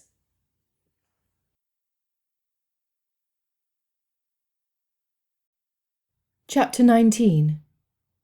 With a click, the door shut behind Mr. Collins. Darcy sat back in his seat and took the first full breath he had taken since he had entered the drawing-room. His aunt had effectively dismissed Mr. Badger in such a way that he was unlikely to return. She had put Mr. Collins in his place, allaying his interference and dismissing his implication that Richard was behind the theft of the diamonds.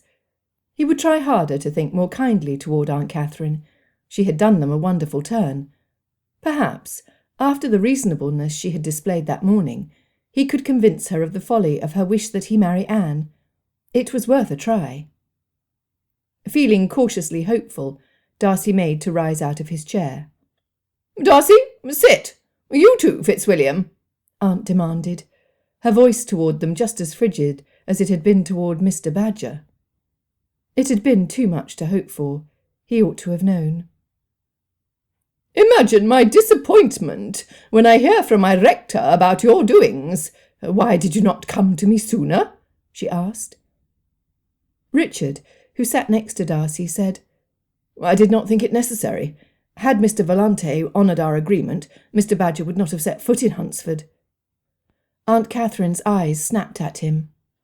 "But you know very well that money-lenders, especially one such as Mr. Vellante, are not honourable.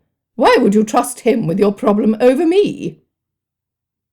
Darcy had assumed that Richard had hoped to appeal to their aunt for a loan. Knowing what he knew now, he wondered what other business he had with her. Richard would never say what Darcy thought at that moment, that it was because he knew she would only refuse him, just as his own father had done. Nor did he have the confidence that she had the sum available. Aunt Catherine had grown accustomed to using her name as credit once she had overspent her income. Richard said, "I did not want to burden you. I know how much you despise vulgarities, such as speaking of money." Aunt Catherine raised her eyebrows at him. "True, we are of noble birth, and the mention of common worries is beneath us." Thus placated in that area, she turned to another. "You do realize what the implication against you was? You ought to take better care of your finances. You are not in a position to spend wantonly, and must take care that every coin is accounted for. Your irresponsibility makes you look guilty of stealing from your own cousin." Richard bobbed his head. Everyone in the room understood the implication. Darcy had thought that Aunt Catherine had glossed over it masterfully. For a moment he had even thought that she would make no mention of it. "I understand fully. Mr. Collins would not dare accuse your own nephew of committing a crime in the home of his dear patroness, but he had no qualms about letting Mr. Badger suggest a motive." He held her gaze steadily. "I am ashamed to think that a member of my family could act deceitfully in my home. I do not think you are responsible for the theft of her jewellery, Fitzwilliam, but you have to realise how guilty you look to others. How will I manage the gossip and idle talk you have caused if it becomes known?" Her face, which until now had been stone cold, deepened in colour. "I doubt much will be heard outside of the village. Richard is a favourite there, and as he is your nephew, few would dare speak against him lest it became known to you," suggested Darcy. Aunt Catherine slapped her hand against the arm of her chair. "That is where you are wrong. People love nothing more than to speak against their superiors. They feel that it elevates them somehow, and puts them on a level plane with our social class. They will revel in the opportunity to slander me, and it will not take long at all for word to spread as far as town, if it has not already." Silence ruled in the room, while everyone waited for her to swing down with her axe. "You know how I detest being the subject of others' idle talk. Yet your irresponsibility has made me the brunt of their criticism." Darcy wondered how she could twist everything so that it was about her. Was she not concerned with Richard's welfare at all? Or only so much as it affected people's opinion of her? Darcy took back all his earlier kind thoughts toward her. She was just as selfish now as she had always been, and always would be. More than before, he believed her capable of staging the robbery to suit her wants. "I apologise for causing you any disturbance, Aunt Catherine, but it is done now, and I do not foresee it happening again. I thank you for ensuring that Mr. Badger leaves me and our family alone, but I do not know by what power I can prevent people from talking if it is their wish to do so." Richard spoke in a clipped voice, but he remained civil. Darcy bit his tongue, not trusting himself. He did not have the smoothness of speech that Richard possessed. He could insult in such a way that the offended would thank him for the compliment. Darcy, on the other hand, offended without intending to. "You owe me, Fitzwilliam. Do not forget it." She raised her chin and looked between her nephews with a scary sense of satisfaction that set Darcy even more on edge. "How may I repay you, Aunt? I do not like to be beholden to anyone, and would just as soon repay my debt to you as soon as possible." A sly smile twisted the corners of her mouth up. Past Richard, Darcy watched as Anne stood shakily on her feet. Her pale face had red splotches covering her cheeks. The sight of his sickly cousin, in a state of high tumult, made him want to rush to her side before she fell over. Fortunately, Mrs. Jenkinson stood beside her, grasping onto her arm before she swayed too much. "Mother, this must come to an end. You ought to be happy to have helped Fitzwilliam rid himself of that horrible man. You advise him to take better care of his spending, so as not to fall into the same situation, yet you would have him indebted to you. Do you not see the contradiction?" "Sit down, Anne, before you topple over. You have nothing of value to add to this conversation, as one who does everything in her power to prevent Darcy from proposing, and I thank you to remain silent." Anne plopped her free arm on her hip, her fist clenched. "And I thank you to stop forcing both me and Darcy into something that neither of us is agreeable to. I do not want to marry him, and he does not want to marry me." Darcy felt like applauding Anne's boldness. Never before had he seen her speak against her mother's wishes. Waving her off, Aunt Catherine said, "Stay out of this, Anne. I know what is best, and I will see it done. You will thank me later." "No, mother. And what is more, my diamonds never were stolen. It was all a giant misunderstanding." Anne's words caused a hush in the room. Hope flashed before Darcy. If there had been no robbery, Richard and Miss Elizabeth were safe from accusations. He could join Bingley at Netherfield Park, for surely he would return there so that he might be closer to Miss Jane Bennet. In time, and with the opportunity to know him better in friendlier surroundings, perhaps Miss Elizabeth might think more kindly toward him. He would win Miss Elizabeth's favour, and convince her that his love is true. He would give her the proposal she deserved, and she would accept it. "I do not believe you, Anne. What possessed you to speak now when you have been quiet these past 2 days?" Aunt Catherine asked, pulling Darcy out of his castle in the sky. "My maid overreacted when she went to fetch my earrings for dinner. Before I could stop it, word had spread through the house. It was so uncomfortable, and I sought to clear the misunderstanding with you, but I could never find the right moment."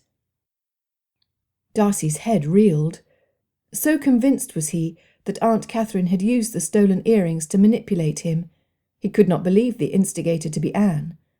What motive did she possibly have to hide her own jewellery? Aunt Catherine scoffed. "What? Is it so difficult to say? Am I that difficult to talk to?"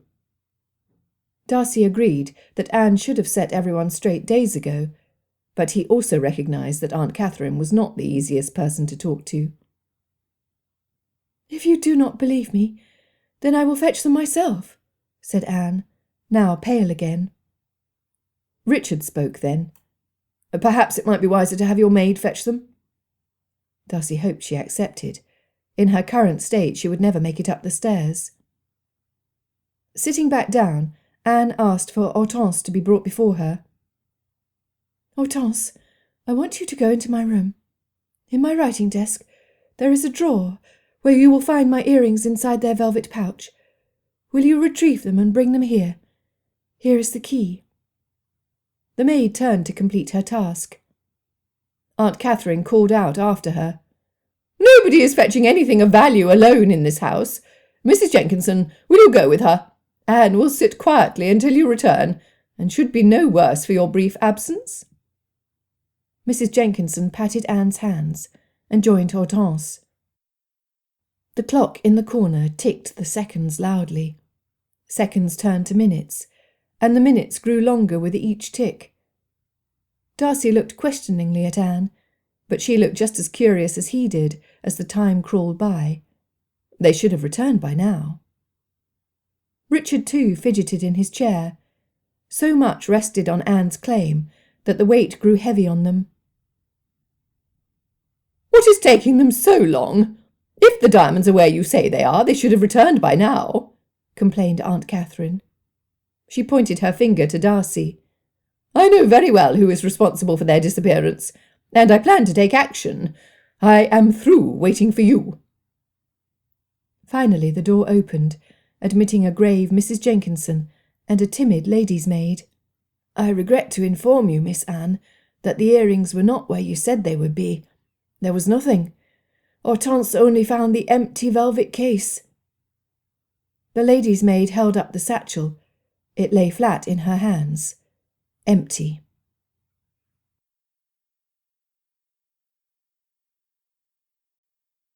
Chapter 20. Charlotte sat in the chair facing the window, looking without blinking toward the front gate. Alternating between wringing her hands and sighing, her worry filled the room and made everyone else in it tense. Elizabeth wanted to help her, but she understood the consequences too clearly. If Mr. Collins offended Lady Catherine, the stability Charlotte enjoyed would come to an end. She would be the wife of a parson without a parish. One unfavourable word against him from Lady Catherine, and his future in his profession was in shambles. His foolishness and near-sightedness could cost them everything. For Charlotte's sake, Elizabeth prayed that all would end well. Although it was difficult to imagine, Lady Catherine did not strike her as the forgiving, forbearing sort. "Oh, Lizzie, it is the waiting, this dreadful, everlasting waiting." She looked at her childhood friend for comfort. Elizabeth had to agree with her. "Let us talk of other matters to help with the passing of time. Do you plan to walk into the village today?" "Yes, I would have gone already but for this." She waved her hand toward the window overlooking the lane. "Who do you plan to call on?" "I want to visit the Thatchers. They welcomed a new baby to their family only last week, and I knitted some little things for her.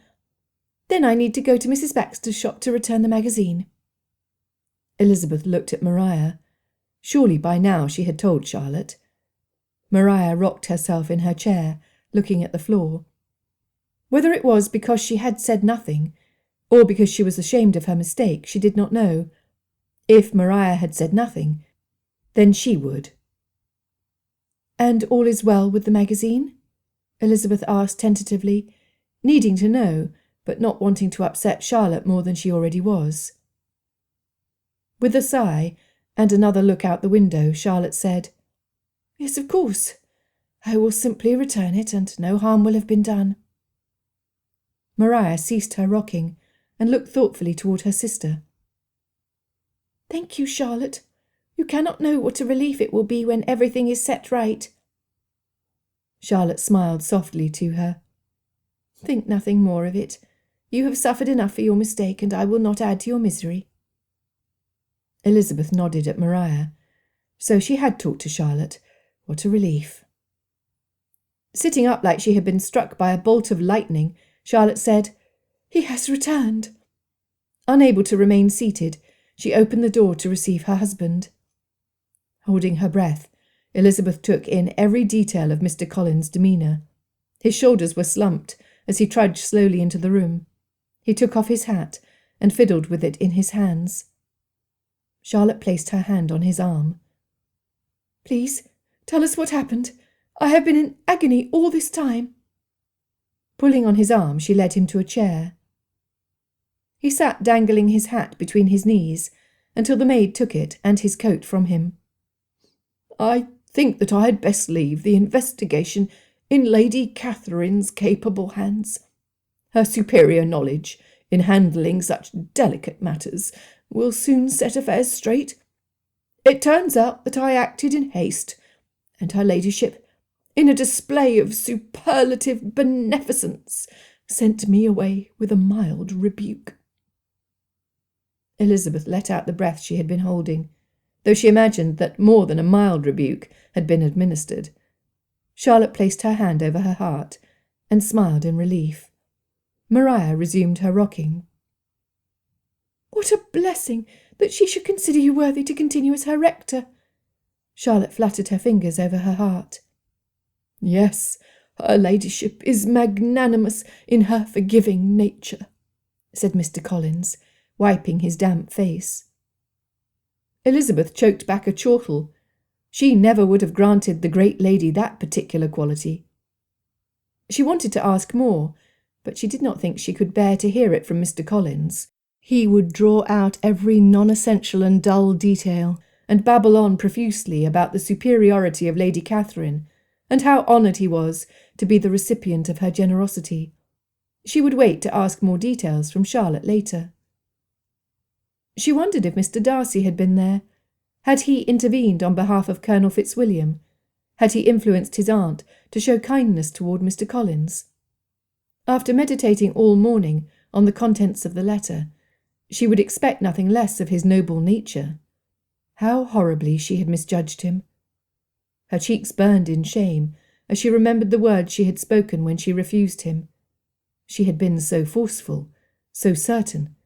If only she had known. She looked at Mr. Darcy in a new light, analysing his actions and comments with her newfound knowledge. Mr. Collins regaled Charlotte with a circuitous narrative of the morning's meeting, giving Elizabeth sufficient time to ponder. She had to admit to herself that there were times when Mr. Darcy spoke in a way that defied social norms.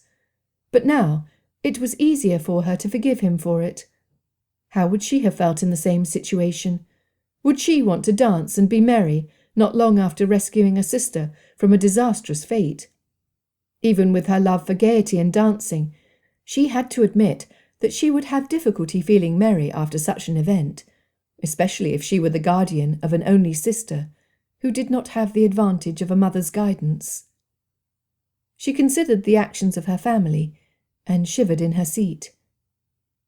Only 5 days remained of hers and Maria's stay at Hunsford. They would leave as quietly as they had come, and the de Bourgh household could solve the mystery on their own. Of hers and Maria's innocence she had no doubt. If anyone had stolen anything, it was a member of Lady Catherine's own household. Colonel Fitzwilliam, in light of the information Mr. Collins shared, did look suspicious, but he did not seem to Elizabeth to be the sort to steal, and certainly not from his own cousin. She prayed that word did not get back to Lady Catherine of Maria's theft, otherwise the girl would appear guilty. Had Elizabeth not known Maria's character to be contrary to that of a criminal, and had she not been at her side the entire time they were at Rosings, even she would suspect her. Outside of the household staff, that left the Collinses, who were above suspicion in Elizabeth's eyes, Charlotte out of love, and Mr. Collins out of his foolishness. He was incapable of delivering a sermon without bumbling the words, much less committing a crime and lying about it. Elizabeth narrowed her suspicions to Miss de Bourgh and her companion, Mrs. Jenkinson. Only, why would Miss de Bourgh steal her own jewellery? It made no sense. She was sickly, but only in body, not in the head. Mrs. Jenkinson had been in her room only a brief time, and it was unlikely she would steal the earrings from under Anne's nose while she was in the same room. Why would she risk her position when she led a comfortable life? Frustrated that she had made no more progress than before in her inquiries, she let her mind cross the distance to Rosings. What was Mr. Darcy doing at that moment? Had he made more progress than she had? Could he find it in his heart to forgive her? Freeing themselves from Aunt Catherine and escaping to the safety of the library, Richard asked, "You do not suppose Aunt Catherine thinks I did it, do you?" Shrugging his shoulders, Darcy shook his head. I have no idea what to think right now. It lies with us to find out who is responsible. Has Anne said anything to you? What was all that business about the earrings not being stolen in the first place? Richard shuffled his feet. I'm not at liberty to say, though I wish to with all my heart. Frustrated at not receiving a clear explanation, Darcy pressed. Now is not the time for secrets. You do not suppose that Anne is protecting someone, do you? Or could she have faked the theft for some reason? His questions fell flat. How did Anne stand to benefit from stealing her own earrings? It was nonsensical. Richard looked at him sideways. I think you know the answer to that. She would never do anything to cause upheaval with her mother.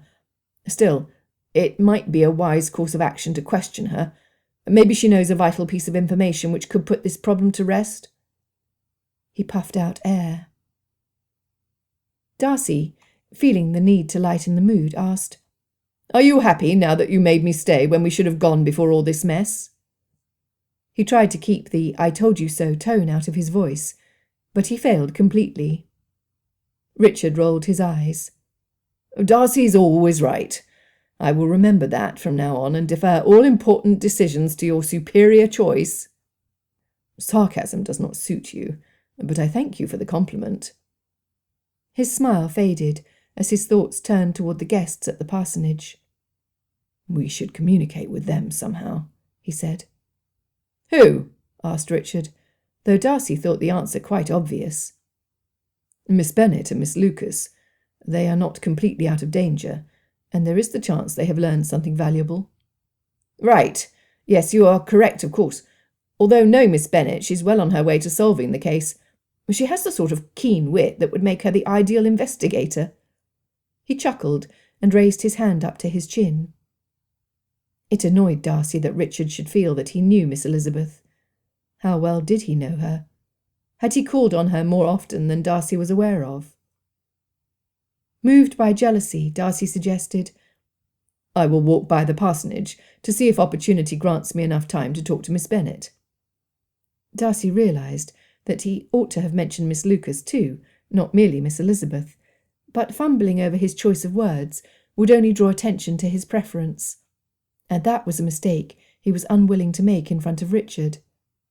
Continuing, he said, You should stay here, and keep an eye on Aunt Catherine. I do not trust her. I still think she knows more than she lets on. Richard looked like he would object, but he said nothing. Darcy went up to his room to change his coat before his cousin could protest.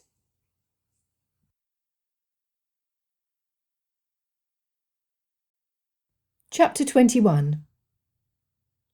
Elizabeth sat alone in the front parlour. Resting her forehead against the cool glass, she closed her eyes and listened to the breeze rustle Mr. Collins's prized rose bushes in the front garden. It was the one day she wished Mr. Darcy would call, not that she would know what to say to him if he did. His letter, along with Jane's, had changed everything.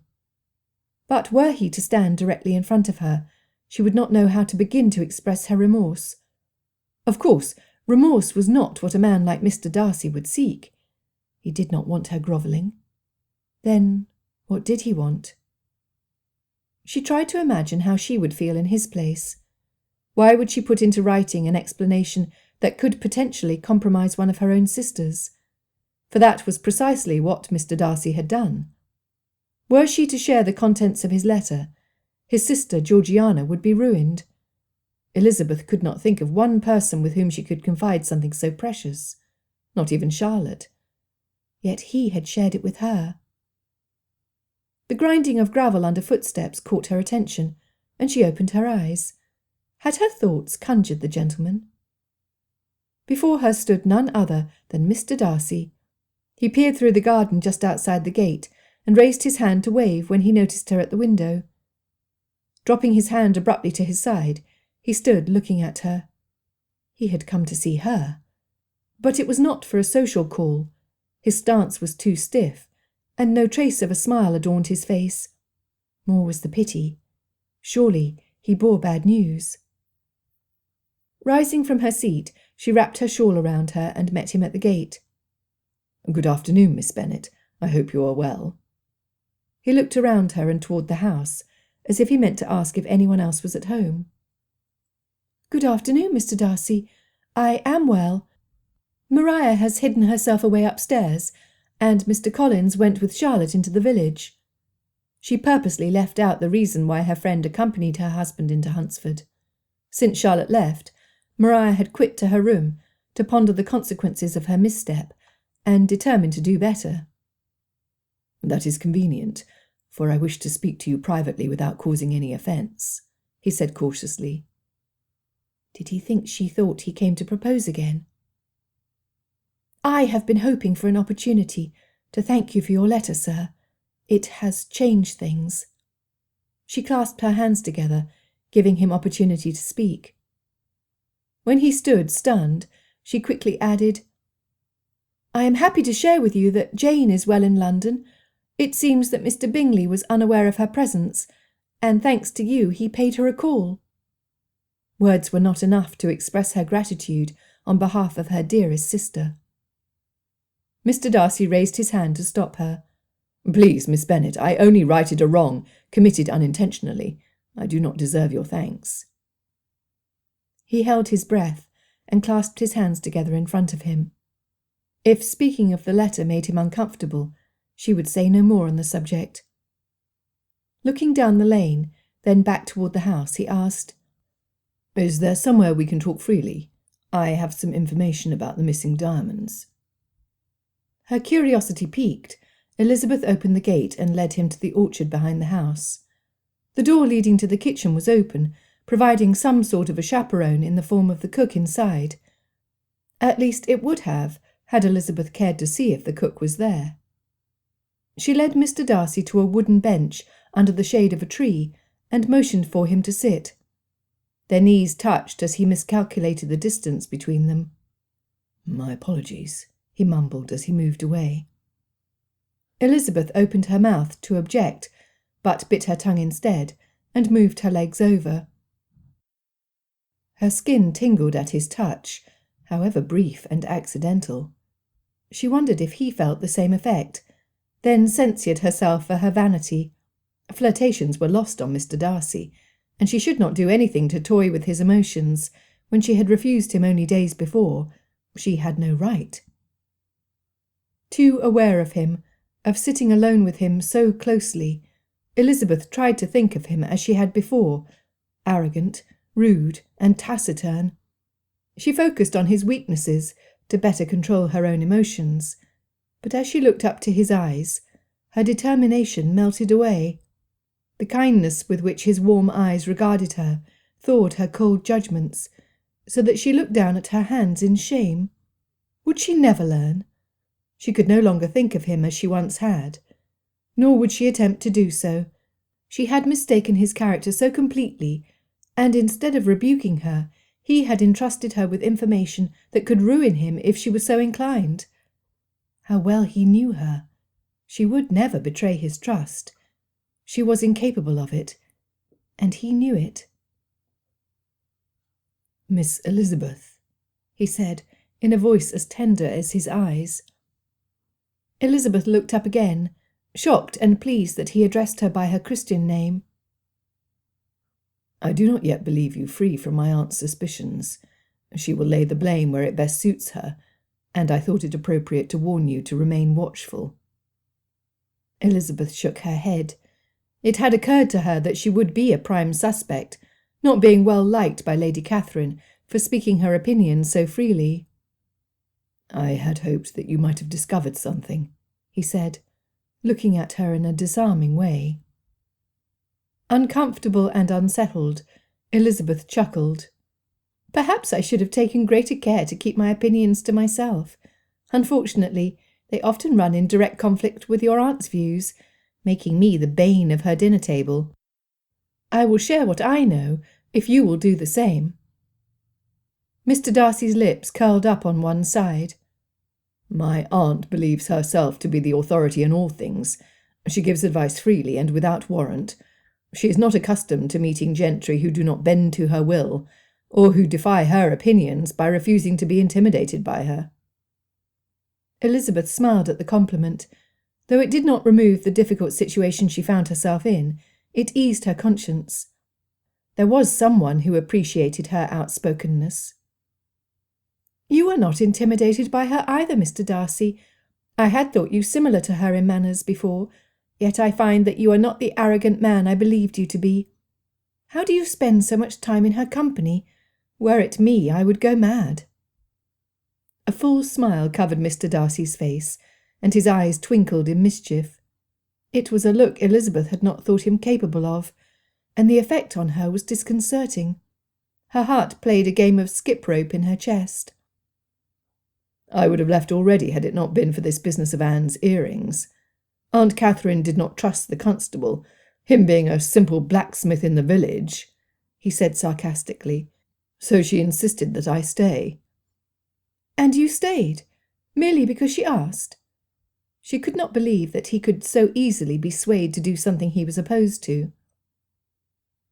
He considered her for a long time, his smile giving way to a more serious look. His eyes searched her face and settled on her lips. She licked them self-consciously. With a sigh that sounded painful, he turned his head to face the trees.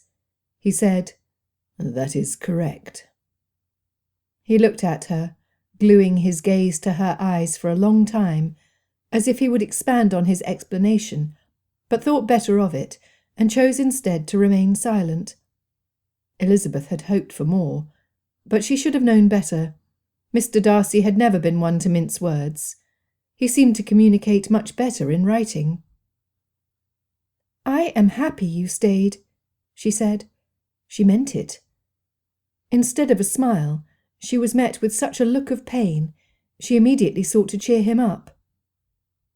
"After all, had you not stayed, you would have deprived us of not only your company, but Colonel Fitzwilliam's as well.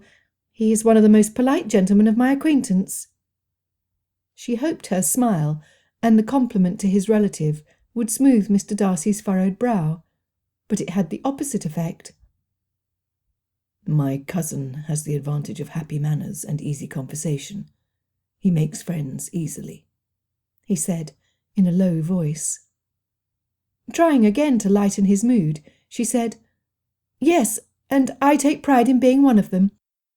It must be nice to have such a man as your cousin and co-guardian to your sister." At the mention of Miss Darcy, he brightened. "It would bring me great pleasure for you to meet her. She does not often have the opportunity to mix with other young ladies, and I am sure she would welcome a change."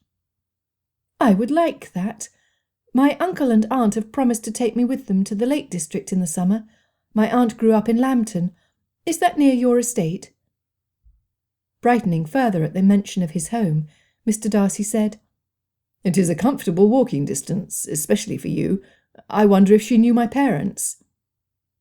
It would have embarrassed Elizabeth to reveal that she had already asked for information about Mr. Darcy and his family from her aunt. Non-committally, she said, "Most likely. I shall ask in my next letter." Mr. Darcy's smile faded considerably. Had her mention of a letter reminded him of the contents of his? He had been honest with her. He deserved as much from her. Taking a deep breath, she began, "Mr. Darcy, I apologize for drawing the conversation away from the topic you wished to discuss. You asked me if I knew anything pertinent to the missing diamonds. Let me tell you what has recently happened here. It bears no light on the identity of the thief, but should Lady Catherine learn of it, Miss Lucas would have to fall on her mercy." She told Mr. Darcy about the magazine, confiding her concerns about Maria, and her absolute faith in her innocence to him. He would care for their secret as well as he did his sister's. He listened patiently, not once interrupting to ask any questions. Then again she made sure to leave no detail unmentioned. When she finished, he sighed. "Miss Lucas looks every bit as guilty as Richard. Yet, as conclusive as the evidence is against them, I cannot believe either of them capable of doing such a thing. Surely they cannot both be guilty, and so I am led to believe that neither of them is responsible. You know of Mr. Collins' visit and accusations, but there are more details. Elizabeth listened closely as he described the conversation he had recently witnessed. Miss de Bourgh's admission that the earrings had not been stolen brought some measure of relief to Elizabeth, until it was discovered that the earrings were, in fact, gone. She sat back against the bench, contemplating everything he had told her. It was all so confusing and contradictory. Deep in thought, they sat in silence. Though the missing jewellery should have held her attention, she found it increasingly difficult to keep her thoughts focused on them when Mr. Darcy sat inches away. She imagined having the freedom to talk freely with him, and imagined the things they would discuss. When a sigh escaped her lips, and she felt her cheeks tighten with a smile, she tried to think of the matter at hand. She did not want him to think she did not take his warning seriously. "I have kept you long enough," he said, amidst her struggle to concentrate. Rising from the bench, he turned to leave, but turned back. "Please be cautious, Miss Elizabeth." She nodded. "You too," was all she could think to say. Together they walked up the incline to the front of the house, but she held back as they neared the house to let him walk a few paces ahead. Maria may quit her room to wait for Charlotte downstairs, and it would be improper for her to be seen walking alone in a secluded area with Mr. Darcy. As she went around the corner of the house, Charlotte stood just inside the open gate. Mr. Darcy's figure retreated in the distance. Had she seen him leave? Darcy walked away as quickly as his dignity allowed. Elizabeth, his Elizabeth, clearly admired Richard. How he wished she could think like that about him.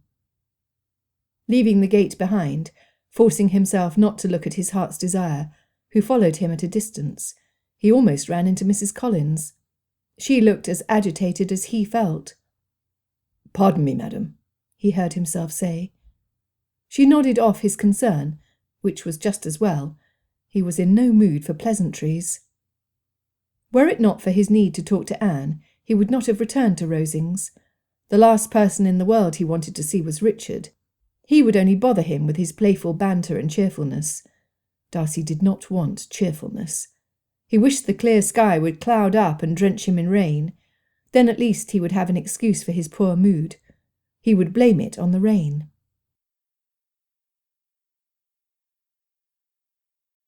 Chapter 22. "What is this?" asked Charlotte, her hands on her hips and her face flushed. She pointed behind her in the direction Mr. Darcy had set out. Her harsh tone raised Elizabeth's defences. Raising her chin and crossing her arms, she said, "Mr. Darcy called about a matter of importance. His stay was brief."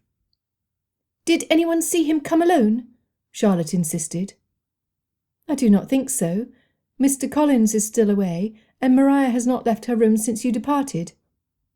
"So, you felt that it was acceptable to entertain a single gentleman alone while a guest in my home?" Elizabeth stepped back, dropping her arms to her side. She had never seen Charlotte so angry. "Charlotte, what is wrong? Have I offended you?" "Have you offended me? I wonder how you have the audacity to ask such a question when you openly flirt and encourage the attentions of a gentleman you have told me you severely dislike. And now I find out from none other than Mrs. Baxter that my own sister, whilst in your company, did not purchase the magazine from her shop. She stole it. How do you suppose that made me feel? As my friend, you should have told me, Lizzie." Charlotte's eyes swam in tears. Elizabeth could have borne Charlotte's wrath, but not her disappointment. Stepping forward, she implored Charlotte with open arms. "I had thought that Maria had confessed her error to you, Charlotte. Had I known otherwise, I would have told you myself." Oh, why had she trusted Maria? Charlotte stepped away from her, snatching her skirt away lest it brush against hers. "And this is your response? You lay the blame on Maria when you should apologise?" She shook her head and scoffed. "And you were so quick to deem Mr. Darcy proud. Have you looked at your reflection in the mirror lately?" Reaching out again, her eyes burning, Elizabeth said, "Charlotte, please, let us talk about this." Instead of the meek demeanour she had grown accustomed to with her best friend, she was met with an unforgiving stare. "Do you not realise what you have done by remaining silent when you should have talked to me? You have known Maria since birth. She is not the sort to speak up, but you are. You should have told me before I unwittingly exposed my family to criticism. Mrs. Baxter knew the magazine was gone, but she could not prove who had taken it. Thanks to you keeping me in ignorance, she now has proof. Mrs. Baxter intends to send a message in with Lady Catherine's housekeeper. She will tell Lady Catherine of the crime committed against her by the sister of her rector's wife. She will call into question our moral character, Lizzie. We could very soon be without a living." Elizabeth was stunned, speechless, her limbs too heavy to move or call out to her friend as she brushed past her to enter the house. She stood by the rose bushes, thinking that she was the most horrid person in the world. First, she accused a man worthy of her affections of being the worst sort of interloper, and now she could very well have caused her friend to lose her home by trusting Maria. She ought to have known better. Lady Catherine would not recommend Mr. Collins to another parish. Her horror intensified as visions of Mr. Collins dragging along a disappointed Charlotte would be forced to fall on the hospitality at her home in Longbourn until her father met his end. It would be the death of him to see no way out of extending hospitality to his homeless cousin and inheritor of his estate, when it became known how his own favourite daughter had caused their removal from Hunsford. Her vision grew blurry, but she made her way back to the bench that only moments ago she had shared with Mr. Darcy. She sat where he had been, hoping to feel the comfort of his warmth, but the breeze gave her a chill, which no matter of wrapping her shawl around her could eliminate. Dropping her face into her hands, she let the tears pour through her fingers. What a mess she had made! She would find a way out of it, she was determined. But first, she would allow herself to feel every bitter emotion. It was her punishment, her penitence for acting thoughtlessly. When her weeping turned into sobs, then into a whimper, she pulled out her handkerchief.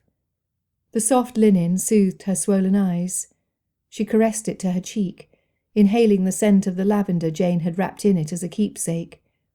Thoughts of Jane, like the smell of lavender, evoked calm, and it was enough for Elizabeth to gain control of herself. Folding the handkerchief and returning it to her pocket, Elizabeth raised her face. The breeze cooled the heat in her cheeks and dried the last of her tears. She needed to find a way, first and foremost, to ensure that Mr. Collins kept his position at the Hunsford parish. Charlotte had married him for the security he offered, and Elizabeth could not deny her friend her one desire. If she must, she would seek out an audience with Lady Catherine. Perhaps if she explained the circumstances surrounding the wretched magazine, she could move the great lady to extend mercy to Maria. With Maria forgiven, Charlotte's position in her home remained secure. Elizabeth rose and returned to the house. She would not seek out Maria, though now she understood why the foolish girl hid in her room. Instead, she directed her steps to her room to pen a letter to Jane, where she would pretend that things were well, and only show her happiness for her sister and her change of circumstances. How she wished Jane was at Hunsford with her. But such thoughts were selfish. Jane needed to be in London, where Mr. Bingley could continue to court her, not in Hunsford, where she would be a witness to Elizabeth's manifestation of her worst flaws. She wished she could talk to her father. He would not fix the problem, but he would have fruitless words of wisdom to share, which would at least put a humorous slant to her worries and make her laugh. As it was, she walked up the stairs to her room and set pen to paper, hoping that the joy she expressed would seep into her being, and her normal light-heartedness would return to her. A soft, irregular knock sounded at her door, just as she bid farewell to her dear sister, who would never have refused a man such as Mr. Darcy in the first place. Jane most certainly would not have offended Lady Catherine, so that she was at the top of her list of suspects of thieves either. Opening her door, she saw a downcast young lady standing with her arms drooped at her sides, and her head sagging, as a tear dropped onto the floor, soaking into the wood. "Come in, Maria," Elizabeth invited her. She had little pity for her after the lie she had told, but she had grown up near the penitent young lady, and she would not cast her out of her company so easily. Maria looked up in surprise. "You will see me?" she asked quietly.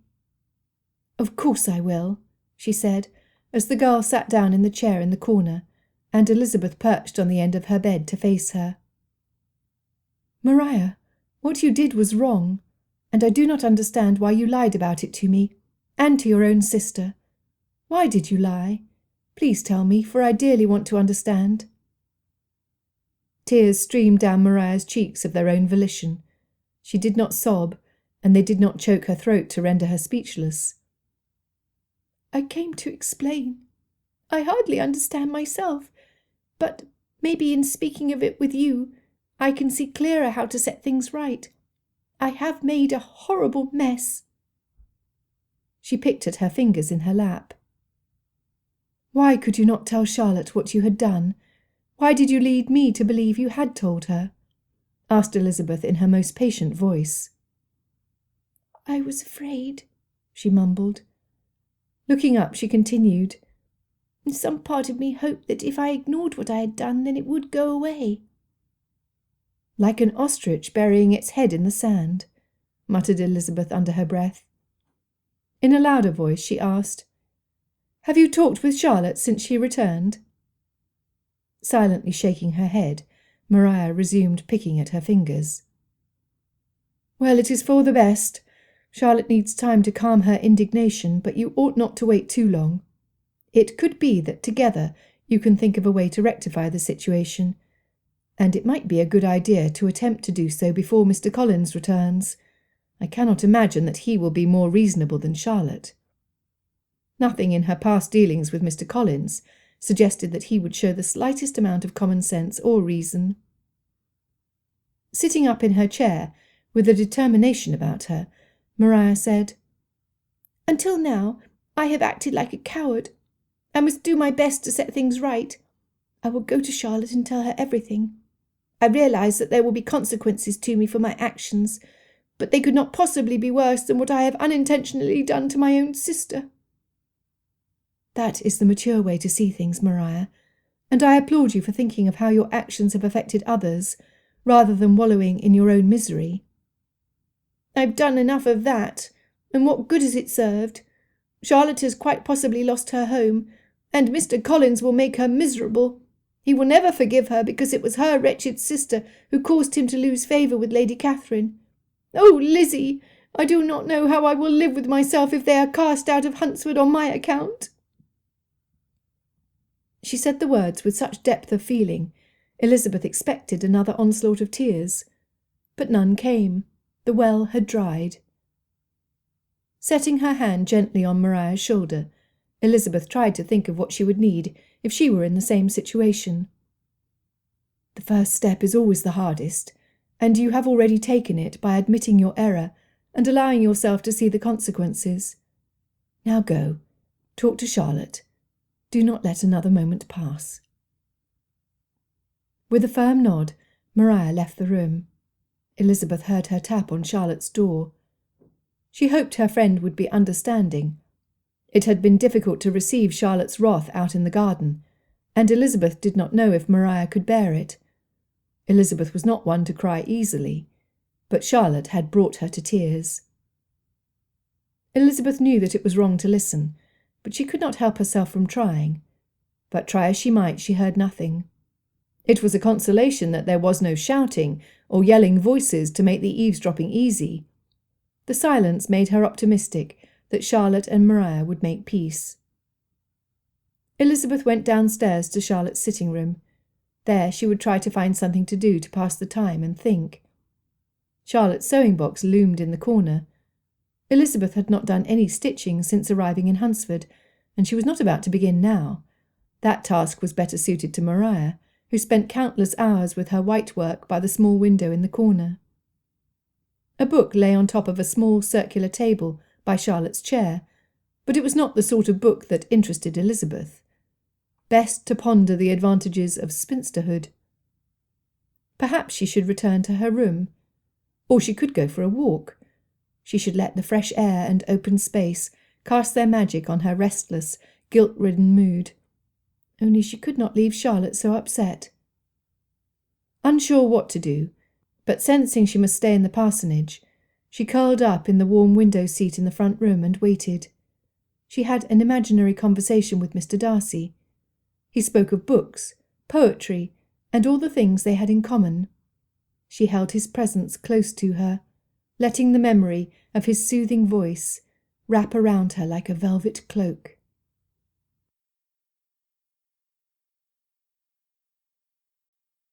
Chapter 23. 2 sets of footsteps creaked down the stairs. Elizabeth resented the interruption to her exquisite daydream until she remembered why she waited downstairs. She searched Charlotte's face, looking for some kindness in her friend's eyes as she passed by, and she was not entirely disappointed. "Maria has told me everything," said Charlotte, taking her place in her chair by the window. "Unless Mr. Collins already knows what Maria has admitted to me, I do not think it wise to tell him yet.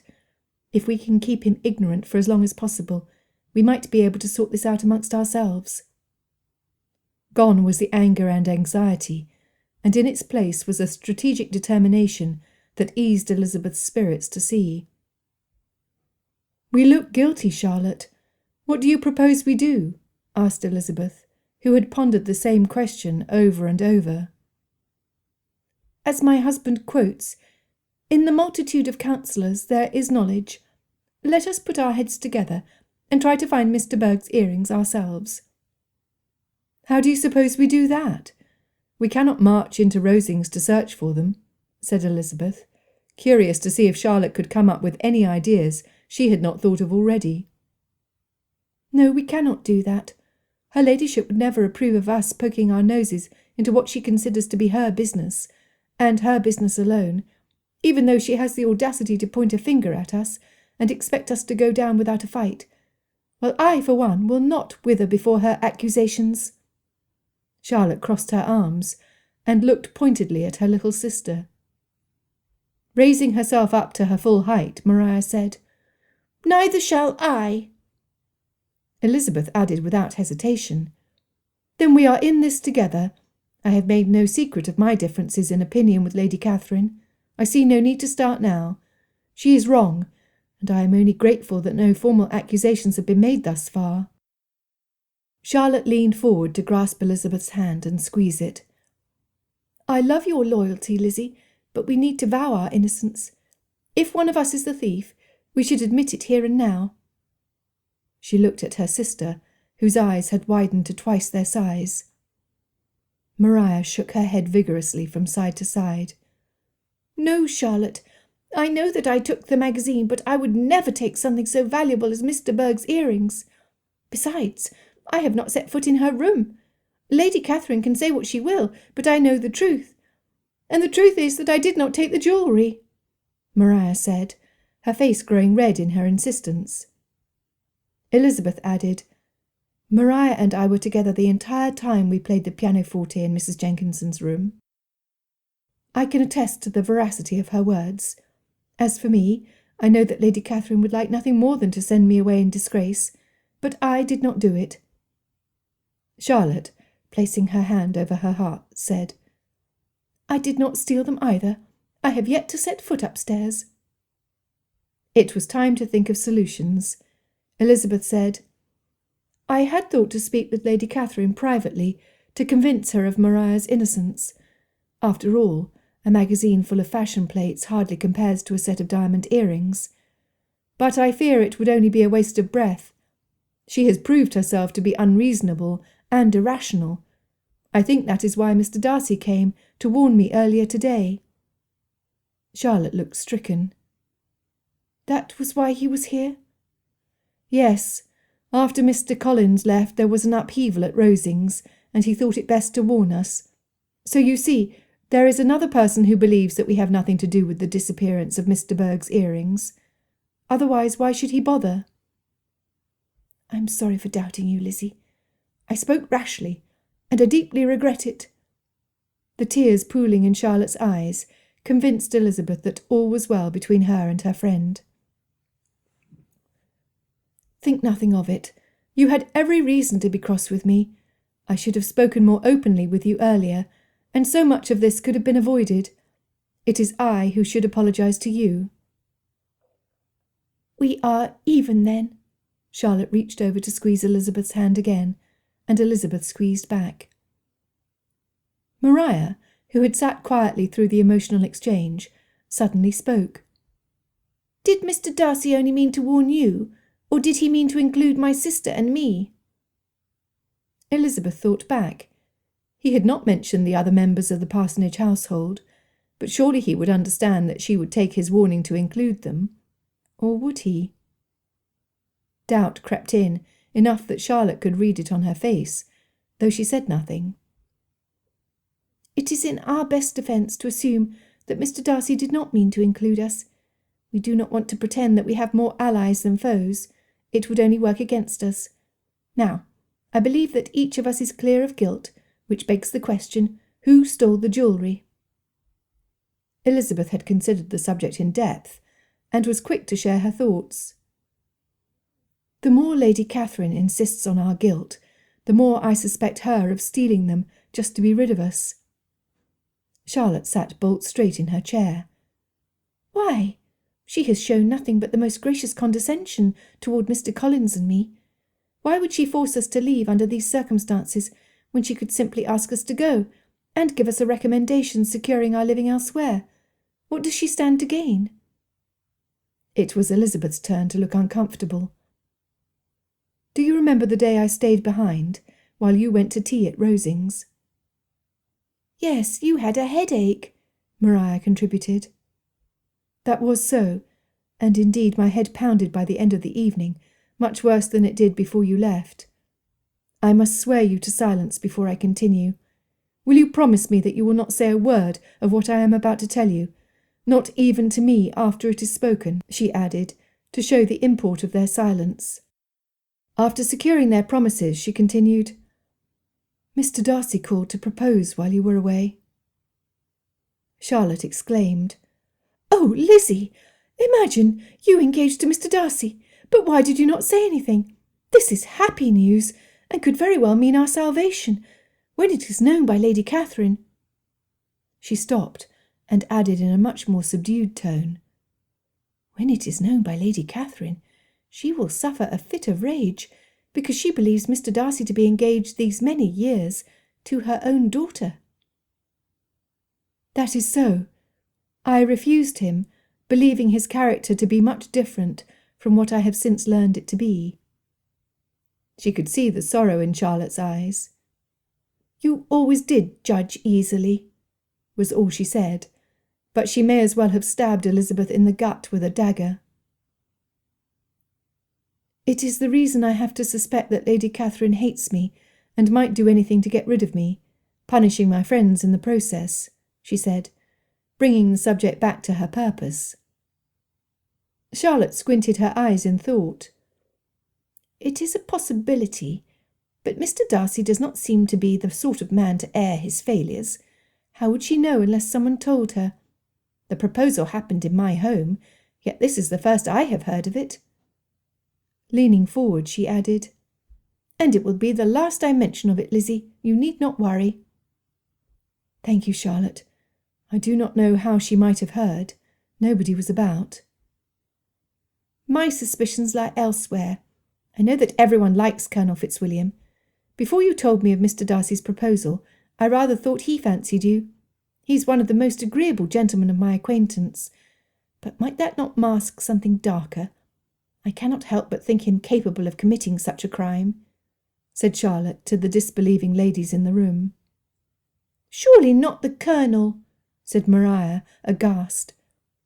Raising a finger, Charlotte continued, "There are several points against him. For one, he has access to Rosings and the rooms, and with what Mr. Collins learned, we know that he was in need of money. He could have done it out of desperation. Men have done worse things for lesser causes." Elizabeth struggled to maintain an open mind, and her immediate reaction to come to the Colonel's defence, without listening to Charlotte's reasons, unnerved her. Could it be? However, Mr. Darcy covered his debt and came to his aid. I doubt he would have done so if he believed his cousin to be a thief. I cannot trust my own judgments, but I trust Mr. Darcy. Of anybody, he is the one individual who rises above suspicion. Now that her defences were down, it was easier to see the good qualities he possessed. There were several. There is that, Charlotte acknowledged, but I still think that we should keep an eye on him. Looking to her sister, she asked, What of you, Maria?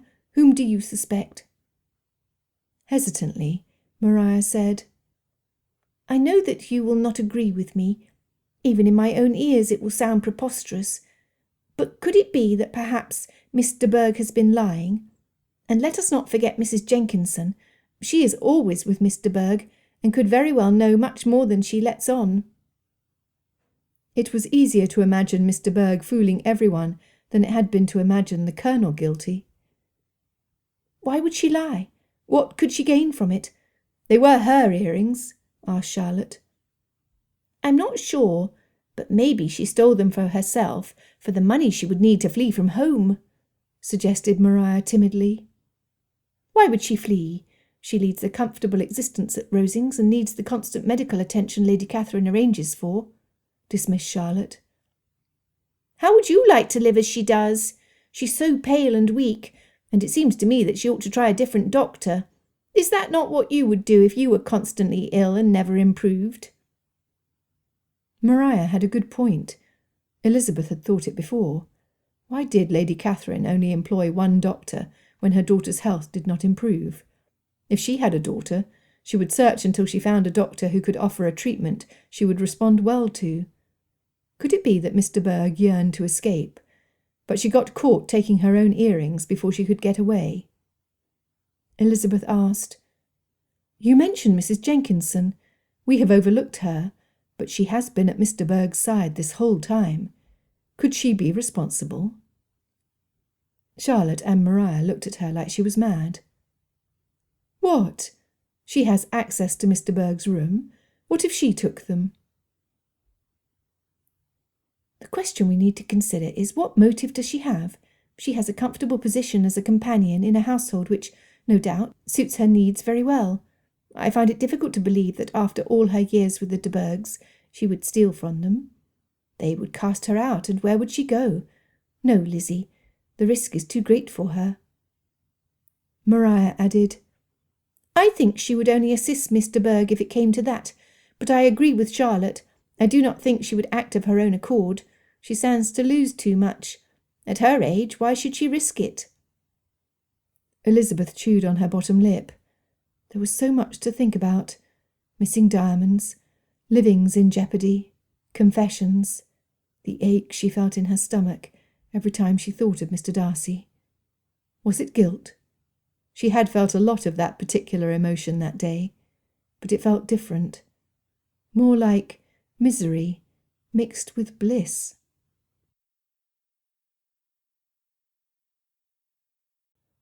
Chapter 24. The first matter of business Darcy attended to on returning to Rosings was to seek out Richard. He was the last person in the world he wanted to see, but he needed to ascertain if anything had happened in his absence. He found him in the library, with the periodicals spread out before him, his legs flopped over the side of a chair, nursing a drink. Coming up from behind him, Darcy shoved his feet off the seat, causing Richard to nearly fall from his perch. "What?" He found his footing and turned to see who had disturbed his comfort. Forcing himself to smile, Darcy stood still and waited. It never took long. Besides, it helped ease the jealous monster taking root in his heart to cause Richard discomfort. The brotherly love he treasured with his cousin would never allow him to do anything more. "What in the infernal blazes possessed you to startle me like that? I nearly spilled my drink. And we know what Aunt Catherine would say if her carpets smelled of spirits." He looked like a ruffled-up rooster prancing about, his face red in agitation. Darcy could not explain why he had done it, other than a need to follow his impulse and break through the tension that swept over him when he set foot in the house. It was such a drastic change after the lightness and calm he felt with Miss Elizabeth. He could imagine her laughing beside him that very moment. She had the most adorable laugh, like what sparkling stars would sound like if they danced. With a shove at his shoulder, Richard came to his amiable senses. Darcy stepped back with the force Richard pushed him, but he only chuckled. He deserved it. You looked much too comfortable draped over the chair as you were. I only meant to assist you, he said mischievously. You, Darcy, are a pest. Where have you been that has put you in such a playful mood? His face lightened up as he remembered. Ah, so this is what happens when you pay a call on Miss Bennet. And did you find her well? He teased. Miss Elizabeth is the sort of lady to find sunshine and laughter where there are only clouds. Richard looked at him with a cheeky grin. You like her, admit it. Growing serious, Darcy answered. I have no reason to deny it. I dare say she is liked by a good many people. Looking at him askance, Richard said, You were only one of several admirers. Your admiration is merely friendly. Darcy did not like where the conversation led. You certainly must be one of them, he tried to say carelessly. Being a poor actor, and hating disguise in any form, he knew he failed. His words had come out sounding exactly as he meant them, as a resentful grumble, which Richard would use against him at every opportunity. Laughing out loud, Richard said, I will say no more on the subject. I much preferred you when you were in a merry mood and will do nothing to spoil it further. Darcy moved around to the other side of the chair Richard had sat in. Has anything of note happened since I left? You are determined to find out what has happened, then? Asked Richard, rubbing his palms against his breeches. He had Darcy's interest. Richard may not have stolen anything, but he most certainly was hiding something. As you should be. You have always held a high sense of justice. Could you stand by while one you know to be innocent is condemned for an action she did not commit? You assume that it was a woman who stole her jewellery? Asked Richard.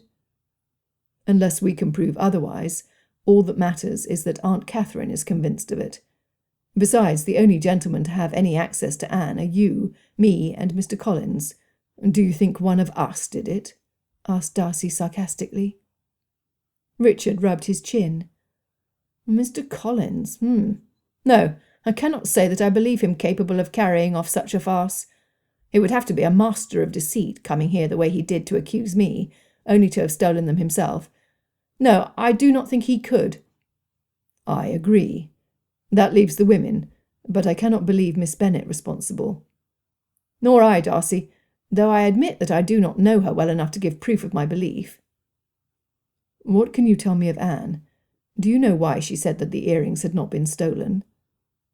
The question had bothered him since that morning, but he had not had the opportunity to ask, feeling it more urgent to warn Miss Elizabeth of the goings-on at Rosings. That, and he had wanted to see her. Needed to see her. Richard cleared his throat. I am privy to some information regarding Anne, but I'm not free to reveal it just yet. Please believe me that it has nothing to do with the theft of her jewellery. I did know, however, that she had hidden the earrings for a short time. Of their theft I know as little as you. He stared steadily into Darcy's eyes, willing him to let the subject drop and accept his reassurance for the time being. If I can get no more information from you, perhaps I should speak to Anne. He watched Richard closely for any sign of nervousness. There was no time to play these games. Richard exhaled deeply and sat back in his chair. Opening his hands wide, he said, That would be for her to decide. If she deems it necessary to talk, then that is her affair. I do not like these secrets, and can only handle so much. Relieved at his cousin's openness, Darcy asked, Whom do you suspect? Richard rubbed his hands over his face. Do you want to know the truth? I suspect Aunt Catherine has a great deal to do with this whole business. I think she's desperate for you and Anne to marry, and she contrived this means to keep you here. Otherwise you would have gone." "You forget that it was you who asked me to stay another couple days." "You would bring that up. If you must revel in how I was wrong and you were right, then let me oblige you. I admit it, I was wrong." He waved his arms in the air theatrically, making Darcy chuckle. "Why did you want to stay in the first place? Can you tell me that?" "I had hoped not to have to ask you for a loan. I had another prospect nearby, but in the end the deal fell through. It was my way of maintaining my dignity before my richer, handsomer cousin. Can you believe me?" Richard shrugged his shoulders and grinned. Darcy did not like comparisons between Richard and himself, even when made in good humour. From his point of view, he would come out the loser in a competition. What good was wealth when he had been unable to convince the one woman whose opinion mattered to marry him? Losing no time, he inquired if Anne could join them in the library, but she was indisposed, thus delaying his conversation with her. With dinner fast approaching, Darcy readied himself for another meal in the company of his imperious aunt. He wished to speak with Anne privately, and hoped to make arrangements to do so the following morning. However, Aunt Catherine could not know of his requesting an interview. She would expect him to propose, and it would only make her increasingly strong insinuations about him doing so all the more unbearable. Dressing and descending the stairs to wait until dinner was announced, he saw his opportunity. Mrs. Jenkinson would be present when he spoke with Anne, not only as a chaperone, but as another person who was aware of the events which occurred the day the diamonds went missing. She might have recollected a helpful detail, and Darcy meant to find out. Aunt Catherine and Anne were engaged in conversation, leaving Mrs. Jenkinson off to the side to feign as if she was not listening. Aunt Catherine, who had been in a snappy mood all day with Darcy, hardly acknowledged him as he walked in. Richard followed closely behind him, and the distraction proved to be enough for Darcy to sit down on the other side of the couch, next to Mrs. Jenkinson. In a voice loud enough for Aunt Catherine to overhear, he said, "I have some questions I should like to ask you. Might I speak with you in the morning at your earliest convenience?" Mrs. Jenkinson's cheeks crinkled up, pushing up her eyes until only slants appeared on her face. "Of course, Mr. Darcy. What delicacy of manners to ask about my convenience. That is very kind of you, when you know very well that if you asked to meet early, I would have to acquiesce." Darcy smiled kindly at the woman. He did not know much about her history, but she had been in Anne's company ever since she no longer required a governess. Living in the de Bourgh household could not be easy for her. Aunt Catherine resumed talking about whatever it was she was talking about with Anne, and Darcy added under his breath, "I wish for Anne to be there as well. Could we meet in her sitting-room at 8 in the morning?" He chose that hour, knowing that Aunt Catherine was never disturbed from her slumber before the hour of 9. That should give them plenty of time to discuss matters, and for him to depart before anyone noticed. He would not have Aunt Catherine believing that he had proposed to Anne. With a fleeting glance behind her, Mrs. Jenkinson said with a twinkle in her eye, "That suits me well, and when I tell Miss Anne she will be pleased to know your reason for calling." Darcy's face fell. How could she possibly know his reason for calling, unless she thought he was coming to propose? He shook his head and opened his mouth to clarify, but could utter no words without causing an unnecessary scene. The butler announced that dinner was ready, and he had no further opportunity to talk with Mrs. Jenkinson. Aunt Catherine had a good deal to discuss with them at the table during the course of the meal. "I received a letter today from Mrs. Baxter. She's the owner of the shop in town. Apparently my suspicions were well founded about Miss Lucas and Miss Bennet. They robbed her of one of her most expensive magazines, after Miss Lucas artfully flustered Master Baxter with her coquetries. Mrs. Collins returned the magazine as if nothing awry had transpired, which was all the proof Mrs. Baxter needed. She saw fit to inform Mrs. Collins of the transgressions of her house guests, and she wrote to me that Mrs. Collins appeared to be sincerely ignorant of the goings-on of her own household. In my mind, that is just as grave an error. I take it as my responsibility to know everything transpiring in my household and in Hunsford. It is my duty to be aware and give counsel where needed." Darcy noticed every pause and intake of breath as his aunt spoke. He asked no further questions, as Miss Elizabeth had already told him in much greater detail what had transpired. "What do you intend to do with this new information?" he asked, when she had finished her rant. "Conduct such as this, especially from family and friends of my parson, who is to be an example in morality, cannot go unpunished. I have decided that it is time that we call at the parsonage on the morrow. They must know who they answer to, or else risk losing their place at the Hunsford parsonage." Never mind that a parson was answerable to God. Aunt Catherine would make sure they understood where their loyalty and devotion lay. He swallowed a mouthful of wine. "At what time do you intend to call?" "Certainly not before 10.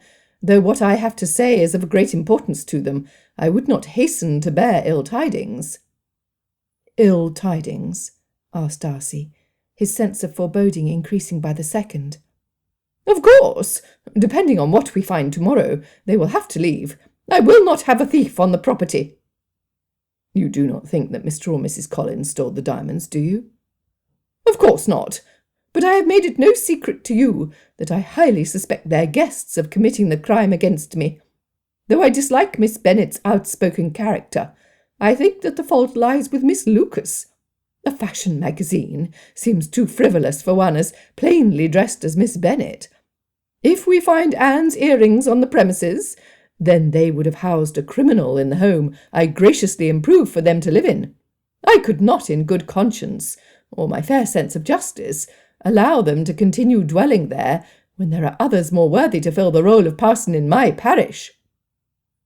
"Find the earrings? Do you mean to search the house? Was Mr. Collins' search not enough?" "Initially, I trusted Mr. Collins to do a thorough job of searching his home, but that was before I had reason to doubt his loyalty. Perhaps his wife has tainted him to believe that he should seek out her judgment rather than that of his patroness. His lack of judgment will not go unnoticed by me, or unpunished. No, Darcy, we must conduct the search ourselves to ensure that it is done properly. My reaction will depend a great deal on our findings." "I can go with your housekeeper and save you the trouble," he suggested. Before he had time to hope, she answered, "Absolutely not.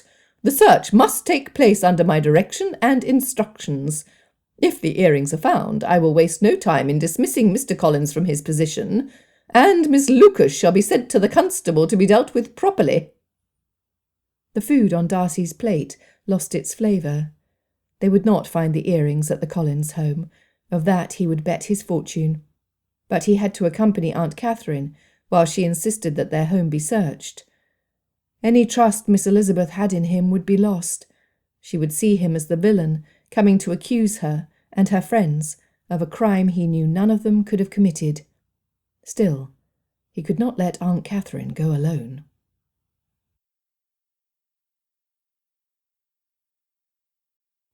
Chapter 25.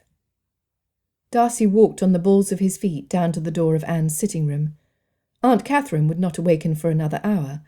However, he did not trust her not to catch him entering Anne's room at the worst possible moment, thus increasing her expectation and making his refusal to propose even more awkward. He had spoken to Richard after dinner, and they had decided that one of them needed to talk to Mrs. Baxter about what had happened at her shop. Since Darcy was to go to the parsonage that morning, Richard volunteered to go into the village. The door was open, and Mrs. Jenkinson stood by the door ready to receive him. "How glad I am to see you, Mr. Darcy. I've been waiting for this moment too many years. Her ladyship will be pleased." Her congratulatory smile made Darcy feel guilty that he could not correct her misunderstanding the night before. "I am afraid that you mistake my reason for calling. I have not come to propose, but rather to inquire about Anne's missing earrings." Mrs. Jenkinson raised her hand to her mouth, and her eyebrows bunched together in confusion. "Oh, dear me! I apologise, sir. I had assumed—" She lowered her hands, wringing them in front of her. "I had assumed that, after all these years of waiting, that—well, never mind what I thought. It is of little import." She turned abruptly, leading him to the seating area where Anne was comfortably settled on her couch. As her companion of many years sat beside her, Anne reached out to take her hands, holding them between her own. "My dearest Mrs. Jenkinson, you have been so good to me, but there are some things I prefer to keep to myself. However, it is time that you know that I have no intention of marrying Darcy. I do not love him, nor does he have affection for me." Darcy could see the multitude of questions coursing through Mrs. Jenkinson's mind, but she knew her place too well to ask them. Only one question did she allow herself the indulgence to ask. "What will her ladyship say when she finds out?" Her voice was a low hush. Raising her head, Anne said, "You leave mother to me. All I ask for is your support." Patting Anne's hands and taking a deep breath, Mrs. Jenkinson nodded resolutely. "You know that I will do whatever you bid me. You've become like the daughter I never had, and I would do nothing to jeopardize your happiness." The women smiled at each other, and it brought comfort to Darcy to know that his cousin had a friend in the household. Aunt Catherine would not take kindly to their news. Not that they ever were engaged, but in Aunt Catherine's mind their marriage had been imminent since Anne's birth, and she had thought of the scheme. Darcy cleared his throat. Now that the misunderstanding had been clarified, he had some questions for Anne. "I requested to see you because of what you said yesterday. You said that your earrings had not been stolen, that it was all an unfortunate misunderstanding. What did you mean?" Anne looked down at her lap, then all around the room, anywhere but at him. "It was true. At the time, my earrings had not been stolen. I had misplaced them." She looked up at him, willing him to ask no more, which, of course, only made him all the more curious. "Misplaced them? Anne, please do clarify." "It happens all the time. I'm rather careless sometimes," she said in a rush. "Why did you not say anything?" "I tried to, but once mother had heard and alerted the whole household, it became increasingly difficult to set matters straight. When all of these horrid accusations mounted, I spoke up, only to find that my earrings really were gone.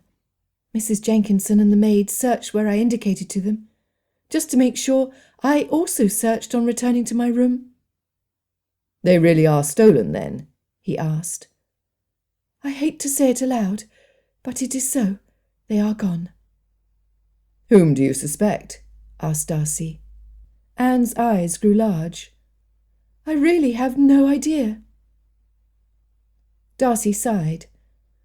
"I am to accompany Aunt Catherine to search the parsonage today. Do you have any reason to suspect any of its residents?" Anne considered, her face growing long as a thought struck her. "Miss Bennet and Miss Lucas were here with me when my maid found my earrings. I had misplaced them, as I am wont to do, and Miss Lucas found them. Hortense put them away that instant." Darcy looked through the doorway. Anne's jewellery box was arranged on top of her chest of drawers, in the corner of her room, just visible through the frame of the door. But the jewellery case was not where Anne had sent her maid to look for the earrings. "If your lady's maid put the earrings in the case, why did you instruct her to look for them in your desk?" he asked, looking between Mrs. Jenkinson and Anne. Mrs. Jenkinson shrugged her shoulders and looked to Anne. Anne picked at the lace trimming on her long sleeves. "It was foolish of me, and I know it. I had every intention of speaking plainly to mother, but could not find the appropriate opportunity to do so. She has been incredibly agitated of late, so I hid them where nobody would look until I could speak to her." "Nobody knew the earrings were in your desk?" he asked for confirmation. "It is a locked drawer. Not even Hortense or Mrs. Jenkinson knew. I do not see how Miss Bennet or Miss Lucas could possibly have known they were there, much less stolen them without the key." Darcy was well aware that Anne left out some details. He could only pray that they were unnecessary. Surely she would not allow someone innocent to take the blame. Why could she not speak plainly? What was she hiding? Exasperated, he asked just to be certain. Did anything in Miss Bennet or Miss Lucas's manners make you think that either lady is capable or desirous of stealing an article of value? No. I enjoyed their visit whilst waiting for the doctor, and had my health allowed it, I would have made more of an effort to become friends. Miss Bennet has the kind of outspokenness and ease of opinion which I admire greatly. Miss Lucas is a sweet girl, who I suspect does not get away from Hertfordshire much. Anne smiled at the mention of the girl. Darcy had to agree with her, and with the exception of illness, could see several similarities between her and his cousin. Mrs. Jenkinson nodded in agreement with Anne. The two young ladies have been a welcome addition to our usual company, and I would hate for anyone to defame their name. I cannot freely share my opinion in front of her ladyship, but I find it difficult to give much credence to her suspicions toward them. Unless the earrings are found in their possession, I would not give much credit to it. Darcy was happy to hear that others doubted their guilt. Very well. He slapped his hands against the top of his thighs to stand and take his leave.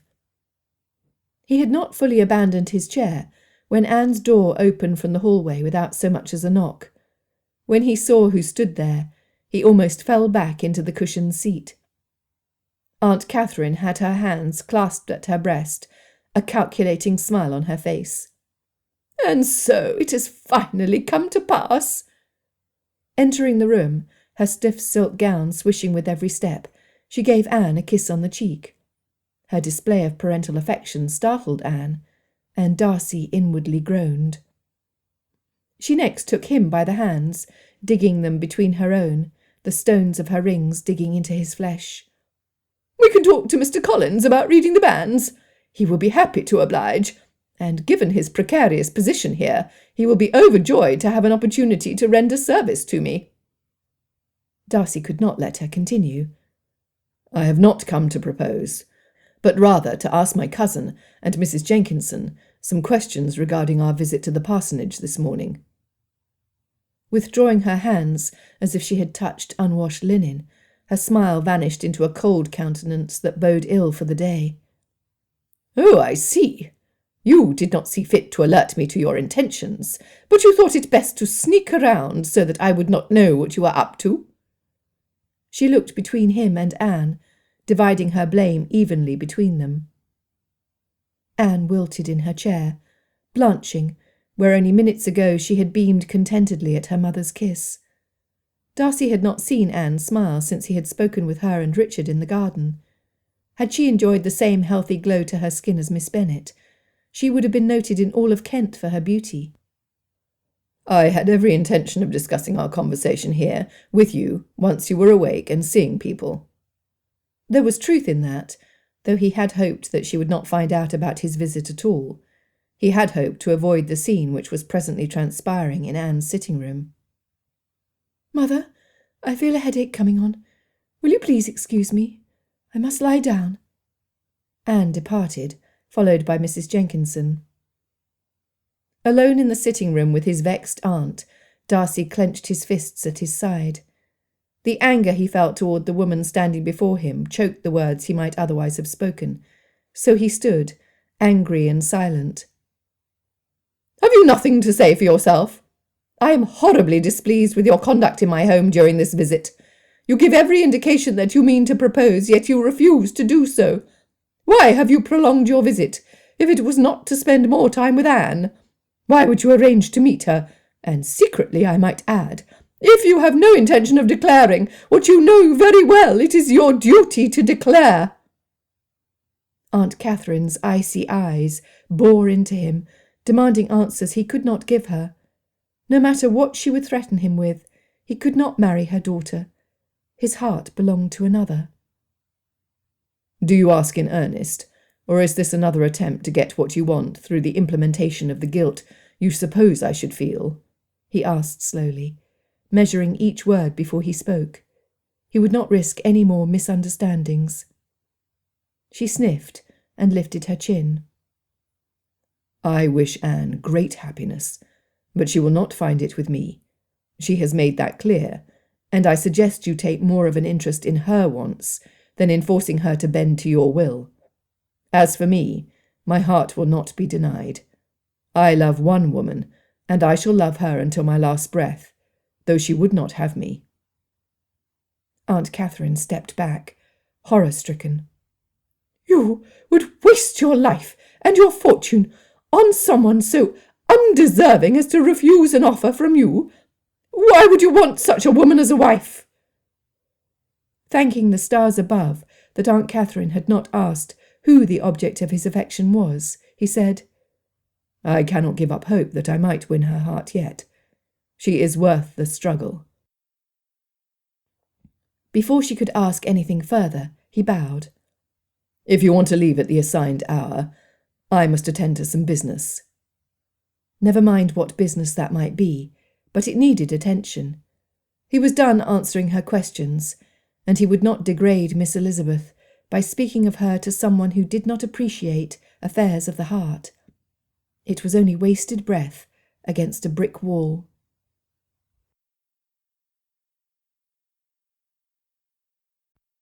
Chapter 26. It came as no surprise to see Lady Catherine's opulent coach, with her family crest emblazoned on the side, stop in front of the parsonage. Mr. Collins yelled from his book-room facing the road. "She has come!" He came out of his study, the happy, self-satisfied smile of a man ignorant of the goings-on of his own house, covering his oblivious face. Charlotte looked up from her knitting. She was finishing a pair of socks for baby feet in an ambiguous yellow colour. Elizabeth had not thought to ask them who they were for until that moment, then felt guilty for allowing her thoughts to be so distracted that she had not thought to do so until the worst possible moment. She would ask later. Maria, who had neglected her white work the past day, set aside the novel she had attempted to read between dreamy-eyed stares out of the small window and her audible sighs. Elizabeth put away her quill and papers, setting them on top of the table near the sewing-box in Charlotte's sitting-room. Standing up in unison with her friends, they went into the front parlour. Charlotte looked nervous, as did Maria. Mr. Collins knew nothing of the stolen magazine, and Charlotte had hoped to keep it from him. One look at Lady Catherine's face as she descended from her carriage, with the help of Mr. Darcy, increased her anxiety all the more. She squeezed Charlotte's hand on one side, and Maria's on the other. Mr. Darcy appeared grave indeed. Mr. Collins opened the door before they could knock, such was his eagerness to receive his beloved patroness. "What an honour that you should call at my humble home, Lady Catherine! Such a privilege is worthy of the finest refreshment we are capable of offering, though it be nothing in comparison to the bounties proffered at your table." Calling the maid, he ordered that she bring in some tea, and the little bit of sugar he allowed himself to indulge in, for the benefit of one who had little appreciation for their frugality. Not once had he offered sugar for their tea at the breakfast table. Sitting in the chair he normally sat in, Lady Catherine said, "Some news from Huntsford has been brought to my attention, Mr. Collins. It seems that you have not taken care to oversee your household in the manner expected of one in your position." She stopped to breathe, her manners agitated. Mr. Darcy continued before she could. "Our inquiries of the household staff are complete, and it only befits a thorough investigation to question the remainder of those who have visited Rosings since the diamond earrings went missing. That has led us here." Lady Catherine glared at Mr. Darcy, but Elizabeth could not help but rejoice at how effectively he had cut her off. She looked down at the floor in an attempt to hide her smile. She was certain that one lady in the room would find it incredibly inappropriate.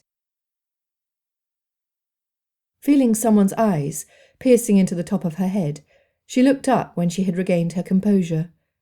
Lady Catherine glowered at her as she continued, "As my nephew pointed out, we have come to investigate. Now, Mr. Collins, I know that you effected your own search recently, so I know that you will have no qualms when I recommend another one. When your maid returns with our tea, I will instruct her to search each room, along with my most trusted housemaid, under Darcy's watchful eye. I will remain here until the search is complete." No doubt enjoying her tea and sugar, as the house was ravaged yet again, in a search for something that would not be found. Elizabeth looked at Mr. Darcy. He hid it well, but the tips of his ears had turned red. So she was not the only person in the room to be shamed by her family. This new-found discovery comforted her, and when he met her glance, she smiled encouragingly to him. It was how she would have preferred to react before the crass comments of her mother, the excruciating indifference of her father, the over-exuberant displays of poor instrumentation by Mary, and the blatant flirtations of her two youngest sisters. She would be kinder than he had been, for though he witnessed the worst her family had to offer, he still saw fit to respect her and Jane. He had misunderstood Jane, but he was not so proud to have refused her correction, though poorly given. His honour and sense of justice had set the problem right. All of this, and Elizabeth had no doubt that he had come with Lady Catherine, not only to offer his assistance in the investigation, but to soften her cantankerous blows to those who would be most affected by them. Elizabeth's respect for him grew as surely as her breath escaped her in his presence. Charlotte said, "Mr. Collins, I suggest that we let Miss Elizabeth accompany the maids as they look upstairs. Maria and I shall remain with you as you entertain our guest. Do you mind, Miss Elizabeth?" Elizabeth knew what Charlotte was about. Several times in Meryton she had suggested that Mr. Darcy preferred her, and she knew of his proposal. If Lady Catherine suspected any such thing, she would surely object. But she did not. She seemed to be glad that she would not have to endure her company any longer than necessary. They entered the first room, her own, and Mr. Darcy spoke. "Miss Elizabeth, I must apologise for my aunt's behaviour. She is convinced that we will find the earrings here today. She has even ordered an older carriage to wait outside, so that her own coach might not be corrupted by having a thief transported to the village constable in it.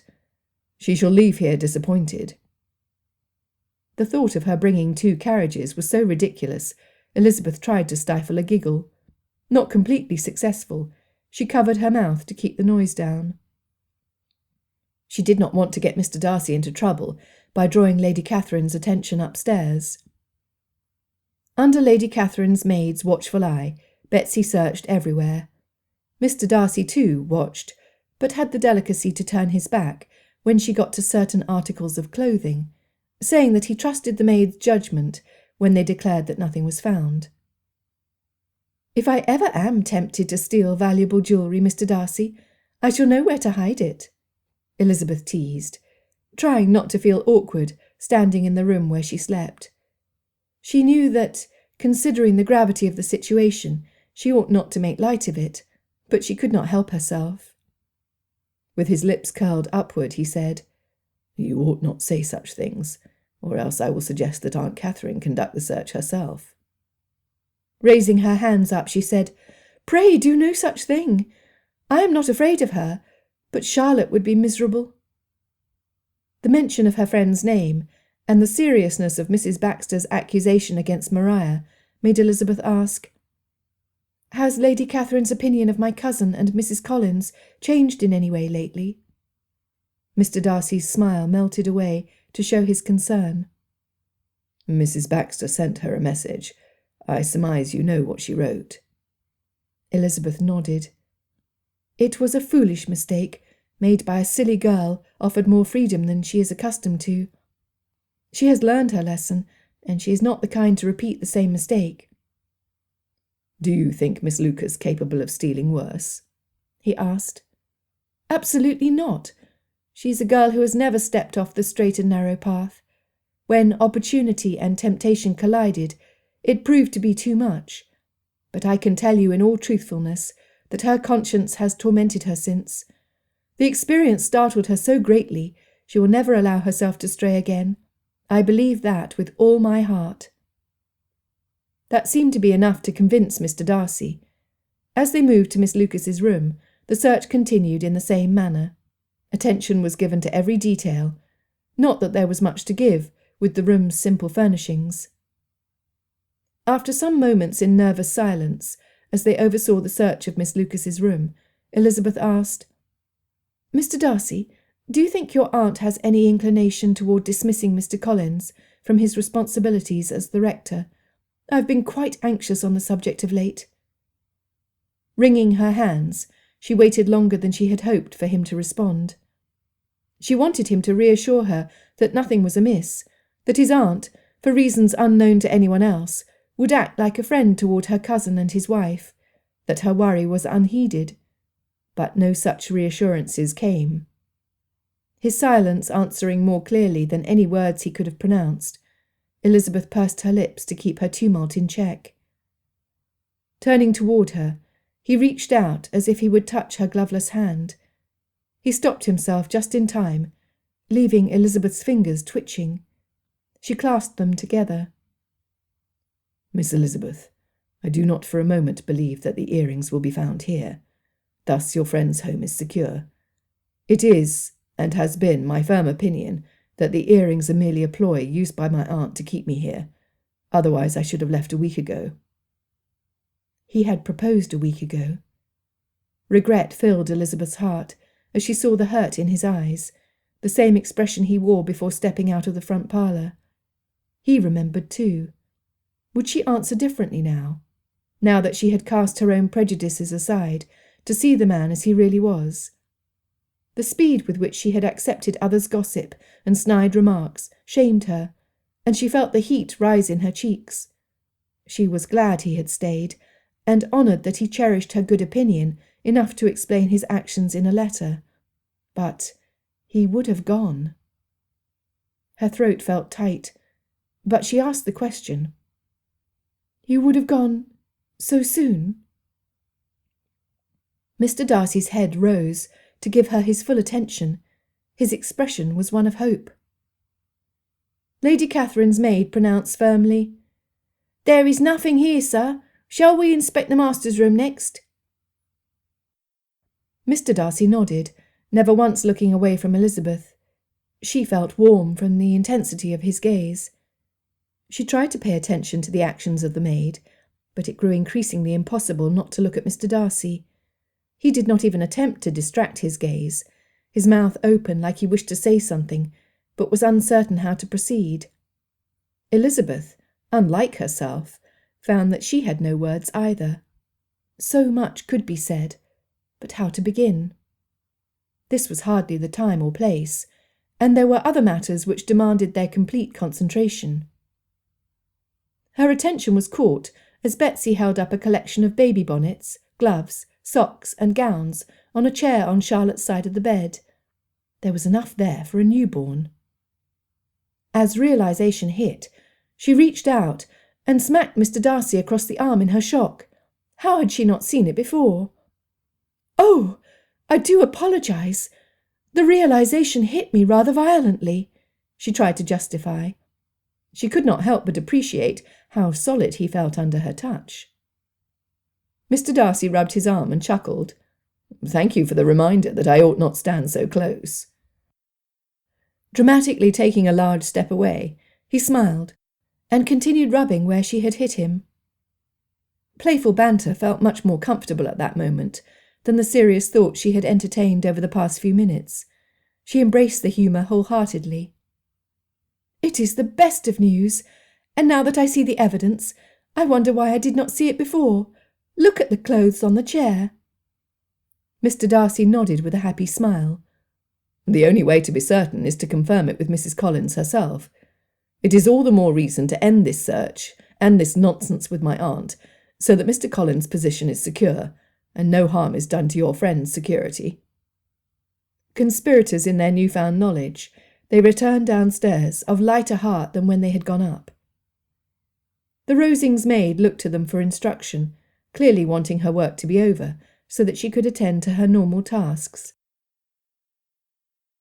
"Since it is the ladies whom her ladyship suspects, let us go into the sitting-room," suggested Elizabeth, once they stood in the front parlour. Curious faces looked toward them. All except Mr. Collins, who soliloquised on the advantages of raising their own pig over buying butcher meat.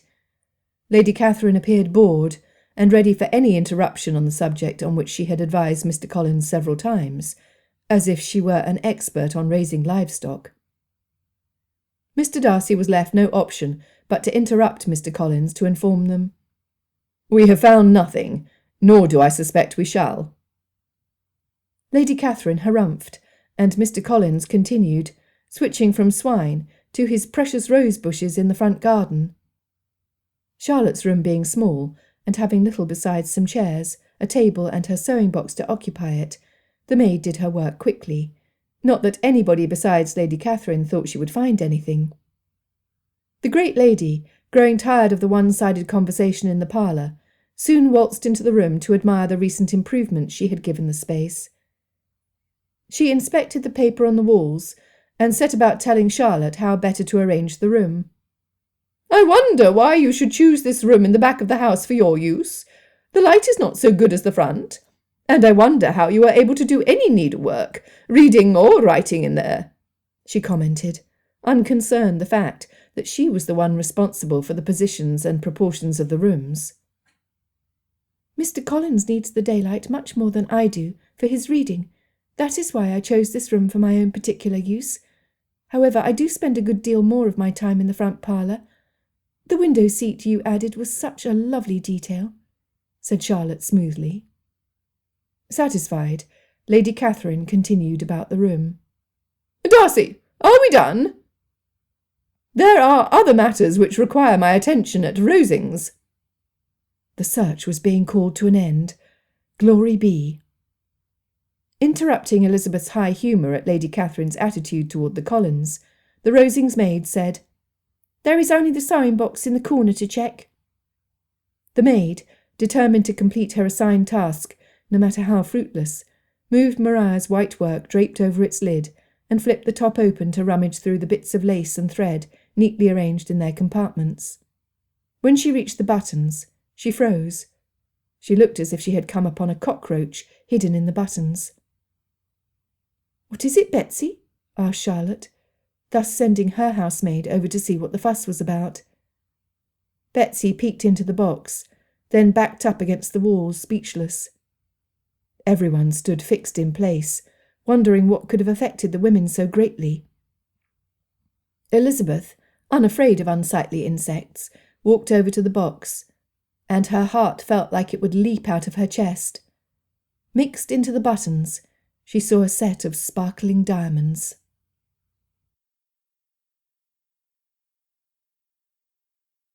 Chapter 27. "What is it, Lizzie?" asked Charlotte. Elizabeth heard her steps crossing the room to join her. Spinning around to face the audience, which now included every inhabitant of the house, as well as their visitors, Elizabeth reached into the box to grab the earrings with one hand, and held her other out to stop anyone from nearing. With one regretful look at Mr. Darcy, she addressed Lady Catherine. "I know where the earrings are, but I will not give them to you until I have your promise that what I am about to reveal to you in no way affects the inhabitants of this parsonage." Lady Catherine balked. "Whose white work is that on top of the case?" she asked. Ignoring her question, Elizabeth repeated, "Do I have your promise?" Trying to add more weight to her negotiation, Elizabeth held the earrings out in front of her, pinching the tops, so that the delicate diamond drops dangled and cast rainbows about the wall. Everyone admired her find, but she pulled her arm back so that they were out of reach. She would not risk them being snatched away until she had secured Charlotte's home.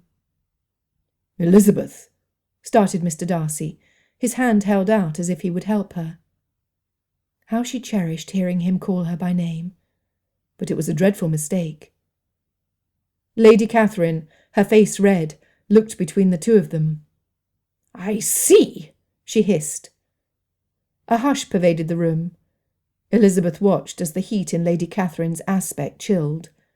In a voice as cold as ice, she asked, "Do you really think that you have the power to negotiate? It is obvious to me who took the earrings, and hid them away in her sister's sewing-box. You have made it clear through your speech and example that you possess none of the accomplishments a lady capable of doing fine white work has." She cast a withering stare at Maria, who did her best to disappear in the corner she stood in. Raising her head and steeling her voice, Elizabeth said, "Yet I am the one holding the earrings. On my honour, I will not give them to you until I have your promise that the Collinses' position under your patronage remains unchanged." Mr. Darcy stepped toward his aunt. In a calm voice he said, "The earrings are worth much more than the price of this harmless promise. You have no doubts about the devotion of Mr. and Mrs. Collins." The colour of her complexion soothed. Lady Catherine, never one to give up the final word, said, "I will promise that Mr. Collins continues here with his wife, so long as word of the events of the past few days does not spread. There is something particular I should like to discuss with you and him." Her eyes glinted in satisfaction at Mr. Darcy. Looking overly pleased with herself, she said, "I have a carriage outside to haul the thief to the village constable. Darcy, be so kind as to escort Miss Lucas out to the carriage." Worry filled Elizabeth. What scheme had Lady Catherine conjured in her mind, so that she agreed so easily? Elizabeth sensed that she had complicated matters for Mr. Darcy. Oh, when would she make a decision that did not lead to disaster? She clutched the earrings in her hands.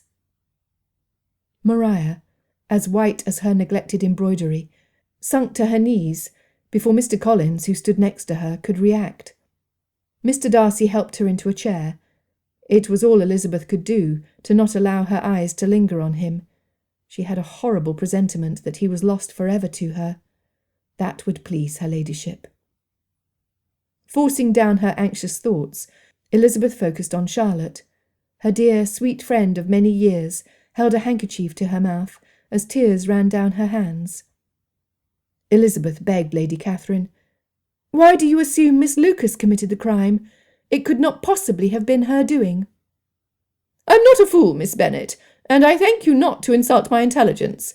I know that Miss Lucas stole a valuable magazine from Mrs. Baxter's shop. I know she had access to Anne's room, and was present when her diamonds were put into her jewellery box. She knew where to find them, and she hid them in a place so open to the other members of the parsonage they were sure to remain undiscovered until I insisted on this search.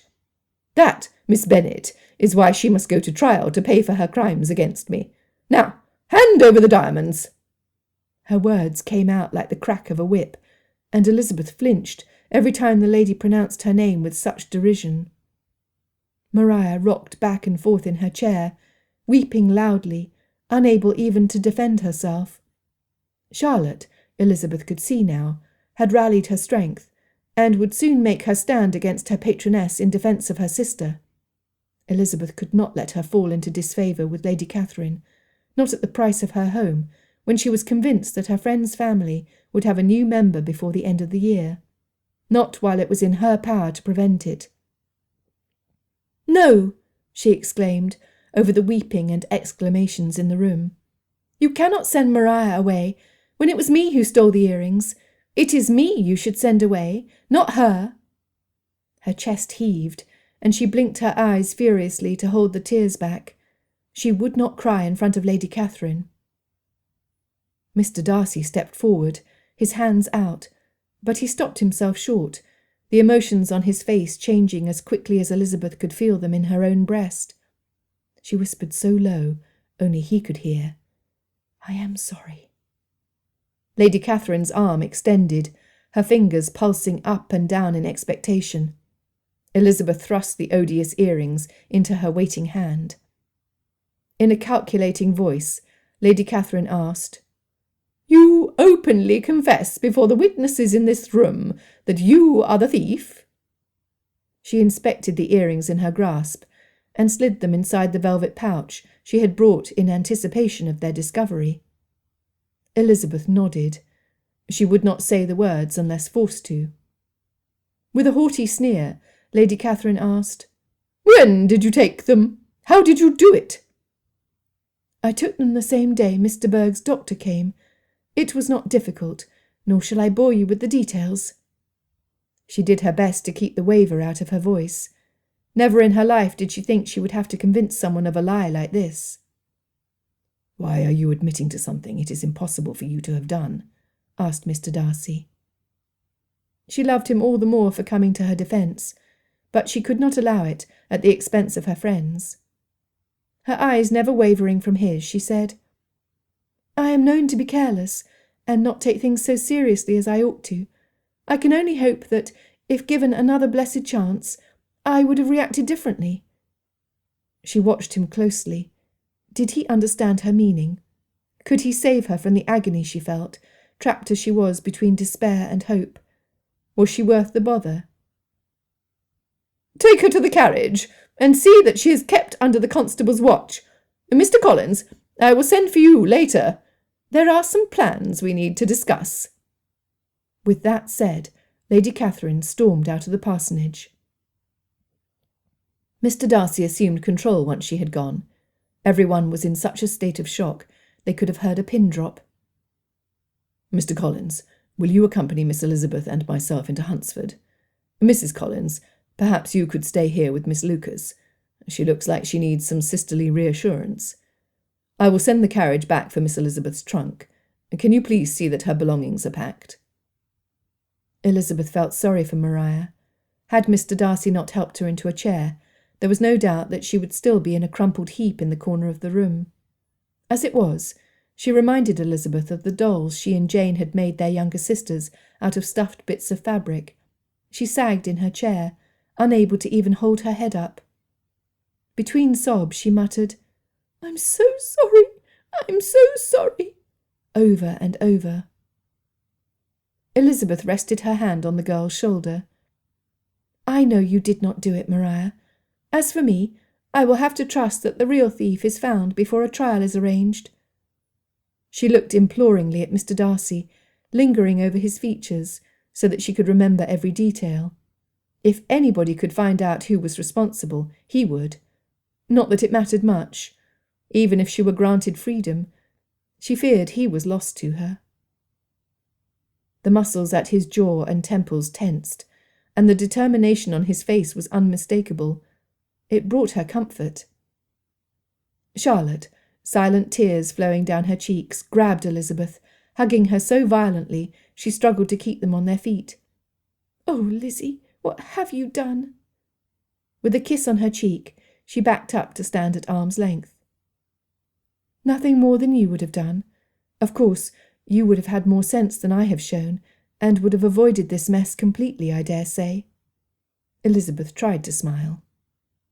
"You would laugh at a time like this," Charlotte said, through a choked voice. Mr. Collins cleared his throat. "My dearest Charlotte, why do you not sit in the front parlour with our sadly repentant sister? I will order some tea to be brought in for you." Elizabeth, who had started toward the door to the carriage, paused mid-step. She looked at her cousin, the same man whose false humility and absurdity made him the cause of ridicule to many, including herself. Yet there he stood, reaching out to take Charlotte's hand to tenderly caress it. Elizabeth had not seen any affectionate exchanges between the newly married couple before this, but the tender display he showed his wife in that moment, and her sweet acceptance of it, made her think kindlier toward Mr. Collins. Her sacrifice seemed more worthwhile somehow. Her noble thoughts lost their strength the closer they got to the carriage. No longer could Elizabeth enjoy what she had helped her dear friends gain, as the implications of her rash action trickled in. Mr. Darcy sat opposite her, with Mr. Collins at his side. She did not have it in her heart to regret what she had done. Her loyalty to her friends was too strong, but it did not prevent the regrets of all she had lost from tormenting her. Wanting to break the silence, to do anything to distract herself from her own imaginings, she opened her mouth to speak. But what could she say? "I am sorry, Mr. Darcy. I think I may have complicated things further for you." Mr. Darcy looked at her much the same way he had the day she had mercilessly and unjustly accused him of the worst evils she could cast against his character in her eyes. "It is nothing I cannot manage. My aunt will have to learn to live with her disappointment," he replied with a melancholy smile. "Cousin Elizabeth, Mr. Collins began. For a man who never suffered from a lack of words, his pause caught Elizabeth's attention more than a sermon would have. She pulled her eyes away from Mr. Darcy, and braced herself for the lecture which was sure to come. "I want to thank you," he finished. "There are details which I will get clarification on from Charlotte upon returning to my home, but I do realise what you did for us today. Thank you for securing my living.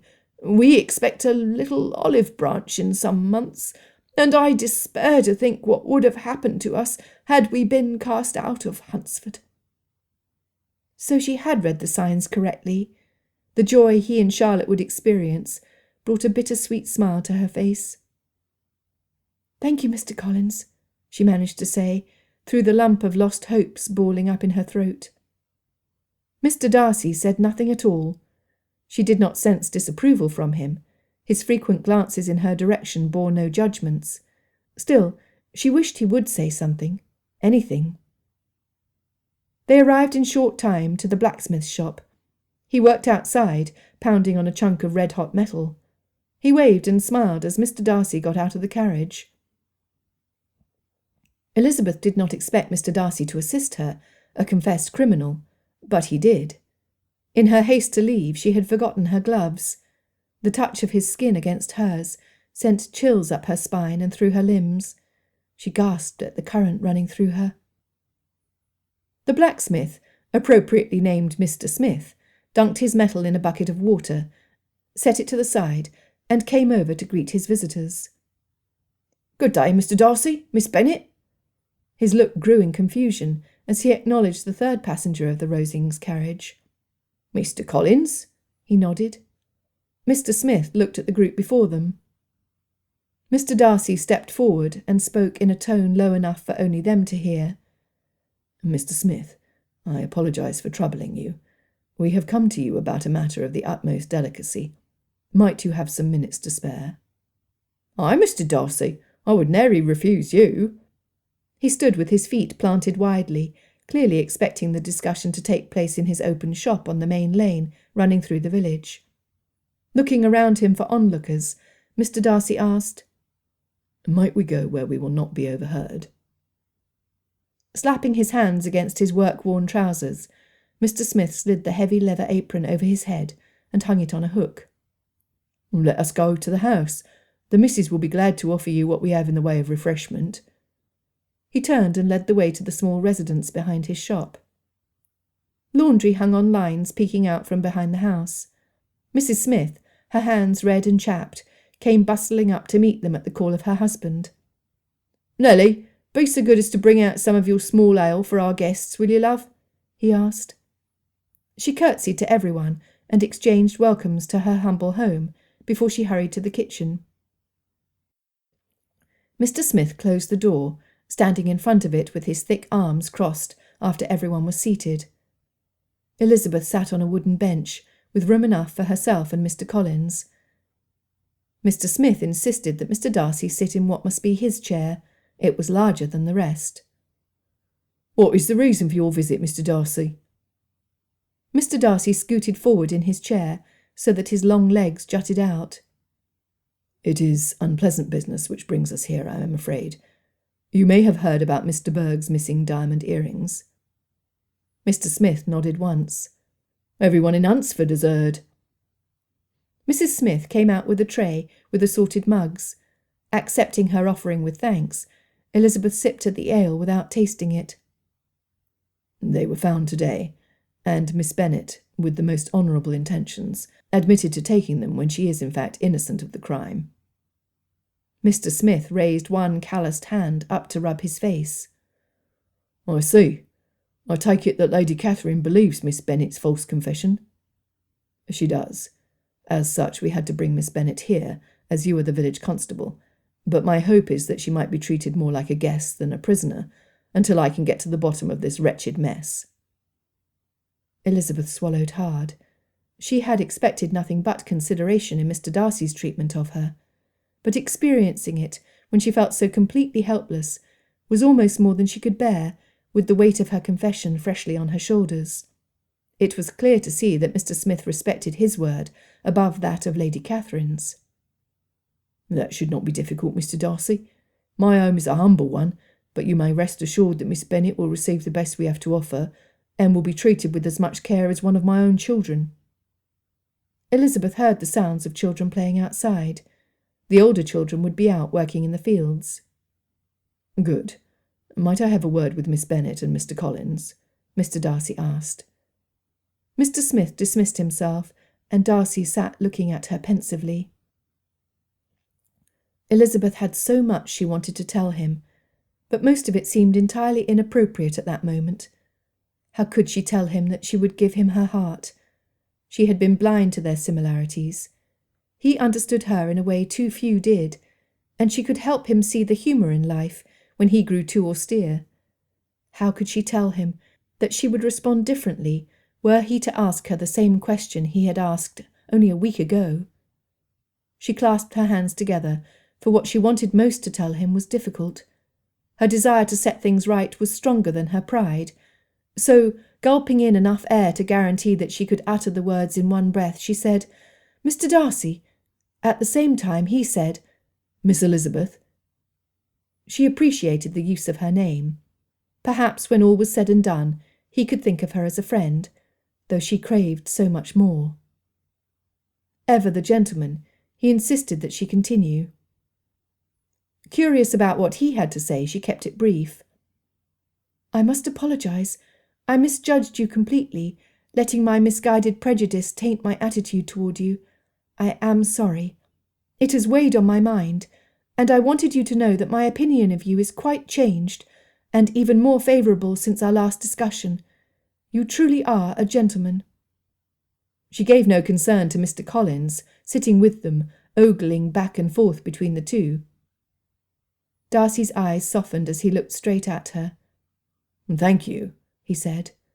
"You are not the only one seeking forgiveness. Had my manners been those of a gentleman, we could have avoided this misunderstanding altogether. After my pride allowed me to see past my outrage, your words brought me to my senses. You helped me see myself as others do, and there were things I did not like in that unflattering reflection. Can you forgive me?" Abashed that he saw fit to apologize, she answered without hesitation, "Of course. How could I not when I too have wronged you so badly? And I am not in a position to change the offences done against you. My family will remain as you know them."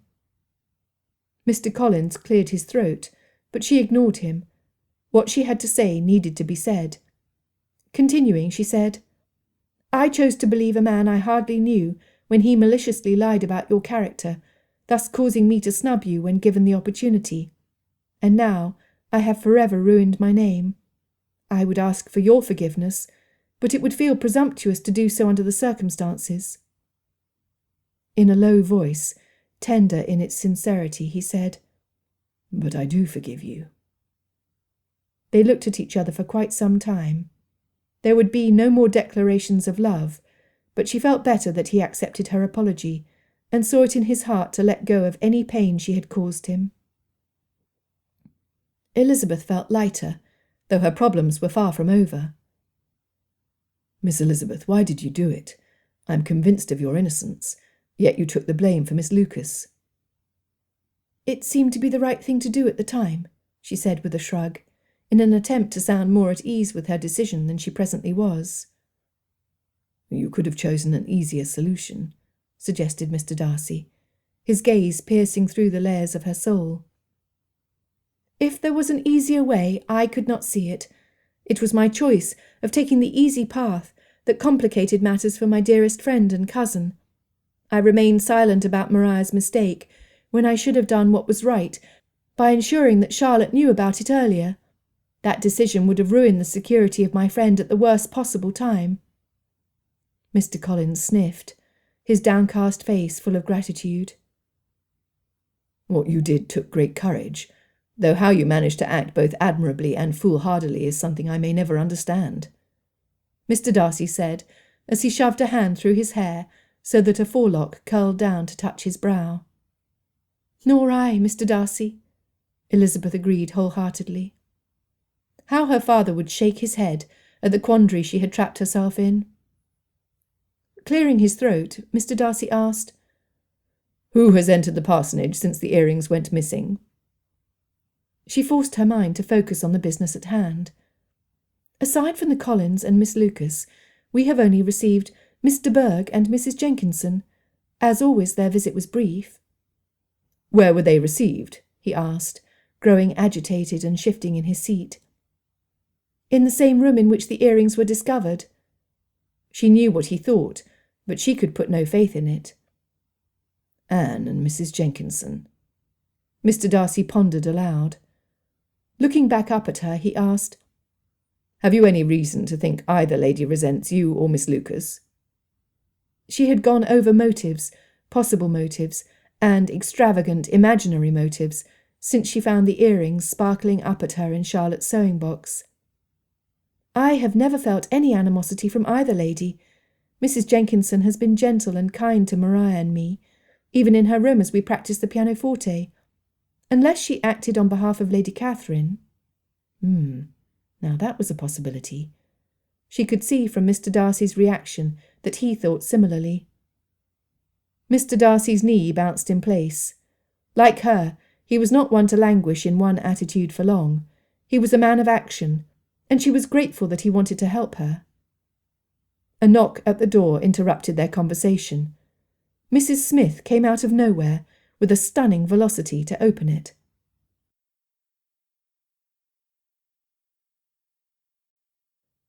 Chapter 28. "Colonel Fitzwilliam, what a pleasure to see you here. I know Thomas thanked you already, but I want to add my thanks as well for your help mending our roof. Thomas is capable with his hands and can create anything with a bit of metal, but he's all thumbs with our thatched roof," Mrs. Smith said with a chuckle, as she opened the door wider to receive the Colonel. "Think nothing of it, Mrs. Smith. It is always my pleasure to help Aunt Catherine's tenants and neighbours in any way I can," he said with a smile, before he looked incomprehendingly at the grim occupants of the room. Elizabeth had always thought favourably of the Colonel, but learning of his thatching skills was surprising. She doubted such things practical to one responsible for an estate was taught to soldiers in the army. Mrs. Smith started to move the wooden bench closer to their group, but both gentlemen in the room pounced to her assistance. "Very well, then. I still have work to do. If you require anything, please just shout for me," she said, wiping her hands on her apron as she walked toward the back of the house once again. Elizabeth could not imagine any of the three gentlemen present shouting her name aloud, though it was a common practice in her own home at Longbourn. The smile in her heart tightened as she thought of her home and her family. Homesickness, brought on at the very real certainty that she might never see them again, choked out the flicker of happiness their memory brought. Sitting down, Colonel Fitzwilliam said, "I saw Aunt's old coach outside and thought to see what was going on. I had an interesting discussion with Mrs. Baxter. She admitted that, outside of Miss Lucas's lack of judgment on taking one fashion magazine, she would not have thought the young lady capable of doing any worse. She admitted to writing more severely than necessary to Aunt Catherine, in the hopes of sending the young miss away, and out of the view of her son, who is of the age to drool over anything in a skirt." He chuckled at Mr. Darcy, but soon remembered that there was another lady in the room. "Oh, I do apologise for speaking so plainly, Miss Bennet." "Think nothing of it. I am happy to have my young friend's innocence reaffirmed." She tried to look cheerful and reflect the gaiety of the Colonel, but it was growing increasingly difficult to do so as consequences crashed around her. "Miss Bennet, if I may be so bold, what are you doing here?" he asked. Mr. Darcy stood. "I will explain all on our return to Rosings. It is imperative that we act swiftly and decisively, as Miss Elizabeth has been charged with the robbery of Anne's diamonds." Colonel Fitzwilliam nearly fell backward off the bench. "You cannot be serious!" he exclaimed. "I will be back shortly to ensure that all of Miss Bennet's belongings make their way here," said Mr. Darcy, signalling to Mr. Collins that it was time they depart. Take care of the lock on the trunk. It is broken. Elizabeth wished the ground would swallow her whole, or that she could think of something better to say than to warn the gentleman of her faulty latch. She choked the tears back, but she had held them back for too long, and they threatened to betray her. Mrs. Smith mercifully chose that moment to see Elizabeth to what would be her room during her stay. Elizabeth turned back, hoping to catch another glance or comforting word from Mr. Darcy, but all she heard was the jingle of coins as they transferred from Mr. Darcy to Mr. Smith's hand, and the sound of the men's voices as they walked toward the waiting carriage. Elizabeth appreciated the privacy the Smiths allowed her more than she could express. Not one to allow herself to feel defeated for very long, she did permit herself some measure of grief.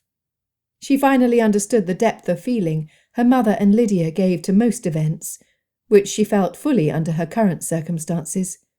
She might never see her family again, not if she was allowed to continue living. She might never see Mr. Darcy again.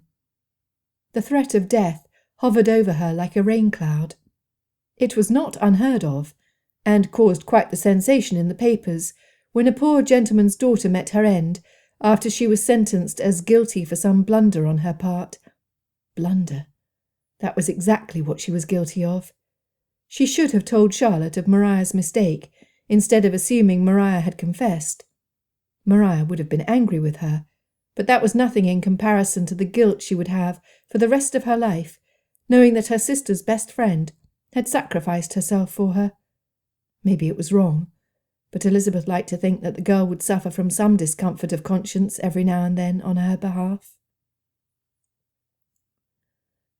A knock broke through her despair.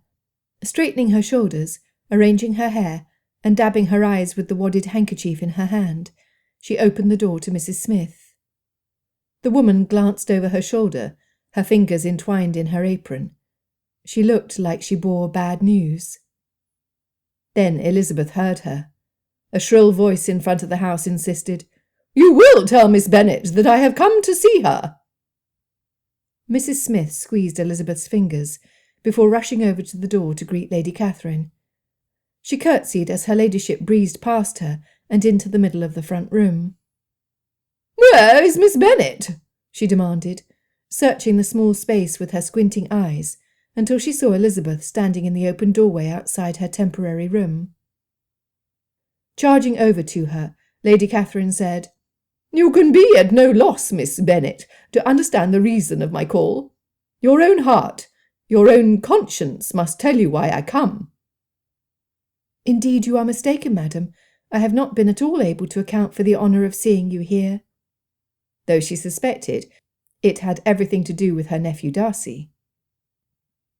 "Miss Bennet," replied her ladyship in an angry tone, "you ought to know that I am not to be trifled with. But, however insincere you may choose to be, you shall not find me so. My character has ever been celebrated for its sincerity and frankness, and in a cause of such moment as this, I shall certainly not depart from it. Have you formed an attachment with my nephew, Mr. Darcy? Though I saw evidence of it with my own eyes, I know it must be a scandalous falsehood, and I would not injure him so much as to suppose the truth of it possible." Full of disdain at Lady Catherine's rude behaviour toward Mrs. Smith, and her insults to her person, Elizabeth said, "If you believed it impossible to be true, I wonder you took the trouble of coming here. What could your ladyship hope to accomplish by it?" "At once to insist upon having such a report contradicted." "Your coming to call at my place of imprisonment will rather be a confirmation of it, if indeed such a report exists," said Elizabeth, resolved to sound as cool as her ladyship had when she accepted her confession and sent her away like a common criminal. "If! Do you then pretend to be ignorant of it? Have you not industriously designed to entrap my nephew?" "I have sought to entrap no one, much less Mr. Darcy." "And can you likewise declare that there is no foundation for me to suspect an attachment?" "I do not pretend to possess equal frankness with your ladyship. You may ask questions, which I shall choose not to answer." She crossed her arms in front of her, more to keep her hammering heart in her chest than for any protective barrier from the adversary before her. Exhausting her calm, Lady Catherine shook in rage. "This is not to be borne! Miss Bennet, I insist on being satisfied. Has my nephew made you an offer of marriage?" "Your ladyship has declared it to be impossible." She would never give her the satisfaction of a direct answer. Were her manners any less grating, she might have obliged. "It ought to be impossible, unless he has lost his powers of reason. But your manipulative arts and allurements may, in a moment of infatuation, have made him forget what he owes to himself and to his family. You may have drawn him in." The nerve of her ladyship, accusing her of acting manipulatively toward Mr. Darcy, even going so far as to question his sanity. "If I have, I shall be the last person to confess it." "Miss Bennet, do you know who I am? I am not accustomed to such language as this. I am almost the nearest relation he has in the world, and am entitled to know all his dearest concerns." "Be that so, you are not entitled to know mine, nor will such behaviour as you have demonstrated ever induce me to be explicit." Dropping her voice to a hiss, Lady Catherine said, "Let me be rightly understood. This match, to which you have the presumption to aspire, can never take place. No, never. Your confession ensured that as securely as your deal that I keep the Collins at the parish. Besides," she said with her nose in the air, "Mr. Darcy is engaged to my daughter. Now what have you to say?" Refusing to show how Lady Catherine's words hurt her, Elizabeth said in as steady of a voice as she could, "Only this, that if he is engaged to Mr. Berg, you can have no reason to suppose he would make an offer to me." "The engagement between them is of a peculiar kind. From their infancy they have been intended for each other. And now, at the moment when the wishes of his relatives would be accomplished in their marriage, I see it threatened by a young woman of inferior birth, and of no importance in the world.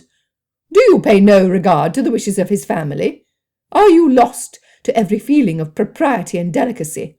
Have you not heard me say that from his earliest hours he was destined for his cousin?" "Yes, and I had heard of it before. But what is that to me? You did as much as you could in planning the marriage, but its completion depends on others. If Mr. Darcy chooses not to marry his cousin, why is he not permitted to make another choice? And if I am that choice, why may I not accept him?" She restrained herself from furthering her attack, though she dearly wanted to cut the pompous woman before her. "Your alliance, not that one is possible any more, would be a disgrace. After today's events, your name will never even be mentioned by any of us. Now, tell me once and for all, are you engaged to my nephew?" She dearly wanted to remain silent, but she desperately wanted the interview to end. Swallowing her pride, she said, "I am not." Pleased, Lady Catherine pressed, "And will you promise me never to enter into such an engagement?" As if such a miracle were possible. Still, not all the fight had left Elizabeth. "I will make no promise of the kind." Highly incensed, Lady Catherine said, "Selfish girl! Do you not consider that a connection with you would disgrace him? You are nothing more than a criminal, a low-born daughter of a nobody. In every way you have proved yourself to be nothing more than an obstinate creature bent on ruining Darcy's happiness. Do not imagine, Miss Bennet, that your ambition will ever be gratified. I came to try you. I hoped to find you reasonable, but depend upon it, I will have my way in the end." With a final huff, her ladyship turned toward the door and marched out of the house.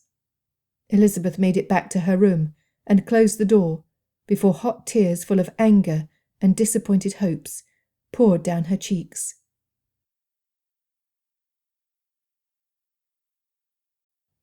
Chapter 29. Disturbed silence fell over the coach after Darcy recounted the events Richard had missed that morning. I do not understand it. Richard shook his head slowly back and forth. She did it to protect the Collinses and prevent Miss Lucas from experiencing the unpleasant imprisonment she is presently suffering. I see. So we're going back to Rosings to find the real culprit. Are you certain the villain is to be found there? He asked, not so concerned with Miss Elizabeth's current state as Darcy had expected him to be. From the beginning, I have believed this merely a scheme of Aunt Catherine's to prevent me from leaving, thus forcing me to propose to Anne. However, I now know for a certainty that she is not acting alone. Someone is helping her, and I aim to find out who it is. Excluding the residents and guests at the parsonage, that leaves me, and Mrs. Jenkinson, Anne, the maid, and the doctor. Richard counted on his fingers as he mentioned each person. Darcy had not considered the doctor, and he had already spoken to the lady's maid enough to convince him that she was clueless. She was too afraid of losing her post to risk it. The real question is, why? What motive would any of these individuals have? What do they stand to gain by blaming Miss Bennet for the theft of the earrings? Asked Richard, mulling over the facts in his head as he spoke aloud. The thing that stumps me is that it was not Miss Bennet who was blamed. She took that on herself out of loyalty to her friends. It was Miss Lucas who looked guilty. Why would someone act against her? She's too timid to cause much trouble. Unless their intention was to see the Collinses out of the parsonage, I do not understand it. Mr. Collins looked ash-white against his black coat and hat. Then why involve Aunt Catherine? She's been content with Mr. Collins until these recent events. She could not possibly be involved if that was the goal. To Mr. Collins he said, She would miss your praise and compliments too much. Darcy sank back against the cushions. What Richard said was true, and they arrived all too soon at the parsonage. The door opened, but Mr. Collins did not move. Mr. Collins, we're at your home. Do you wish to disembark? Asked Richard. With a large puff of air, Mr. Collins squared his shoulders and said, I should join you at Rosings. I have some information which will help my selfless cousin, and, be it to her ladyship's approval or not, it must be revealed. My conscience will be uneasy until I have freed myself from this wretched burden I carry. Darcy breathed out. More secrets. Just what they needed. Wishing he had more information with which to plan an attack, Darcy had to continue on nothing more than instincts, and trust that what Mr. Collins had to say would help Elizabeth. The truth needed to be told today, or else he would lose her forever. Her comments proved that her attitude toward him had changed. He could not be sure if she could overlook his faults so much as to love him, but he would hate himself eternally if he did not try. His jealousy against Richard had fallen flat at their exchange at the Smiths. Either they were both superb actors, or there were no special feelings between them. You do realise why my aunt wants to consult with you and me later, Mr. Collins. Will you comply with Aunt Catherine's order to read the bans against my wishes? Darcy asked. We shall see. My place here rests on shaky ground, and I recoil from acting contrary to her wishes. One word from me would see you comfortably into another living. If you help Miss Elizabeth, you are helping me, and I would be in your debt, Darcy said, intent on the clergyman. He would listen to a lifetime of sermons from the dullest gentleman of his acquaintance, if it meant he had a future with Elizabeth. I assure you that I will do what I can, Mr. Darcy, said Mr. Collins, in quite possibly the shortest sentence uttered by him in their acquaintance. Not wanting to waste any time, Darcy told the coachman to take them on to Rosings. Aunt Catherine was out when they arrived. Darcy did not recollect seeing her on the road. It brought Darcy no comfort when Simmons told him her destination, but it also meant that she would not be away long. He said a silent prayer in his heart for Elizabeth. He rallied forces in the library, sending for Anne and Mrs. Jenkinson to join them. Darcy asked Simmons to request a meeting with Aunt Catherine as soon as she arrived. It was urgent. Darcy paced the room, watching the lane leading up to the house from the window. Richard spoke quietly with Anne. Mrs. Jenkinson sat with her fingers laced in perfect repose in a nearby chair, and Mr. Collins gesticulated in his seat, apparently practising his speech before it must be given to his most unforgiving audience. The occupants of the library understood their purpose in being there and prepared themselves. Darcy did not need to say anything. After the passing of a quarter hour, Darcy saw the coach make its way up the drive. Another few minutes after that, Simmons called them into the drawing-room. Silently, saving their words for when they were needed, they walked through the antechamber and into Aunt Catherine's lair. She sat in her usual spot, to be flanked on one side by Anne and Mrs. Jenkinson, and by a mural of Mark Antony and Cleopatra on the other. Mr. Collins sat across from them, somehow managing to postulate from a sitting position. The man had talent. "What is this?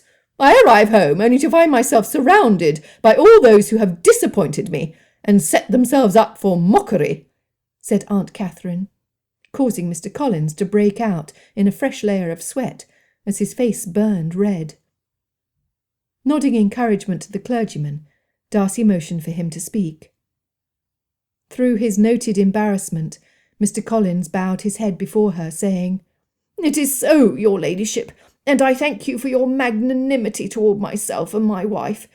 I will seek never to disappoint you again, once I have confessed the wrong I have done against those who look to me for protection as my guests and blood relations.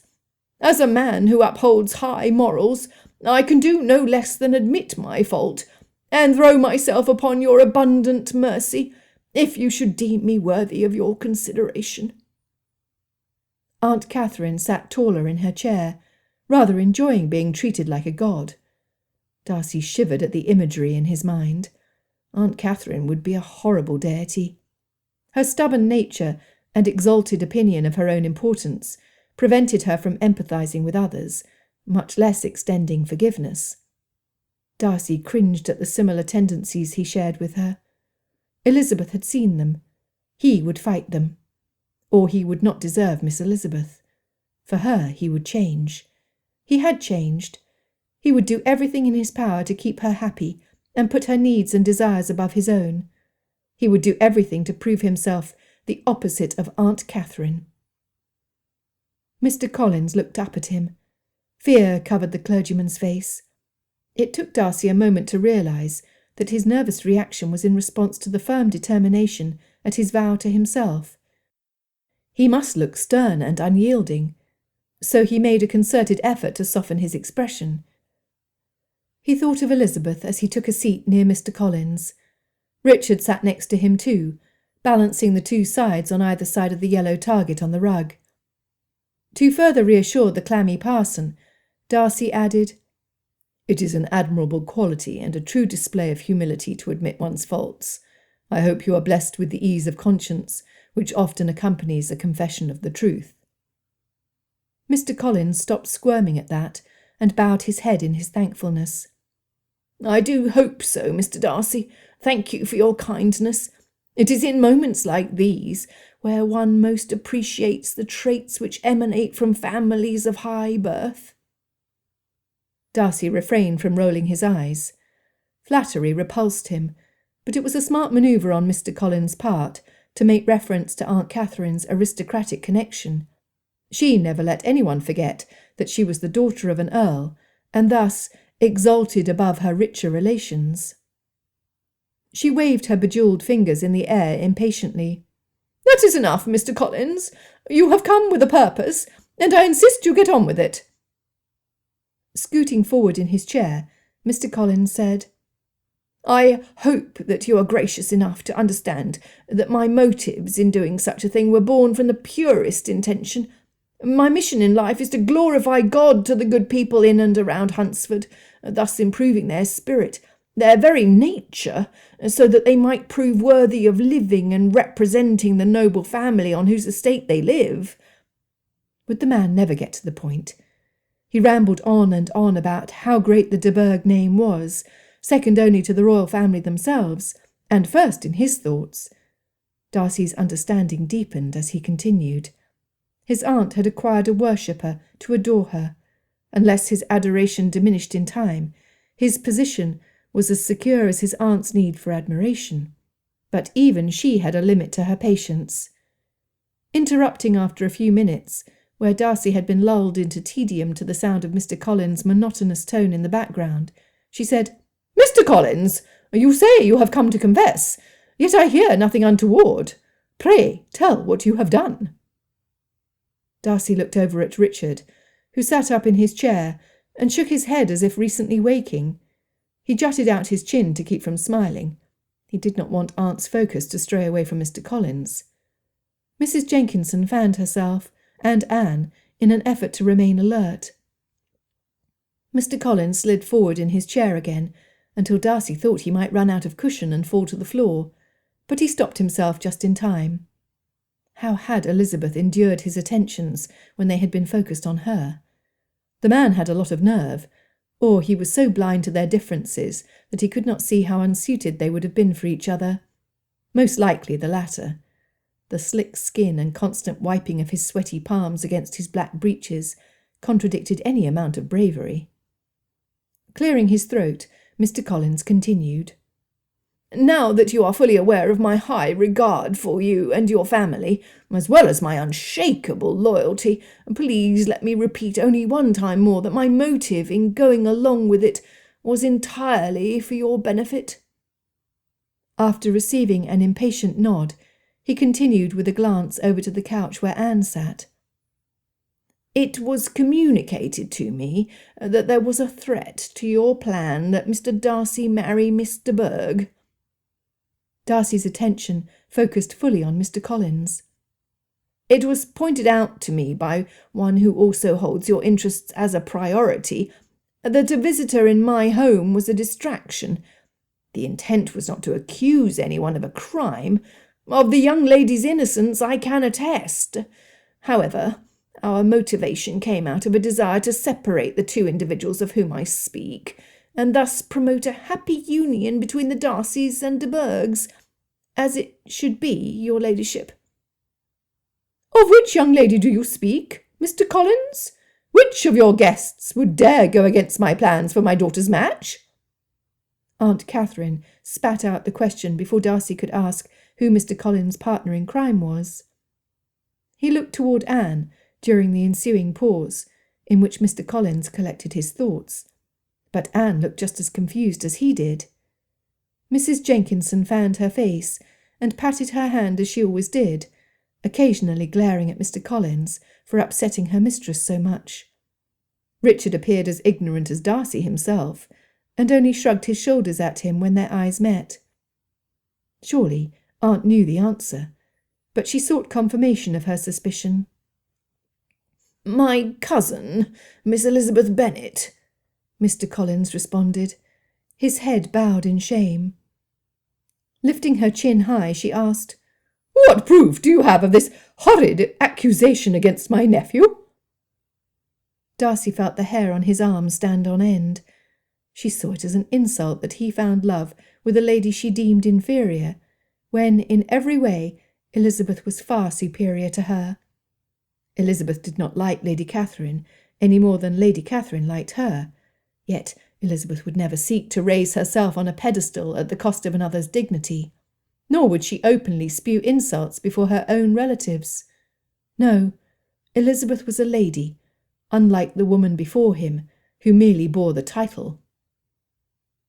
Biting his tongue so as not to distract Mr. Collins more than he already allowed himself to be, he buried his feelings until a more opportune time.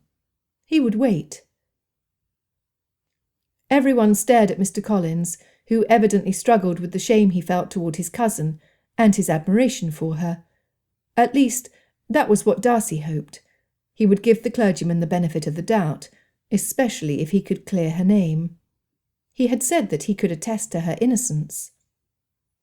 "About a week past, your ladyship was gracious to condescend to invite myself and my household for tea. My cousin, unfortunately, was suffering a headache and chose to remain behind. It is suspected that during this time, in which Mr. Darcy was also absent from tea, he called on her while she was unattended. There have been other instances where they have been seen walking together through the lawns in the park." Aunt Catherine turned on Darcy, her eyes fuming and red-rimmed. "Is this true? Did you knowingly call on an unmarried woman?" Darcy, annoyed with the use of so many words to reveal so little, as well as the implication that Miss Elizabeth was too low for his attention, spoke clearly and plainly. "I did call on Miss Bennet. I proposed to her." The gasps in the room were so dramatic he would have burst out laughing had the matter not been so serious. Richard did not have the same delicacy. He clamped his hand over his mouth and shook in merriment. Aunt Catherine stood up from her chair, her hand shaking so violently Darcy stood to assist her should she topple over. "You are engaged when you are promised to another? How dare you act so perversely whilst a guest in my house?" she shouted. With all the calm he could muster, Darcy answered, "She refused me. I am not engaged. More is the pity." He refused to look at Richard, who surely was in fits of laughter by now. Darcy hoped he would choke on his tongue. Sitting back down, Aunt Catherine said, "Then she is more sensible than I had believed her to be. We shall keep this amongst ourselves, for I will not have you compromised and thus be forced to marry her." "I still love her, aunt. I shall marry none other than her," he said, still standing. He looked at Anne. She smiled at him, bit her lips together like she would weep, and fluttered her hand over her heart. Before Aunt Catherine could exclaim the cutting retort on the tip of her tongue, Anne stood, drawing everyone's attention. Mrs. Jenkinson heaved herself out of her place to keep her hand at Anne's elbow. Richard moved to get up, but Anne stopped him with a shake of the head. "Mother, there is something I wish you to know. I am in love." She stopped to smile. She looked lovely with happiness adorning her face. "Of course you are in love with Darcy!" exclaimed Aunt Catherine. Her sweet smile still illuminating her with peace and joy, Anne stepped toward Richard and extended her hand. "I am ashamed of my cowardliness in keeping silent so long. All of this could have been avoided had I overcome my fear. Would I could be more like Miss Bennet in that regard," she said. Richard took her offered hand, caressing it between his own with a tenderness Darcy had not thought Richard capable of. With a touch of his lips against her fingers, Richard rose to stand by Anne. Silence consumed the room.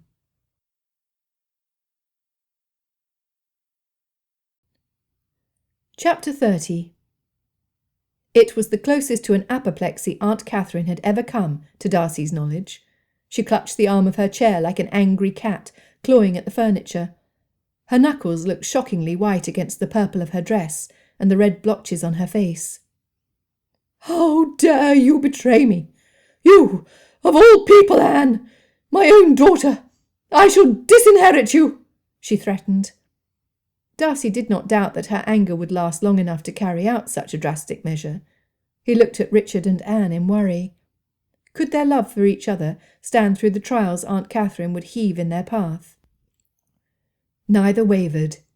Anne clasped all the more firmly onto Richard's arm, and he pressed it into his side, resting his free hand on top of hers.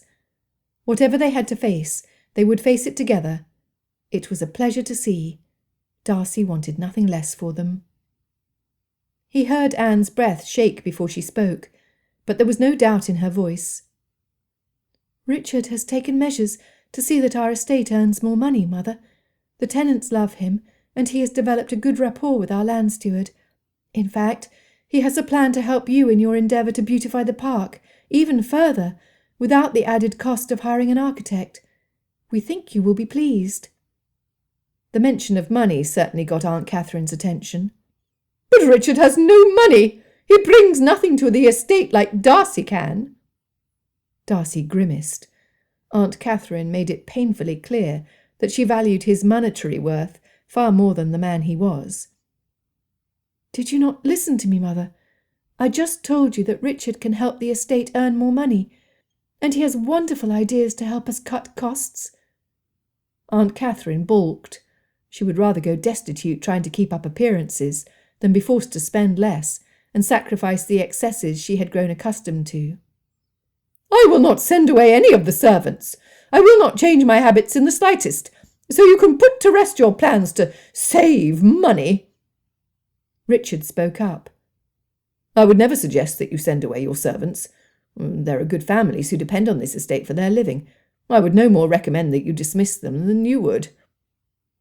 Aunt Catherine harumphed, but she kept her objections to herself. After a moment, she lowered her stubborn chin and looked at Richard out of the corner of her eyes. She was curious. Taking that as encouragement, Richard continued, "Have you never noticed how your estate has provided more in the past few years than in the previous? Are you not at least a little curious to know what I've been up to? Would you not be interested in hearing what ideas I have for increasing your income? Surely that is to your advantage as well as Anne's." Palms up, he implored her to do what she seldom did, to listen. She snorted derisively, but she cast no more judgments toward the couple now standing before her. Perhaps shock had set in.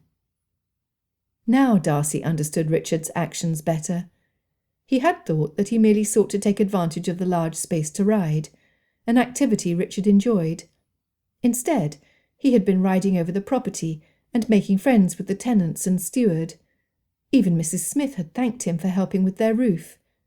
All this time, Richard had been making improvements and learning how to care for an estate, so that he would make a worthy husband of Anne. Pride for his cousin filled his breast. Only he could conduct such a manoeuvre, subdue the dragon, and rescue the maiden from the tower of seclusion she had lived in her entire life. Looking at how Anne glowed that moment, even convinced Darcy that love would work its miracle and ease the malaise which had wasted most of her youth. Richard was giving her a second start in life. It made him want to storm the blacksmith's walls on his white steed and rescue his own damsel in distress. The connection hit him like a brick to the head. Looking at Anne, he said, "Your earrings were not stolen, were they? You gave them to Richard to help him with his debt." Anne smiled sheepishly, and Richard's face turned scarlet red. Bunching up his chin in his wilful way, he said, "I could not accept them." Shaking her head, Anne said softly, "You and your foolish pride. Would you have taken them like I begged you to? We could have bought them back once you paid them off. I know you would have done so." Before the conversation could become distracted again, Darcy turned to Collins, who sat, quite forgotten by everyone else in the room. "You said that you know for a certainty that Miss Elizabeth is innocent of taking the earrings. Please explain yourself." Mr. Collins took in a large breath, no doubt to speak a good amount of vocabulary without saying anything at all. "In few words," Darcy added for good measure. Exhaling, Mr. Collins looked deflated, but he soon recovered enough to say, "I know she did not take them because I was the one who put them in Charlotte's sewing box to be found during the search of my home." Darcy lurched forward in his seat. "It was you?" he exclaimed. "I did not steal them, of course. I would testify before the Almighty himself that my motive in doing so was only to protect the interest of her ladyship. I did not know, however, that Mr. Berg's affections lay elsewhere, or else I might not have acted against my own household as I did. I am ashamed." Mr. Collins bowed his head. Darcy voiced the question he had pondered since Anne's admission. "If you did not steal the earrings, Mr. Collins, then please be so kind as to tell us who did." Mr. Collins said nothing, but his eyes darted to the couch where one lone figure sat, Mrs. Jenkinson, who looked like she wished she could disappear. Anne gasped. "But of course! What a simpleton I have been!" Leaving Richard's side, she went to the couch and sat next to her companion of many years. "Why did you do it?" she asked. "I found your letters, Miss Anne," she said softly. Anne nodded in understanding and looked up at Richard. "When Mother sent you up to my room with the maid to retrieve the earrings I knew were in the compartment," she pressed. "Yes, I understood why you would have put them there. Nobody would look in that part of your desk, knowing it was not to be disturbed. But I saw what you had hidden, and I sought to protect you from yourself. I thought you would ruin your future, and I could not bear it." Aunt Catherine, who had been abnormally quiet, found her voice. "For goodness' sake, speak plainly, Mrs. Jenkinson. What did you see, and why did that make you do what you did?" "I saw packets of love letters tied with red ribbons addressed to Miss Anne from Colonel Fitzwilliam. There were dozens upon dozens of them. I saw with my own eyes that theirs was no passing fancy, and I even suspected a secret engagement. So I pretended to drop my spectacles on the floor by accident to distract the maid, and I snatched the earrings until I could speak with Mr. Collins." "Why not simply speak to me? Mrs. Jenkinson, you have become a close friend to me. Why did you not trust me?" asked Anne. Mrs. Jenkinson patted Anne's hand as she always did. "As much as I esteem your friendship, my attachment to her ladyship is even stronger. She saved me from the workhouse after my husband died, and left me with nothing. I owe her my life, and I could not bear for her to suffer disappointment when she learned that you were in love with someone other than Mr. Darcy." Aunt Catherine quietly smiled. She was a striking woman anyway, but Darcy saw an inkling of humanity in her at that moment. That explained why she acted the way she did toward Anne, but it did not explain her involving Mr. Collins. "Why did you confide in Mr. Collins?" Looking accusingly at him, she answered, "I saw you leave the parsonage the afternoon Miss Bennet had stayed at home from taking tea with Lady Catherine and her hosts. Anne needed some air, and felt well enough to ride out in her pony and cart. We had just passed by when you came walking out of the house. Why else would you enter the parsonage when you knew the only person home was Miss Bennet?" She paused to catch her breath. "I saw the longing in your eyes when you looked at her, and I noticed how you paid her particular attention when she played the pianoforte after dinner. You found praise where there should have been none. Only the rose-coloured tint of love could have cast its partial glow to the noise she produced from the instrument. I wanted her gone, so that you could pay attention to Miss Anne. That was my reason in choosing Mr. Collins to take into my confidence. His loyalty to the de Bourgh family is as great as mine." It was Anne's turn to soothe the elderly woman. Anne was far more sympathetic than he was. He glared at the woman who was the cause of Elizabeth's wrongful imprisonment. Fortunately for Mrs. Jenkinson, he would have little say in her punishment. Addressing Mr. Collins, he asked in disbelief, "You went along with her. What could have possessed you to act in such a manner against your own cousin? And do not forget that it was Miss Lucas, your sister by marriage, who looked guilty. Were you willing to cause unrest in your own home, just to please your patroness?" He shut his lips in disgust, Mr. Collins' actions growing more detestable in his mind as he thought about them. Mr. Collins stuttered. "I did not know about Miss Lucas's error. To be fair, Mrs. Jenkinson promised me she would merely encourage her ladyship to send the ladies away. Once they were gone, things would return to normal." "Were they not planning to leave in less than a week anyway? What could you possibly stand to gain by allowing your own cousin and sister to leave in shame?" Darcy insisted, growing increasingly impatient with the clergyman. Mr. Collins had the decency to blush crimson. "It is nothing I am proud of. I will admit that I wish to knock my haughty cousin down a peg or two. I never sought to do her any lasting harm.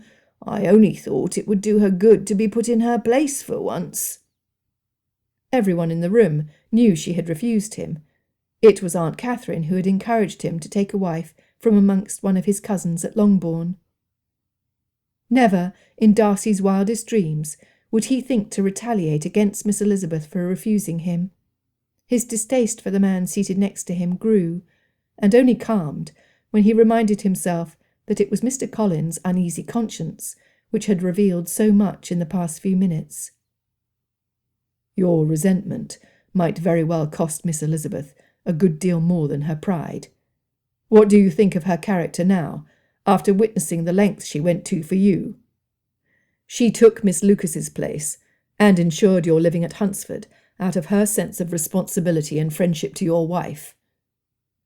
A woman who felt so deeply for her friends would be the best ally in life. Darcy dreamed of them dealing with the challenges brought their way, knowing that she would not shrink back.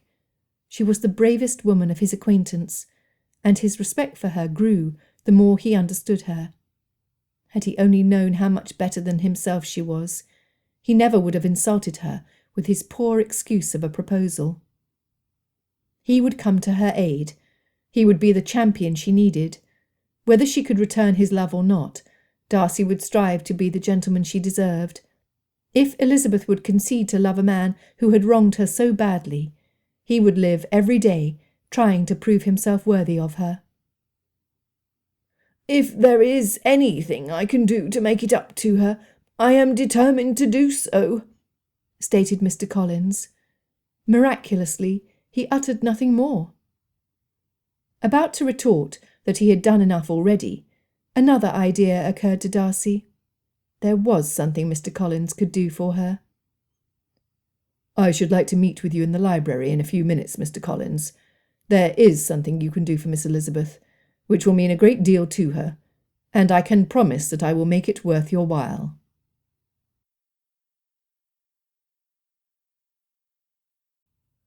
Chapter 31. More than anything else, Elizabeth hated the waiting. If she knew what her future held, good or bad, at least she could prepare herself for it. Instead, she found herself forced to hope that others would care as much about her fate as she did, while preparing herself for the worst to happen. The state of limbo, without the advantage of clearing her mind by taking a walk outdoors, filled her with a desperation which she fought for what felt like endless hours. Mrs. Smith was good enough to allow her out of doors, where the smaller children played, as she rooted the weeds out of the garden.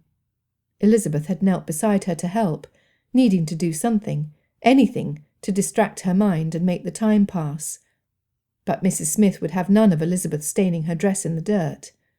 If only she knew the liberties Elizabeth was allowed to take at home. With a sigh, her thoughts carried her to Longbourn and her family. She had failed them miserably. One whisper of her predicament, and her mother's hopes that her daughters make brilliant matches would be shattered. Nobody would marry into the family of a criminal. Not even Mr. Bingley would dare. Not able to do anything else, she prayed with all her heart that her family not be made to suffer too greatly for her error. She could not bear it if they did. Mrs. Smith, smacking the dirt off her hands and wiping them on her apron, came over to sit by her. "You have had a rough afternoon, miss. Is there anything I can do to ease your heavy heart?" she asked. With a weak smile, Elizabeth thanked her. "You've been too kind already, Mrs. Smith. You've made me feel at home in your house, as any proper guest could be, when for all you know I'm nothing more than a common thief." Mrs. Smith laughed. "I think not, miss. Whatever would you steal Mr. Berg's earrings for? No, there has been a storm brewing for too many years at Rosings, and it is about time that Lady Catherine comes to terms with it. Mr. Berg is a grown woman, and contrary to the limitations her mother places upon her, she will not forever succumb to being treated like a child." Both curious and agreeable to distracting conversation, Elizabeth asked, "You think that Mr. Berg is not so sickly as Lady Catherine thinks? Whenever I have been in her company, she always looks so pale and fragile." "Aye, that she is. You would too if you had some fancy doctor bleeding you every week of the poison. You ought to see the scars on her arms. Granted, I've not seen them with my own eyes, but my niece is a housemaid, and she told me how Colonel Fitzwilliam quarrelled with Lady Catherine about that overpriced charlatan killing Mr. Berg slowly." "It is good that Mr. Berg has a champion to fight for her.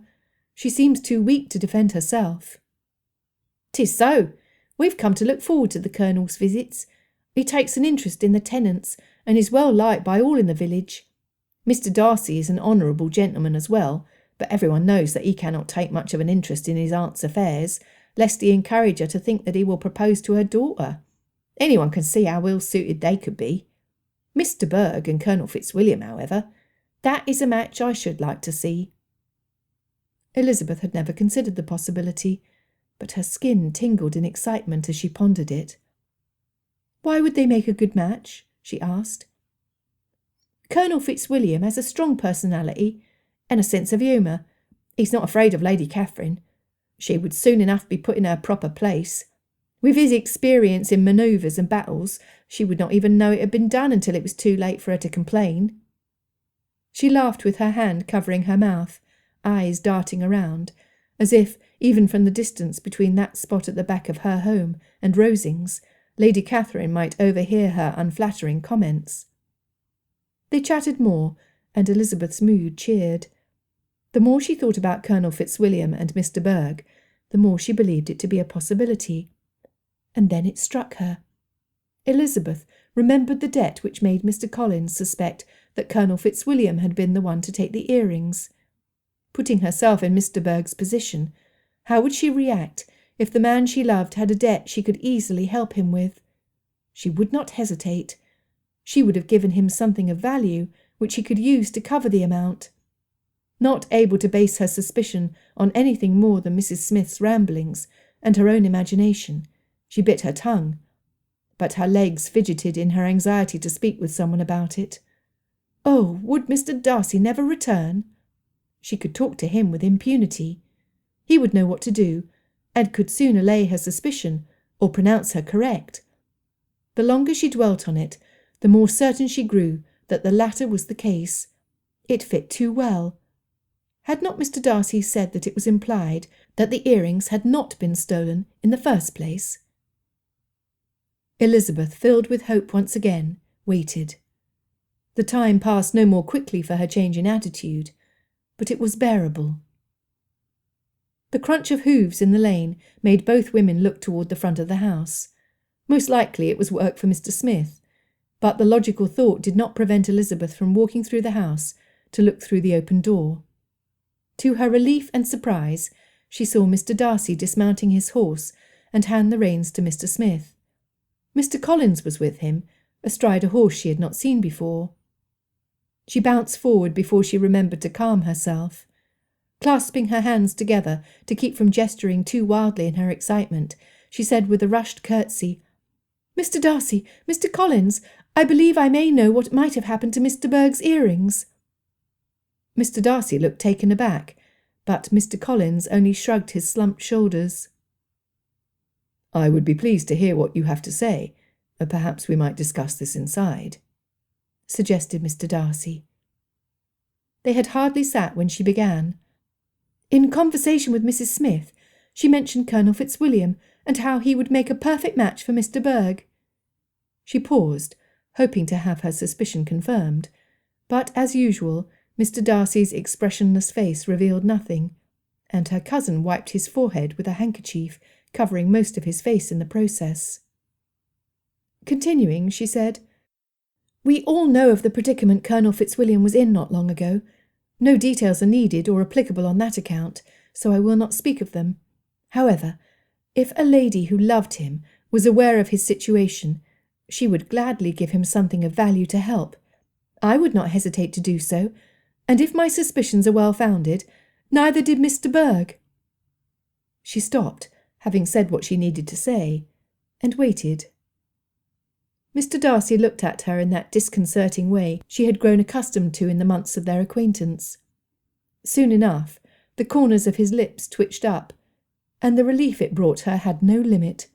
She was right. She had solved the crime, which was not a crime at all. "You are correct in part," he said, his eyes brilliant with elation. "Unbeknown to anyone, my cousin has been courting Anne for several years now. In fact, we left them to deal with my aunt only minutes ago. He is not one to easily lose his resolve, and Anne has grown stronger than I ever thought her capable of being, with his rock-like support. I think they will make each other very happy." Melancholy flickered across his face, dulling his countenance ever so slightly. Is it possible? How did Lady Catherine react? She asked, a rush of questions on the tip of her tongue. It has happened, and my aunt, though initially furious, is making the best of it. It turns out that Richard has a solid head for business and can increase her income. Also, Anne was smart and learned the conditions of her inheritance. According to her deceased father's will, she is to inherit when she marries. I wish them happy, agreed Elizabeth politely, craving for his smile to return. Surely he was content, was he not? A carriage passed through the yard. Elizabeth leaned forward to peek through the door, but she could not see enough to confirm what she could only hope. Clearing his throat, Mr. Darcy said, Yes, well, we came to see you safely back to the parsonage. We must not delay any longer. Mr. Collins and I have business in London. We must make haste if we are to make any progress before nightfall. Elizabeth cocked her head to the side, confused and wanting answers. I'm free to go? She asked, just to ensure she had not dreamed the last exchange. You are free, and as far as anyone knows, you merely visited Mrs. Smith, while her husband fixed the broken clasp on your trunk. Elizabeth had been outside most of the afternoon, and had not paid much attention to her surroundings. There, in the shade of the door, sat her trunk, with a new clasp on it. Once again, Mr. Darcy had thought of everything. He had protected her reputation by giving her an alibi, so that no one in the village would dare call her character into question. "Thank you," she whispered, desperate to read his heart. He was free from his engagement, but was he free to love her, as he had once claimed that he did? His smile returned. Mr. Collins fanned himself with his damp handkerchief. He mumbled some words which Elizabeth did not try to hear. She did not want to look away from the man in front of her. How she wished she could have more answers, but it was not to be. A footman stood in the doorway, and everyone sprang to action. Elizabeth thanked the Smiths for their hospitality and company, while Mr. Darcy arranged for her trunk to be transported back to the parsonage. He handed her into the carriage, ensuring she was comfortable before he mounted his horse to follow the distance to Mr. Collins' home. It took just minutes for her trunk to be returned upstairs to the room in which she had spent the past month. The dust had not yet settled, and the coach was gone, along with Mr. Darcy and Mr. Collins. Questions swarmed in her mind, the foremost of which was, what urgent business did Mr. Darcy have with Mr. Collins in London? Who had stolen the earrings and allowed her to take the blame? Was Charlotte's place in her home safe? Why did Mr. Darcy have to leave? Did he still love her? Turning to the house, Charlotte and Maria welcomed her with embraces and kisses. She would ask Charlotte what she could.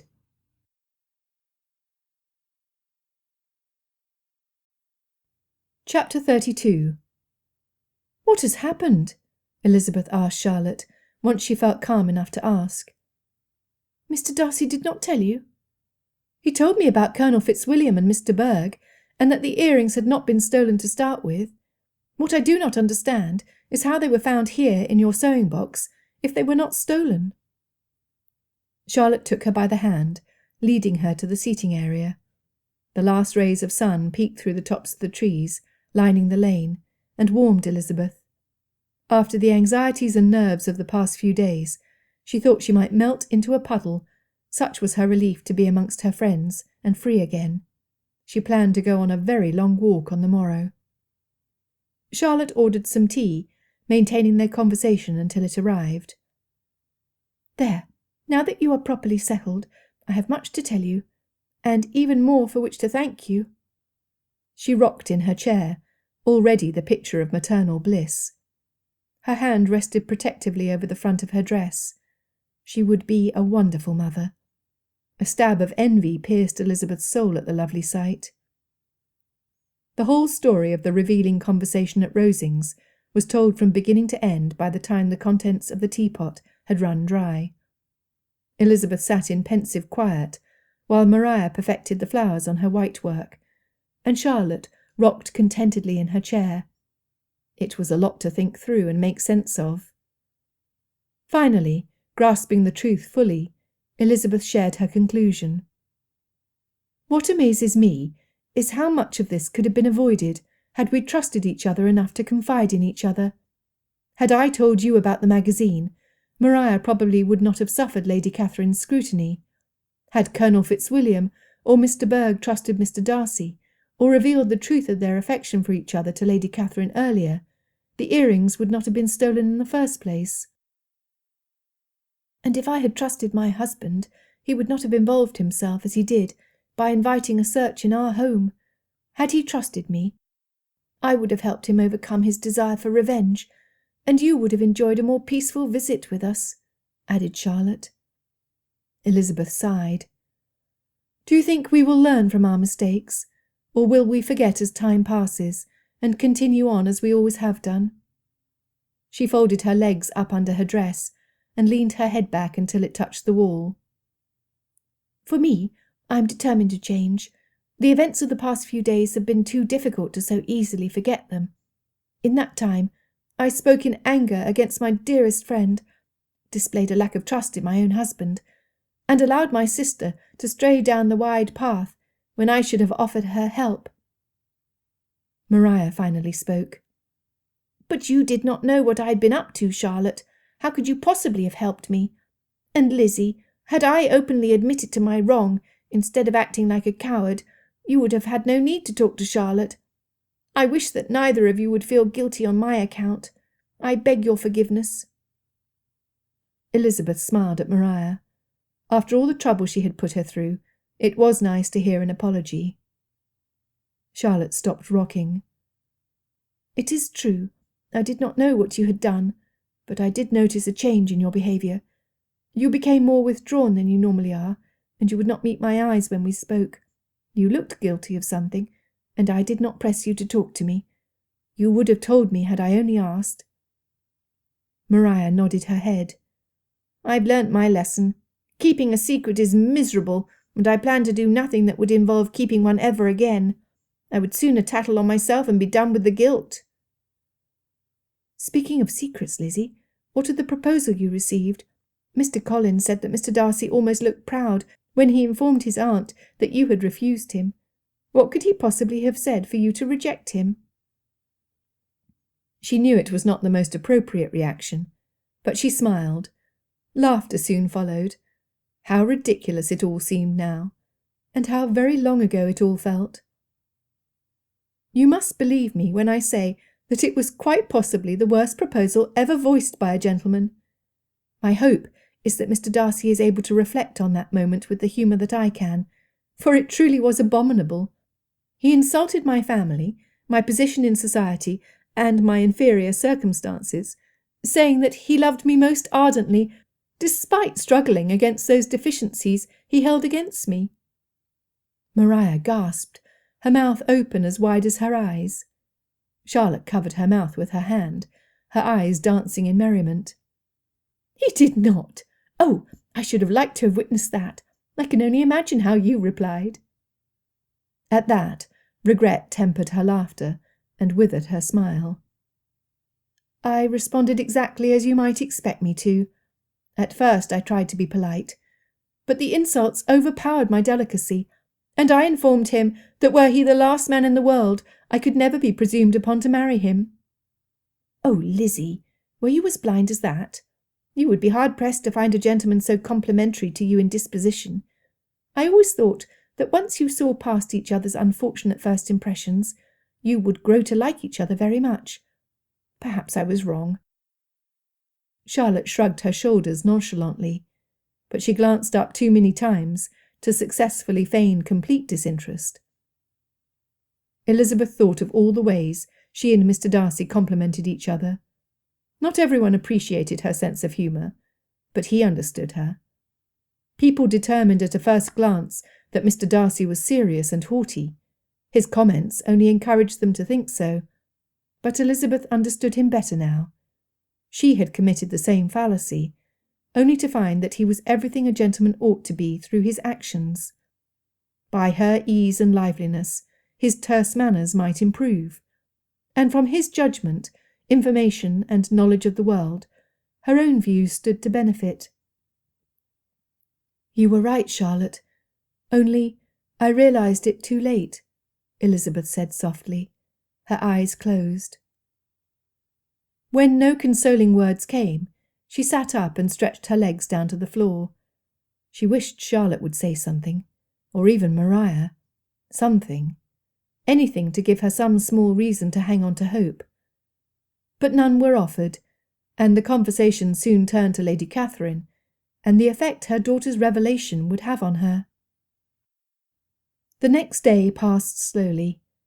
Too many times Elizabeth found herself looking out of the window toward the lane. Her preferred occupation had become sitting in the window seat with a book in her hand. Not that she read much, but it gave her an excuse to watch for riders coming up the road. She chose her walking paths likewise as well, never straying too far, lest she miss Mr. Darcy's return. What could he have gone to town with Mr. Collins for? Elizabeth asked Charlotte that same question, but the only response she got was a pursing of the lips and a "You must wait to find out for yourself. You will get nothing from me." There was nothing in her words or her manners to signify if that was good or bad. As another day passed by, and hers and Maria's departure from Hunsford neared, she wondered if she would ever find out.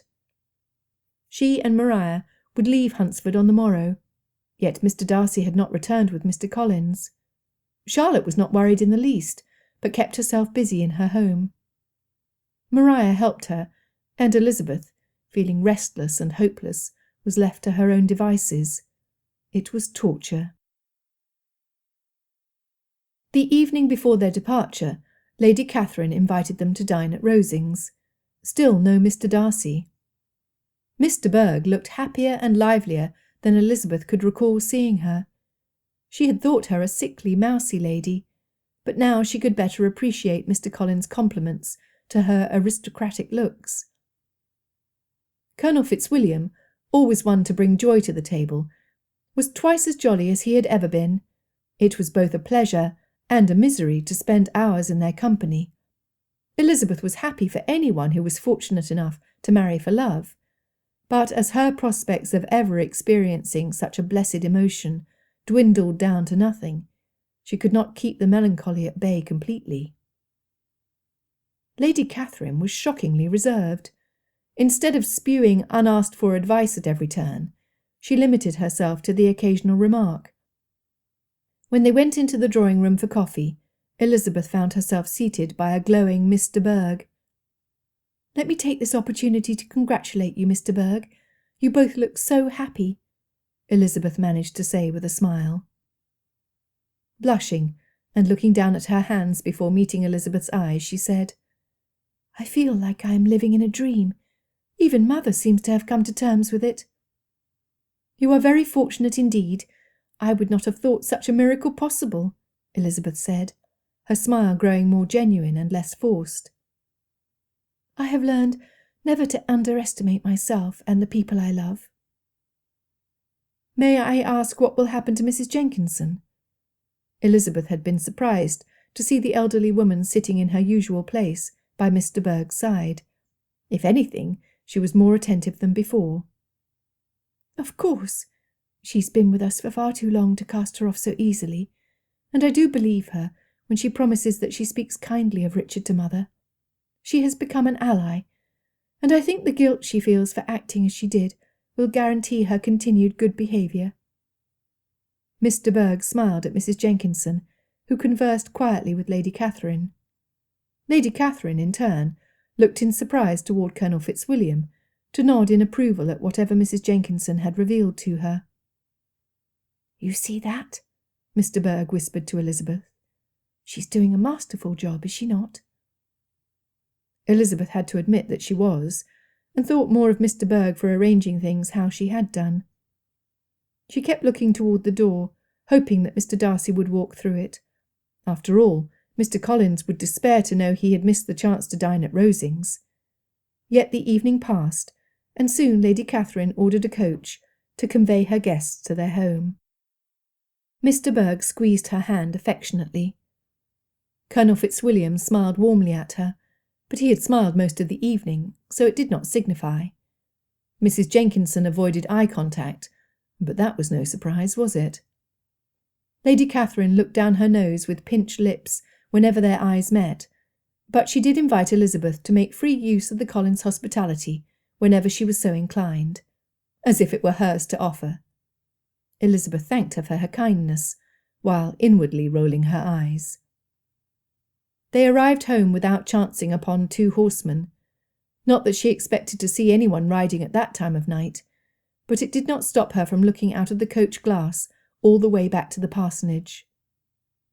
As fortune would have it, Mr. Collins did return after she had changed into her night-clothes.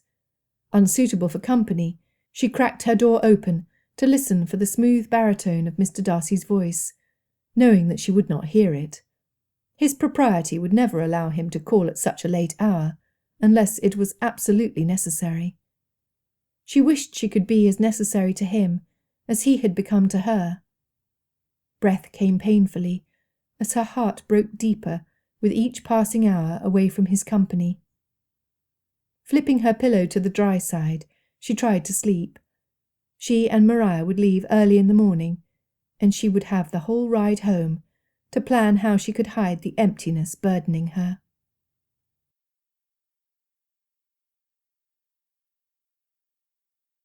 Chapter 33. It was just as well they planned to leave at first light in the morning. Elizabeth tossed and turned all night, her dreams of Mr. Darcy indelibly imprinted in her soul.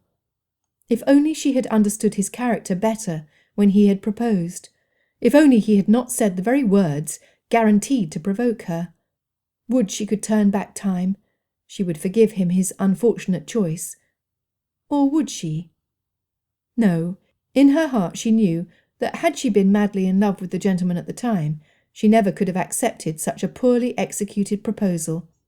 Every fibre of her being rebelled against the thought. But she would not have refused him in such a way so as to prevent him from asking again.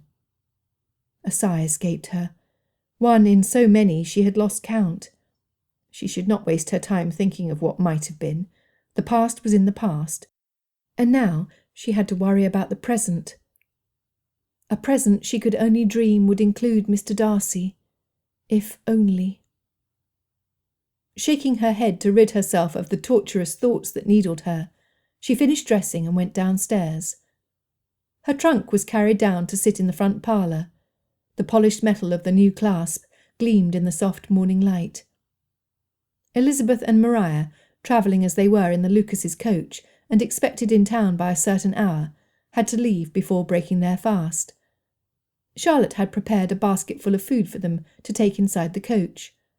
Elizabeth was grateful Sir William had sent their family coach for them to travel in more comfortably. Maria would sleep most of the way, and she would be free to think about what might have been. Holding little hope that Mr. Darcy would stop by at such an unseemly hour, Elizabeth just wanted to return home to her family. She welcomed the noise and turbulence she had grown up surrounded by. She would hug her sisters, tell them all about the grandness of Rosings, and let their laughter lift her spirits.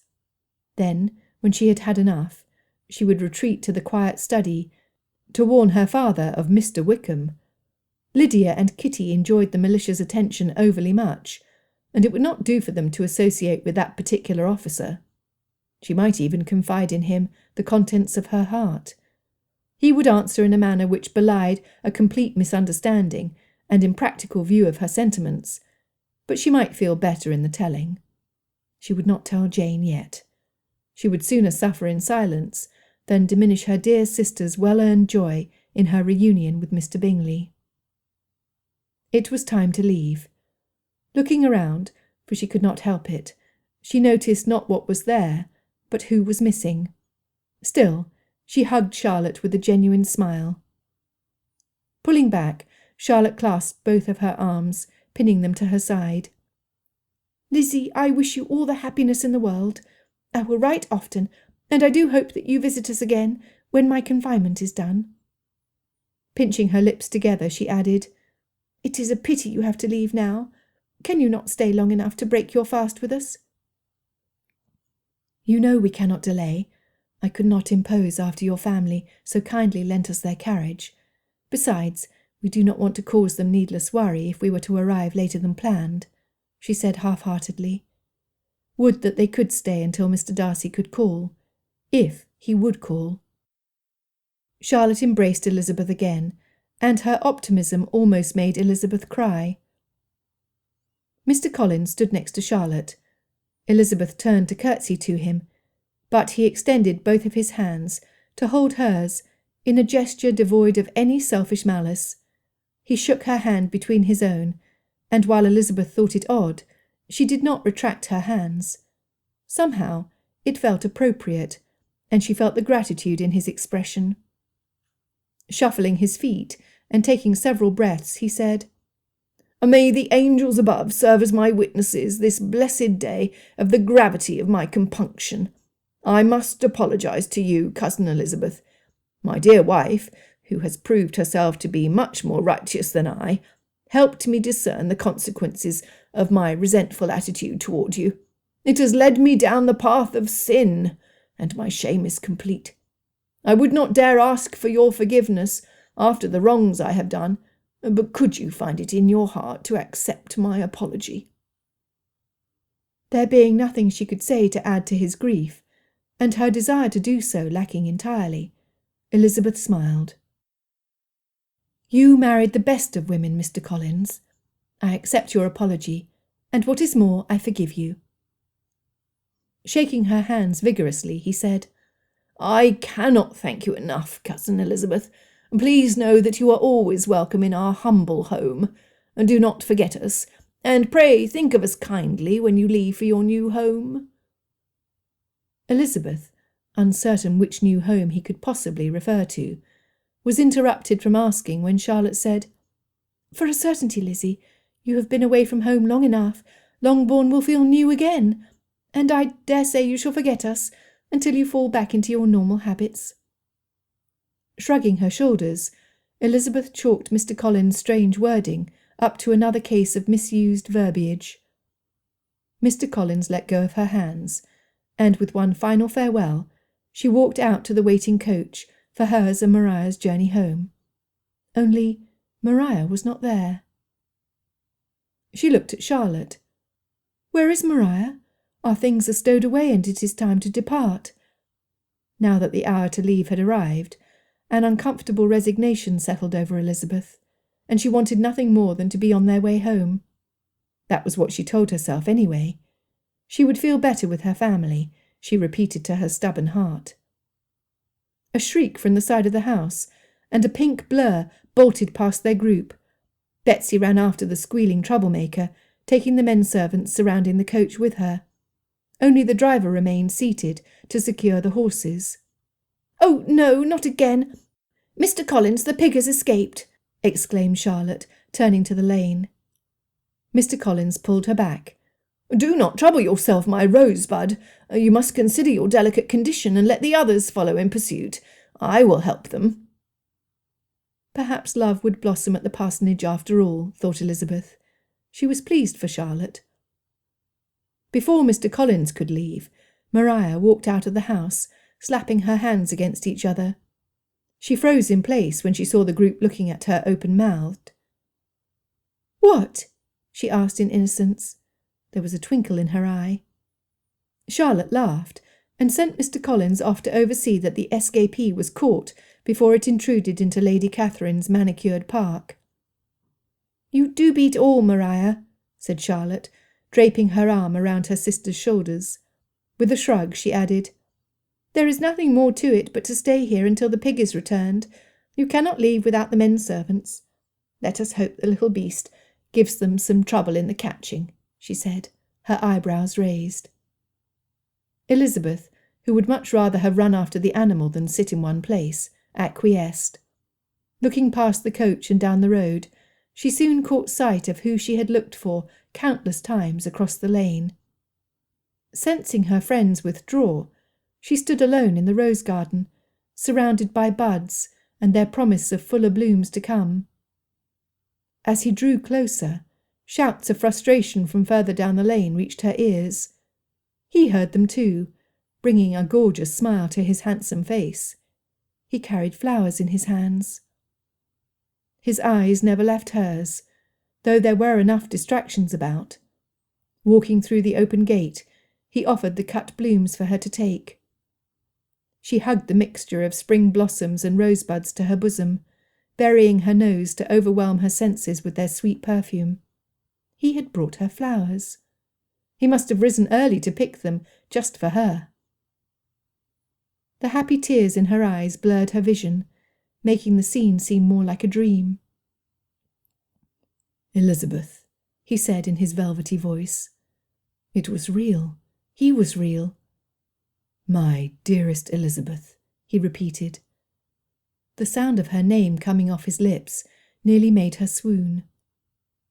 Fitzwilliam, she said aloud, testing his name for the first time. Liking the feel of it rolling off her tongue, she whispered again to herself, William. Now that was better. Stepping forward, he placed his hands on her cheeks and raised her face up to meet his smouldering gaze. Elizabeth, let me tell you how ardently I admire and love you. From the moment we first met, you took possession of my heart. And I knew that life was not worth living if I could not share it with you. You have bewitched me body and soul, and I must know, will you marry me? He rubbed his thumb across her cheek. She would float up to the heavens if he did not hold her to the earth. She felt his warm breath caressing her forehead. I would like nothing more than to spend forever with you, she said, leaning forward as closely as she dared, the flowers forming a well-intentioned but unwanted barrier between them. William heaved a sigh of relief, making her laugh. He seemed to be such a self-assured, confident man, yet he had been nervous. Did you really think I would refuse you? She teased. I had hoped to perform better this time around, he said through his grin. Like the rest of him, his teeth were perfect, and he gave her occasion to see all of them. She determined to make him smile thus every day. Let me reassure you that your second attempt is something I will relive over and over in my dreams. What is more, I vow to do my utmost to erase your atrocious first proposal forever from my memory, and only remember this one. That suited him just as well as it did her. Out of the corner of her eye, she saw her friends through the window. Their arms were around each other, and Maria bobbed up and down in excitement. Charlotte's hand rested over her heart. Elizabeth winked to them as she turned her full attention back to the man before her. Let us go to the orchard, she suggested. She did not need to ask twice. God bless that pig for delaying your departure, he said through his laughter. He tipped his hat at the ladies standing before the window, and arm in arm they walked past the house to the bench settled amongst the fruit trees. I believe we have Maria to thank for that. Otherwise we should have gone. And I so badly wanted to see you, she said softly, not bothering to dampen the longing in her voice. I would have chased you down on my horse. When I saw that there was a chance that you returned my affection, nothing could prevent me from asking again. He rested his hand gently on top of hers, sitting so close she could feel his leg against her own. Turning over her hand and lacing her fingers through his, she asked, Why did you leave? I was free, but the agony was unbearable.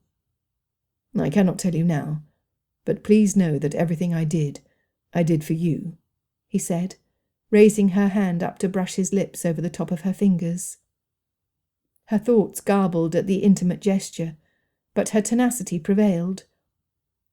Though her heart threatened to flutter away like a butterfly, she asked, Cannot or will not? He leaned forward so that their foreheads touched. He smelled so much better than the flowers, now lying beside her on the bench, and she felt that her tingling skin was the only thing preventing her from melting into a puddle as he brought his fingers up to touch her hair. She tilted her chin up and closed her eyes, feeling her eyelashes brush against him. Thank the Lord and his angelic army, the pig is returned. Elizabeth bolted upright, the magic of the moment gone. William, too, looked like something precious to him had been taken away. Mr. Collins stood victorious across the orchard, while a footman tossed the pig inside its pen.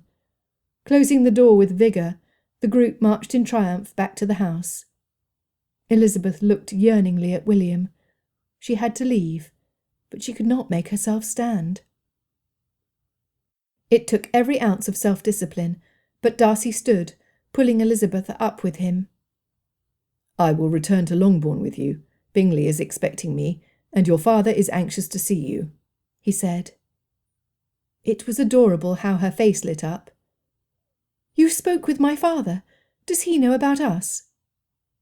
There was so much he wanted to tell her, but he would not ruin his surprise. Mr. Bennet would guard his silence until their wedding day.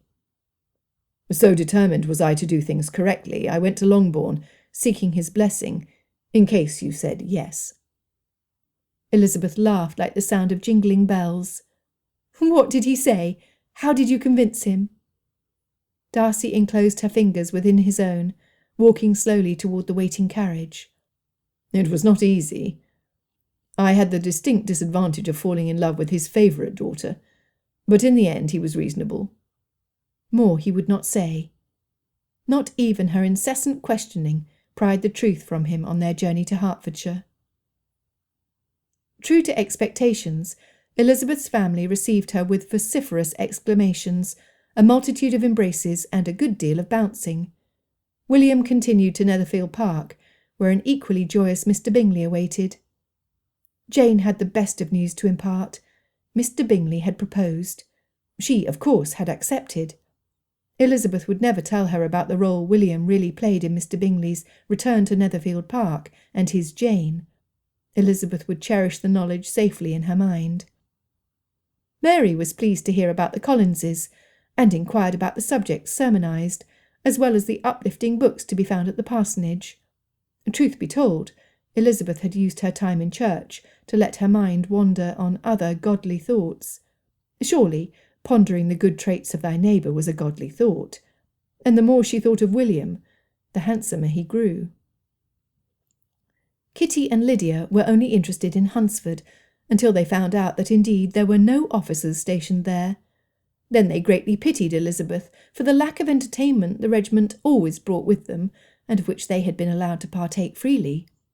Elizabeth spoke to father that very day, lest their lack of sense get them in a predicament from which the whole family would suffer. Mother went into raptures at Elizabeth's descriptions of Rosings, especially of Lady Catherine's drawing-room. Her eyes darted about her own drawing-room, and Elizabeth knew she was planning how to infuse some grandness into Longbourn. Father would not be allowed much peace that day. Father stood close to Elizabeth, but he let the others do their talking until the dust settled. She did not know what to expect, but it certainly was not what happened. When she finally had a moment alone with him, he kissed the top of her head and said, "I could not let you leave me were it not for such a worthy gentleman. He will make you happy, my dearest Lizzie, and I pray you cherish him as much as he loves you." His watery eyes and utter lack of sarcasm were so out of character, she was moved to bury her face in his chest and squeeze her arms around his middle like she had done as a child. He patted her hair, and after some time pulled away with a sniff. "It is as it should be, Lizzie. Besides, Jane will stay at Netherfield Park, and I shall soon be kept away from my books with all the grandchildren they will supply me." He did not look like he minded too much.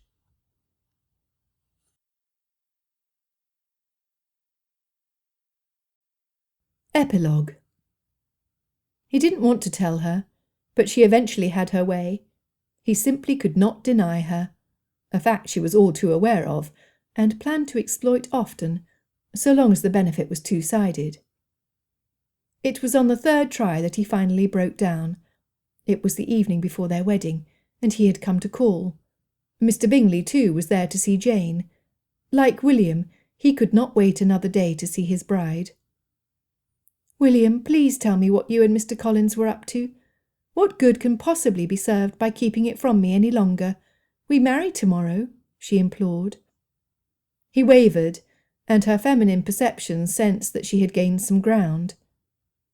Does it have something to do with Charlotte, or was it only business for Lady Catherine? She asked, batting her feathery eyelashes up at him. It is a surprise, he said in resignation, but with a large grin. That is what you keep telling me. What kind of surprise? He kissed the tip of her nose, in no hurry to pull away. I find your curious nature enchanting. It pleases me to hear that you do not think my excessive curiosity a fault, she smiled back. In a more serious tone, he answered as he moved close enough for their knees to touch. Perhaps it is our imperfections that make us so perfect for each other. He looked to her for her opinion. And I too have learned your tricks. You seek to distract me through your sweet talk and kisses. Well, it will not work, not this time. William scoffed. Me? When it was my lack of eloquence that provoked such a passionate refusal of my suit. Elizabeth laced her fingers through his, and admired how well they fit together. It was not all bad. Had you stopped after declaring how ardently you admired and loved me, as you did this last time, I should have been sorely tempted to accept your proposal. Every lady ought to hear those words at least once in her lifetime. Now you have deflected the topic once again, and I plan to stay here with you as my captive until you tell me what business you had with Mr. Collins in London. She held up their entwined fingers to emphasize the seriousness of her threat. She waited for it, knowing it would come. It started at his mouth. The corners turned up, flashing a dimple on his right cheek and spreading up to his eyes, illuminating his face.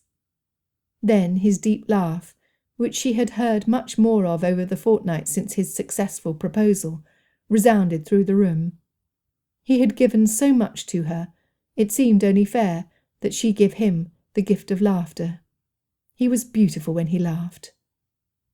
Very well, my inquisitive bride. I had hoped to tell you as a wedding present, but I would rather see you happy now. When Mr. Collins confessed his spiteful act toward you, he was so remorseful and eager to repair the damage he had done, I suggested that he mend family relations by agreeing to put in writing that in the case of your father's demise, he will transfer the title deed to you. Elizabeth's heart jumped at the news.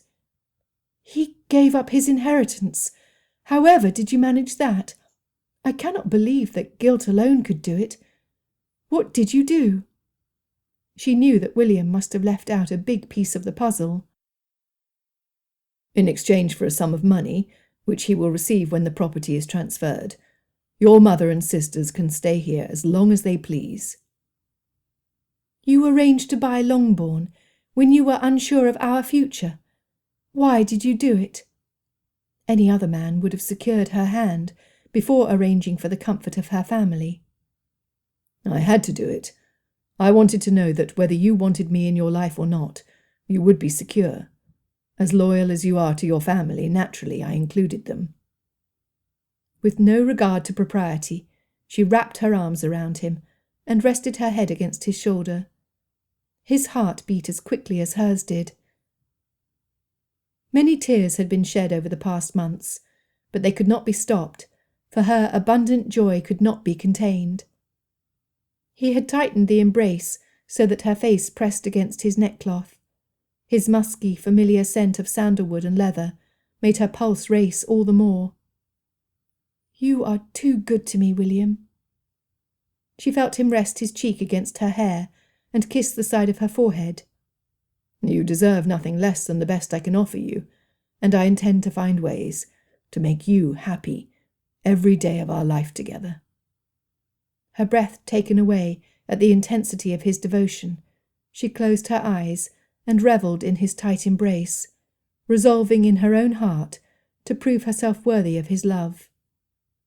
They remained so until the clock chimed, reminding them of the late hour.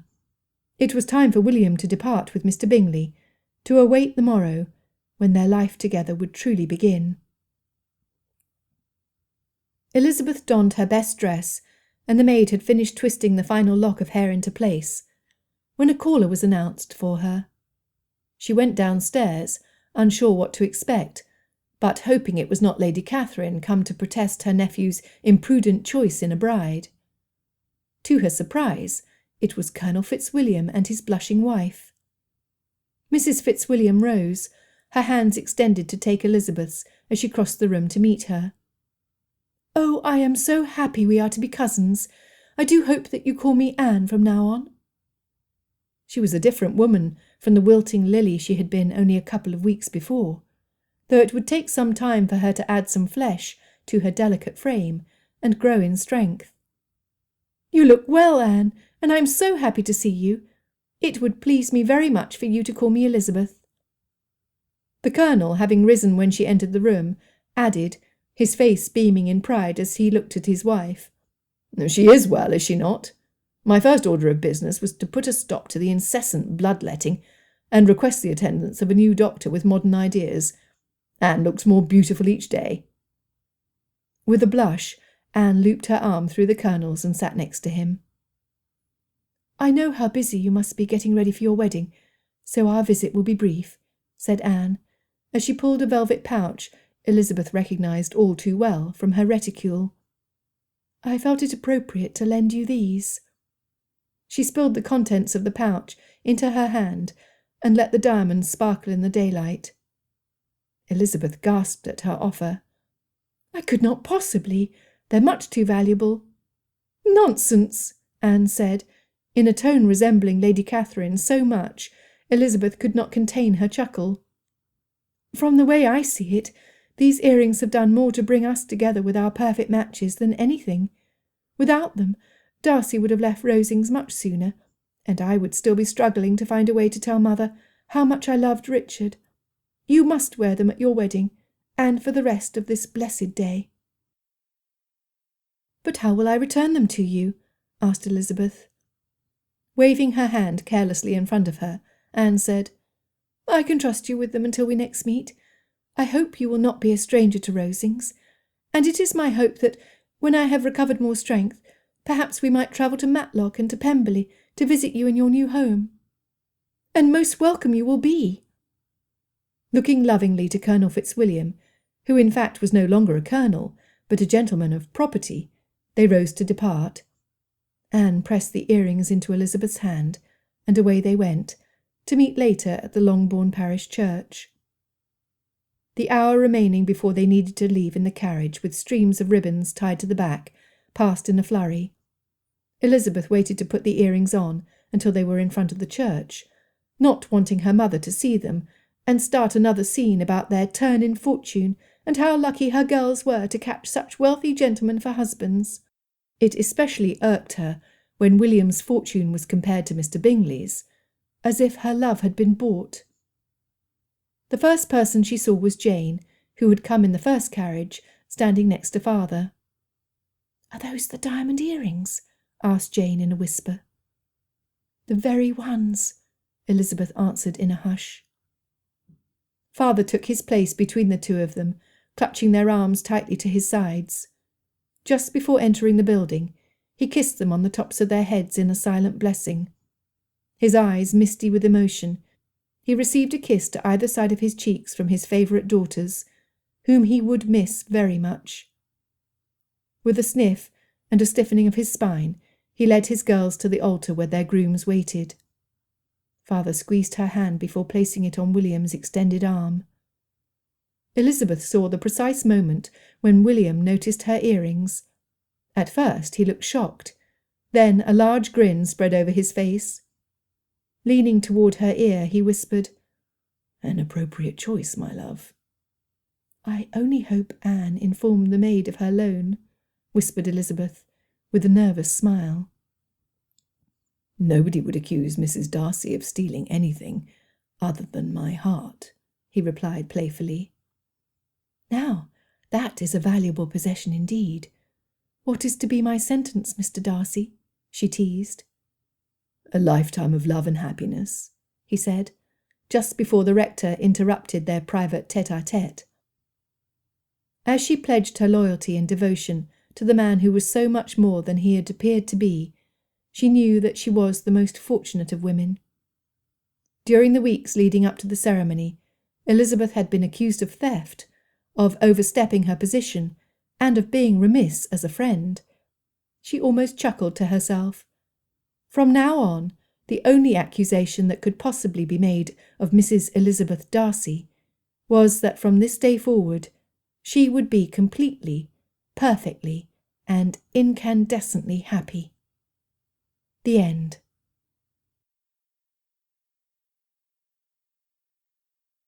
This has been Accusing Elizabeth, a Pride and Prejudice variation, written by Jennifer Joy, narrated by Stevie Zimmerman. Copyright 2016 by Jennifer Joy. Production copyright 2016 by Jennifer Joy. I grew up in a small town in the southwest of Oregon. In high school, all of us kids took agriculture just so that we could drive a tractor around an obstacle course in the soccer field. Now, every year, our town hosted the county fair. One of my favorite things to watch between rodeo events was the pig catch. You ever seen one of those? That is prime entertainment right there, and it goes great with fry bread and corn dogs. Now, what on earth does this have to do with Pride and Prejudice, you may very well ask? Well, do you remember Charlotte's line from the 2005 movie, Has the Pig Escaped Again? Thanks to Charlotte Collins and much to Mr. Darcy's dismay, I remembered how difficult it is to catch a greased pig that does not want to be caught. They say to write what you know, and well, that's what I know, so that's what I wrote. The year before, in 2015, I had written a murder mystery called Earning Darcy's Trust. And I wanted to write another mystery, only this time one without anyone dying. That's how Accusing Elizabeth came to be. Missing diamonds and pig wrestling? It ended up being a best-selling combination. I sure hope it gave you a grin. If you enjoyed listening to Accusing Elizabeth, then please like this video and subscribe to my channel so you don't miss anything new. Until the next audiobook, bye!